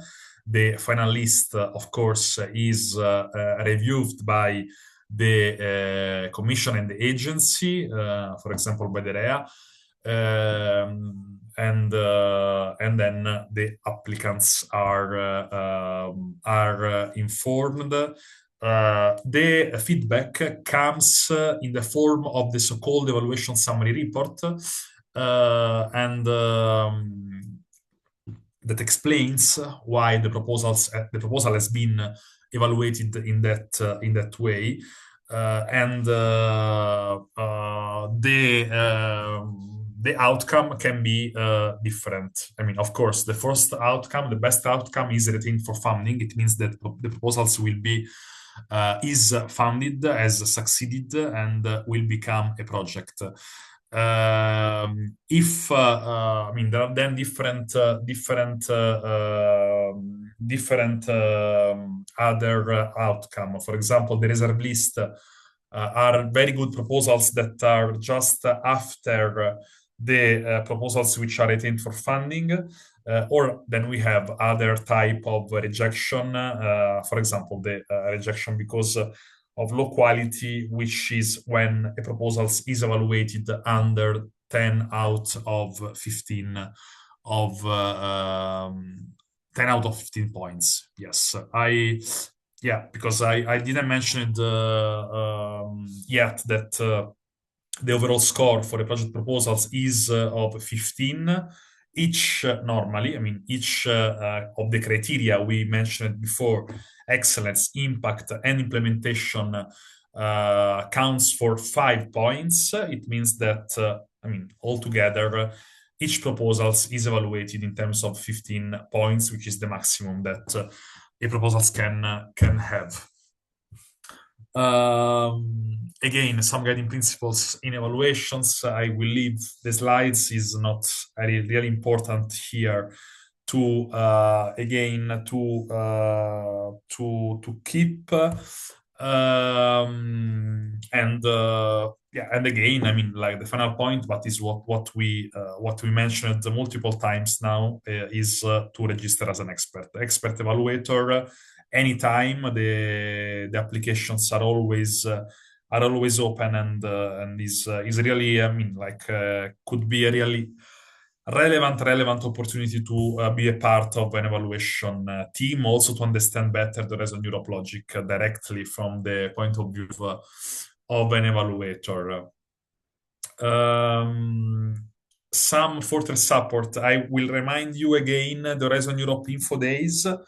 And some of them will take place in the coming weeks, while I mean the majority of them already took place, but you can easily recover the recording. So those info days are very important because describes you in detail the contents of the calls in the sector you are interested. So really, like for your sector, is particularly important that you watch these info days, which are for the 2026 calls in particular. Then for the next year, we will probably have other info days. YouFunding and Me is again the app. In your smartphone, you can have the portal that we explored before. And yeah, there are further support. Again, in the portal, please look at all the different tools you can have. The online manual, of course, like there is the IT guide, the help desk. There are like a section on frequently asked questions. So there is also divided into frequently asked questions for topics. So really, a lot of what I said in more in depth as well is available for everybody in the portal. So I hope that this was at least useful to give you some, to give you some incentive in expanding further the knowledge on the Horizon Europe. And Research Inquiry Service is a service from the European Commission that is answering specifically to questions about Horizon Europe. So you can have also direct contact with this service, and again, is a European Commission service, and you can directly ask by this form the questions you have. I will stop here. So for my intervention is I have finished basically, but I'm really looking forward to your questions. Starting from the chat, I would say, maybe. No. Yes, can I ask? Yeah, sure, please, Dr. Amer. Yes. Mr. Mattia, Dr. Mattia, unless you incentivize the European partners, you encourage them, maybe you press them in one way or another to select countries like Palestine or countries from the South Mediterranean, it remains a big challenge for us Palestinians. I have an experience in this. Some European funders, they asked these European partners to have partners like us. They came and looked for us. Unless Horizon does this, it will remain a big challenge for us Palestinians. It's not easy. Thank you very much.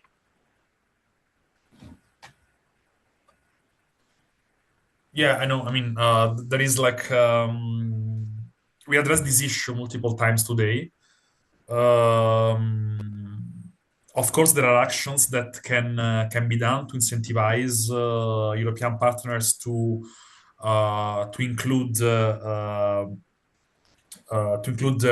partners from outside Europe, from Palestine specifically in this case.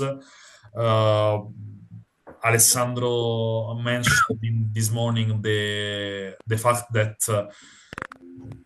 one of the objectives of the Mediterranean Initiative is specifically to incentivize the European partners to include partners from the Mediterranean countries. I know that it's not I think an objective you can reach with only one action. Okay, so there is there should be also a kind of constant process of convincing directly the European organizations. In Europe, in Italy, for example, we are very committed to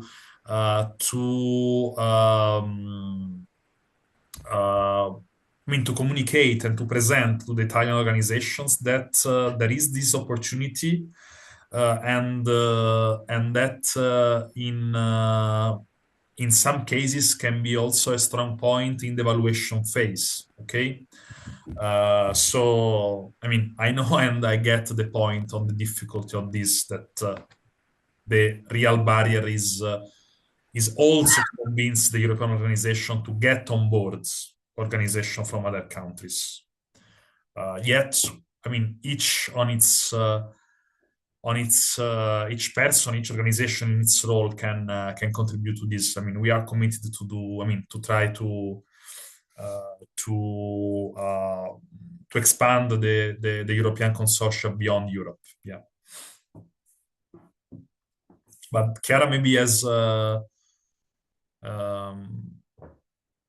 wants to say something. Yes. Yeah. First of all, I would like to complement what you said regarding the evaluation. As you presented, we have in the proposal you have 3 criteria. Okay, so the excellence, the impact, and the implementation. You need to know that different weight at the moment of the evaluation. The excellence and the impact have more weight than the implementation. For example, if we have 2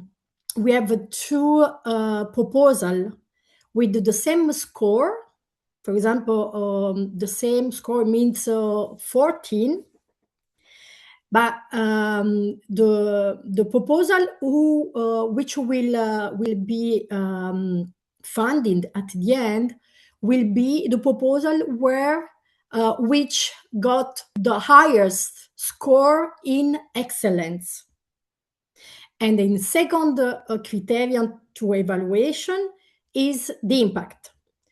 For example, if a proposal got 4 in excellence, 5 in impact, and 5 in implementation, and we have another proposal who got 5 in excellence, 5 in impact, and 4 in implementation, at the end, the evaluators will evaluate it as the winner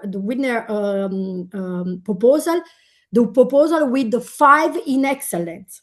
So it's very important that also you focus more on the first 2 criteria, the excellence and impact.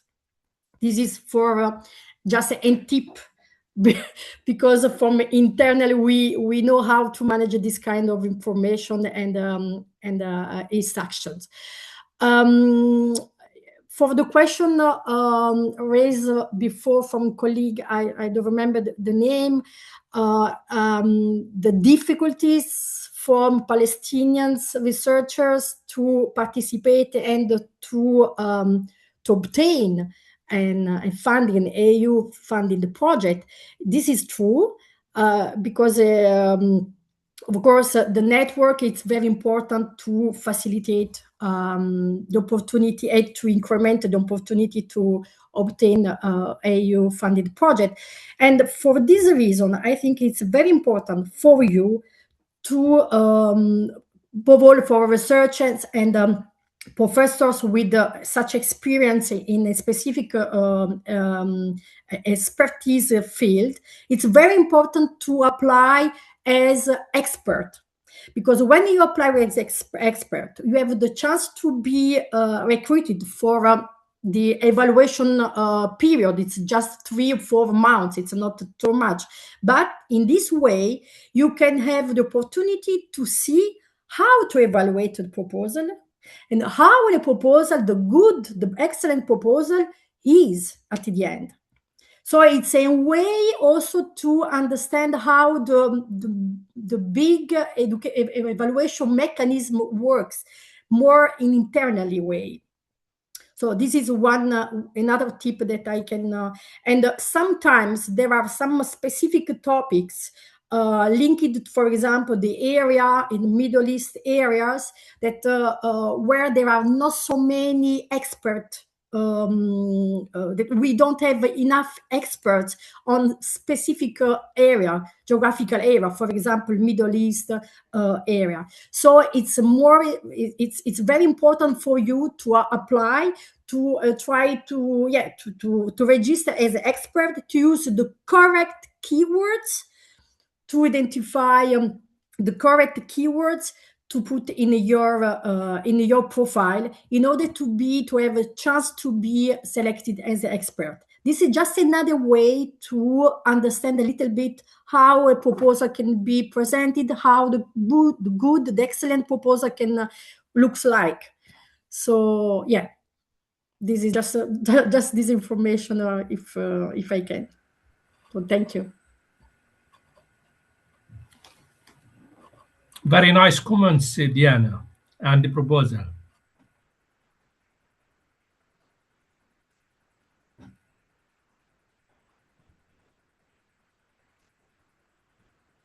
Okay.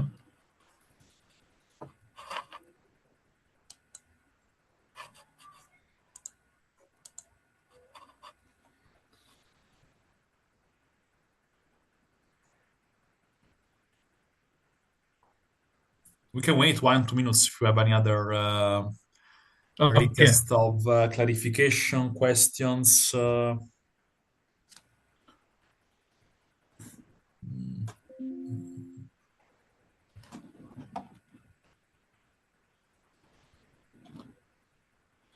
There's a lot of information, so it's not easy to digest all this information in 1 hour, in 2 hours. So it's normal. People just try to understand what is the topic, and then maybe the will come later. Yeah.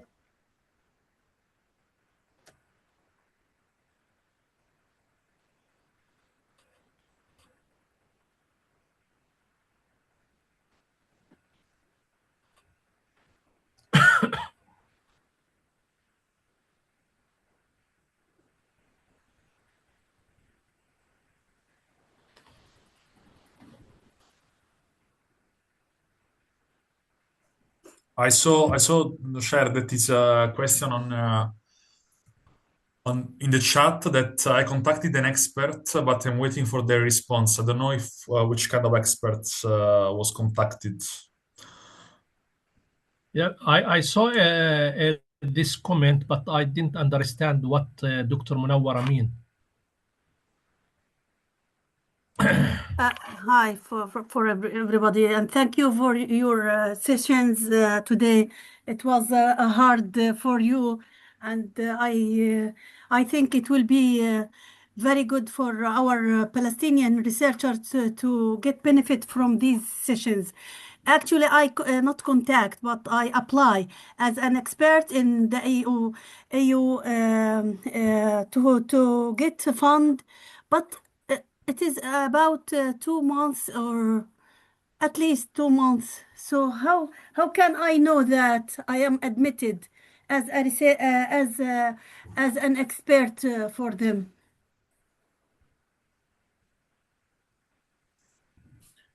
I don't know if Chiara wants to reply, but basically, you can, if I have well understood. Did you apply? Did you register as to be an expert, right? Yeah. Okay, perfect. So do you have your ID number?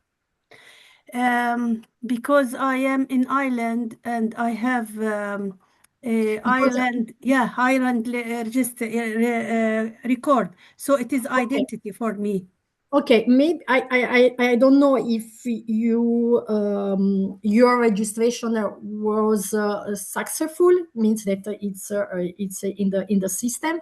So maybe if you can give me your ID expert number, I can check if you are well registered as an expert.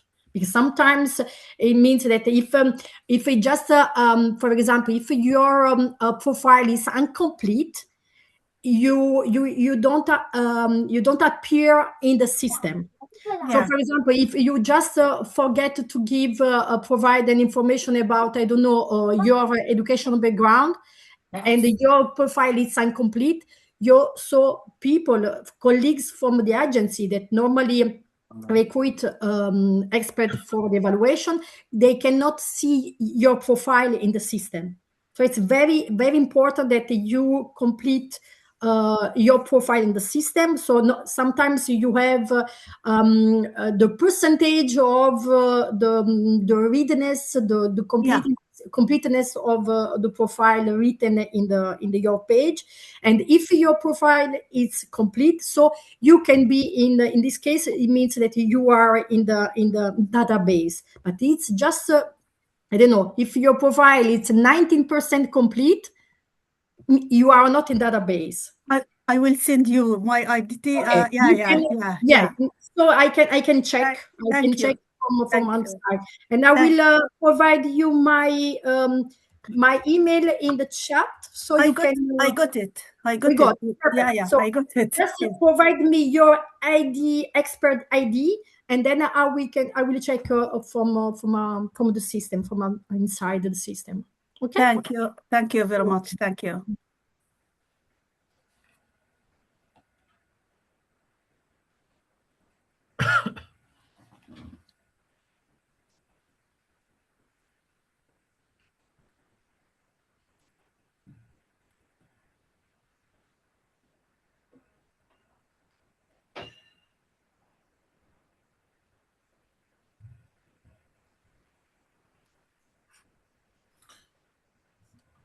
So I'm reading the questions now on possible to share some successful projects.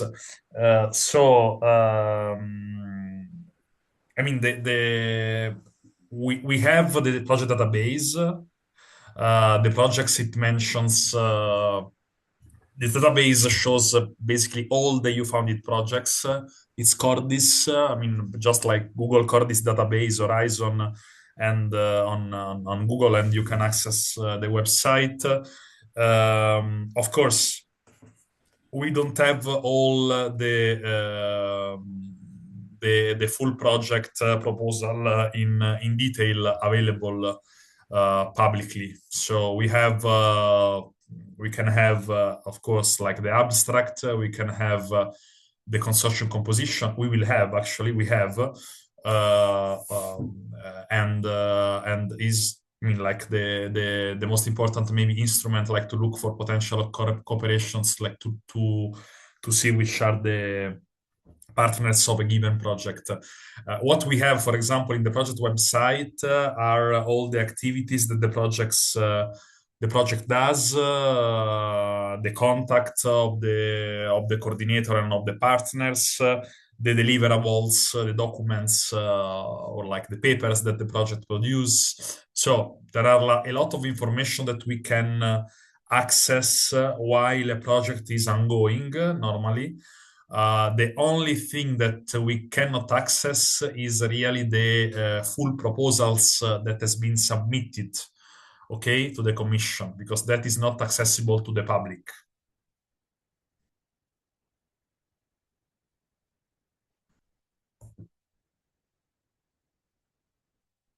Yeah, the template. Of course, we have the template, but we cannot have the full proposal online. I mean, they are not. I mean, like public documents. Those ones.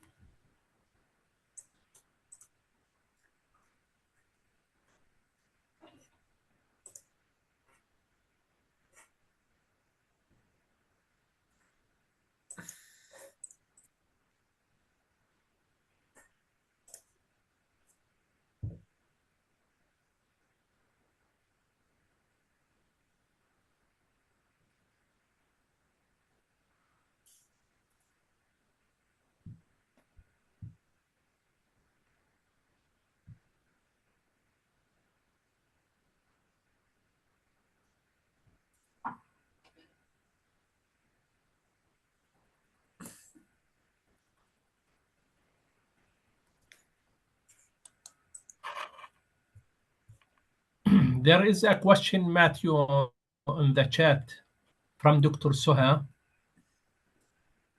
If you can. If you want, I can reply to this. Okay. Mattia. Okay. Yeah, go. Yeah, because I worked in ERCA. ERCA is the agency manage the ERCA projects. So Palestine is not part of. It's not an associated country, so it's not part. Cannot be a part of. You cannot apply to an ERC if you are affiliated to a Palestinian university, because Palestine is not an affiliated country. But yes, if you work in an European university, so you are affiliated to an European university, you can apply for ERC. Okay, you are eligible to apply for an ERC, and then you can move to Palestine as, for example, for research, for a seconded field work, and so on. This can be done, but for the first step, you need to apply as affiliated to an European university. I don't know if it's clear, Suha. It's clear? Hi, can you hear me? Yeah. Yes. So if I apply from where I am now, like affiliated with the European university, is there like any condition that I have to stay there for, let's say, X years before I can move with my lab to another country? Or I can move immediately after getting the grant? This need to check with your European university, because normally here in ERC you are the principal investigator, so it's your grant.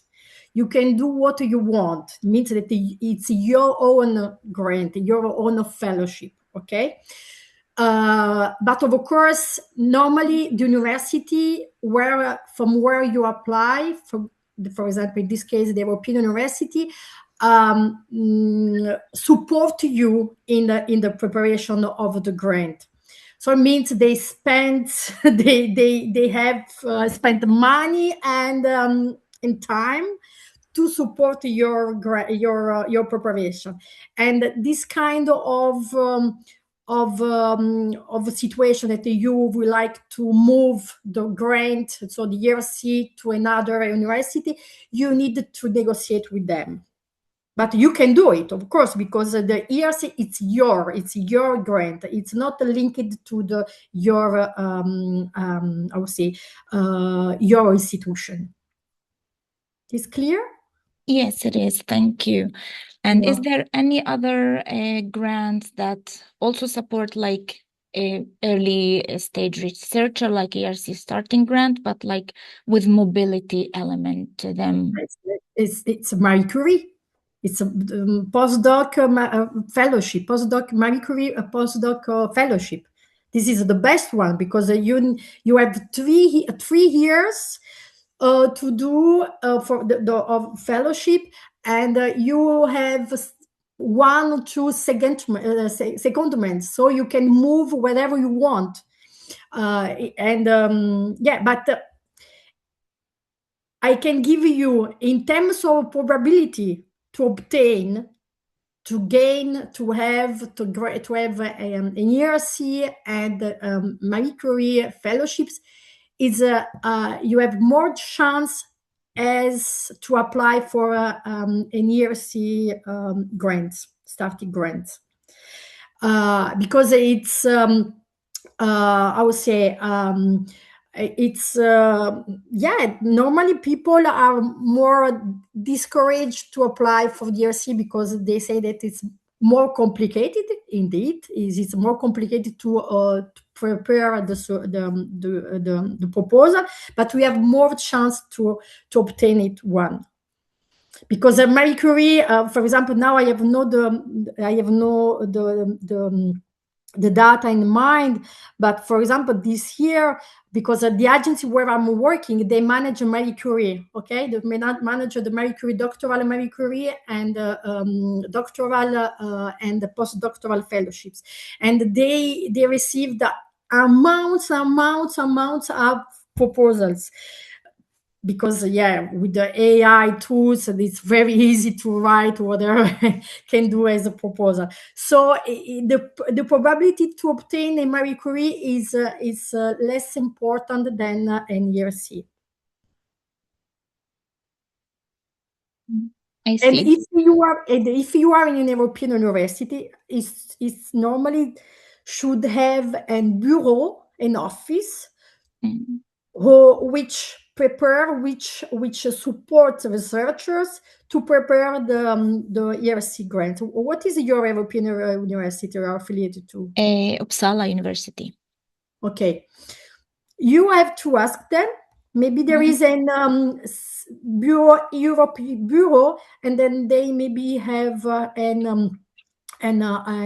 staff to support, administrative staff to support the redaction, the writing of the ERC, and also all the, I would say, the staff, the professional, the academic staff to read, to proofread the proposal, and to help for the submission of an excellent proposal. Yeah. Thank you. You're welcome.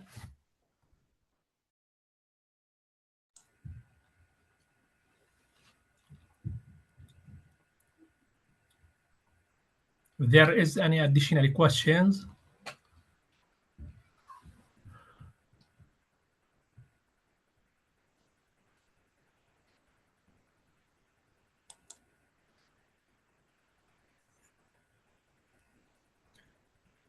Assistant professor at Al-Aqsa University, Dr. Yarob, right?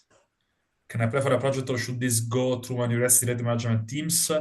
It depends, as we said, if there is a scheme dedicated to individual researchers, like, for example, the Marie Curie postdoctoral fellowships, where you can apply as an individual. It's an example. Or if it's a collaborative project. In a case of collaborative projects,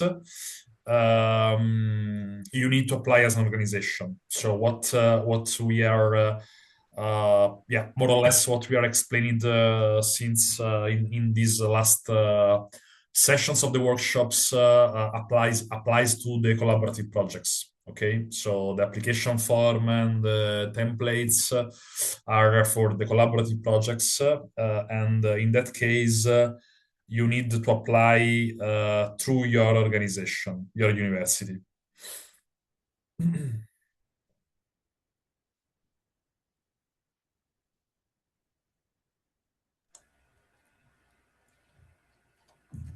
any case, I invite Yarob, I invite you to.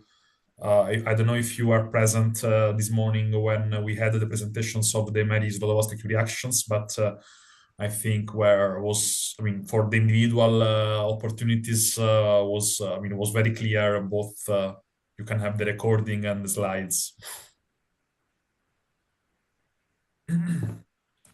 Okay, Matthew, if you have any additional input, or we have to finish. You know, we are in Ramadan month, the fasting month, and it is the next day now, and there is no sugar in our brains. Very hard. Yeah.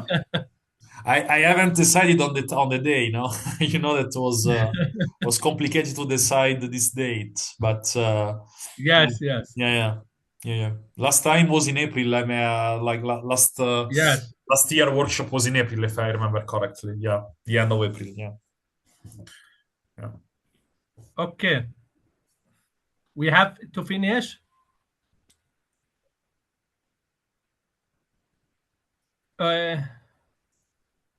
Okay, thank you very much. Thank you for all speakers and participants for your valuable contributions. Diana, thank you very much for your active participation, especially on chat. Thanks, Matthew, for your availability all the time to support Palestinian researchers.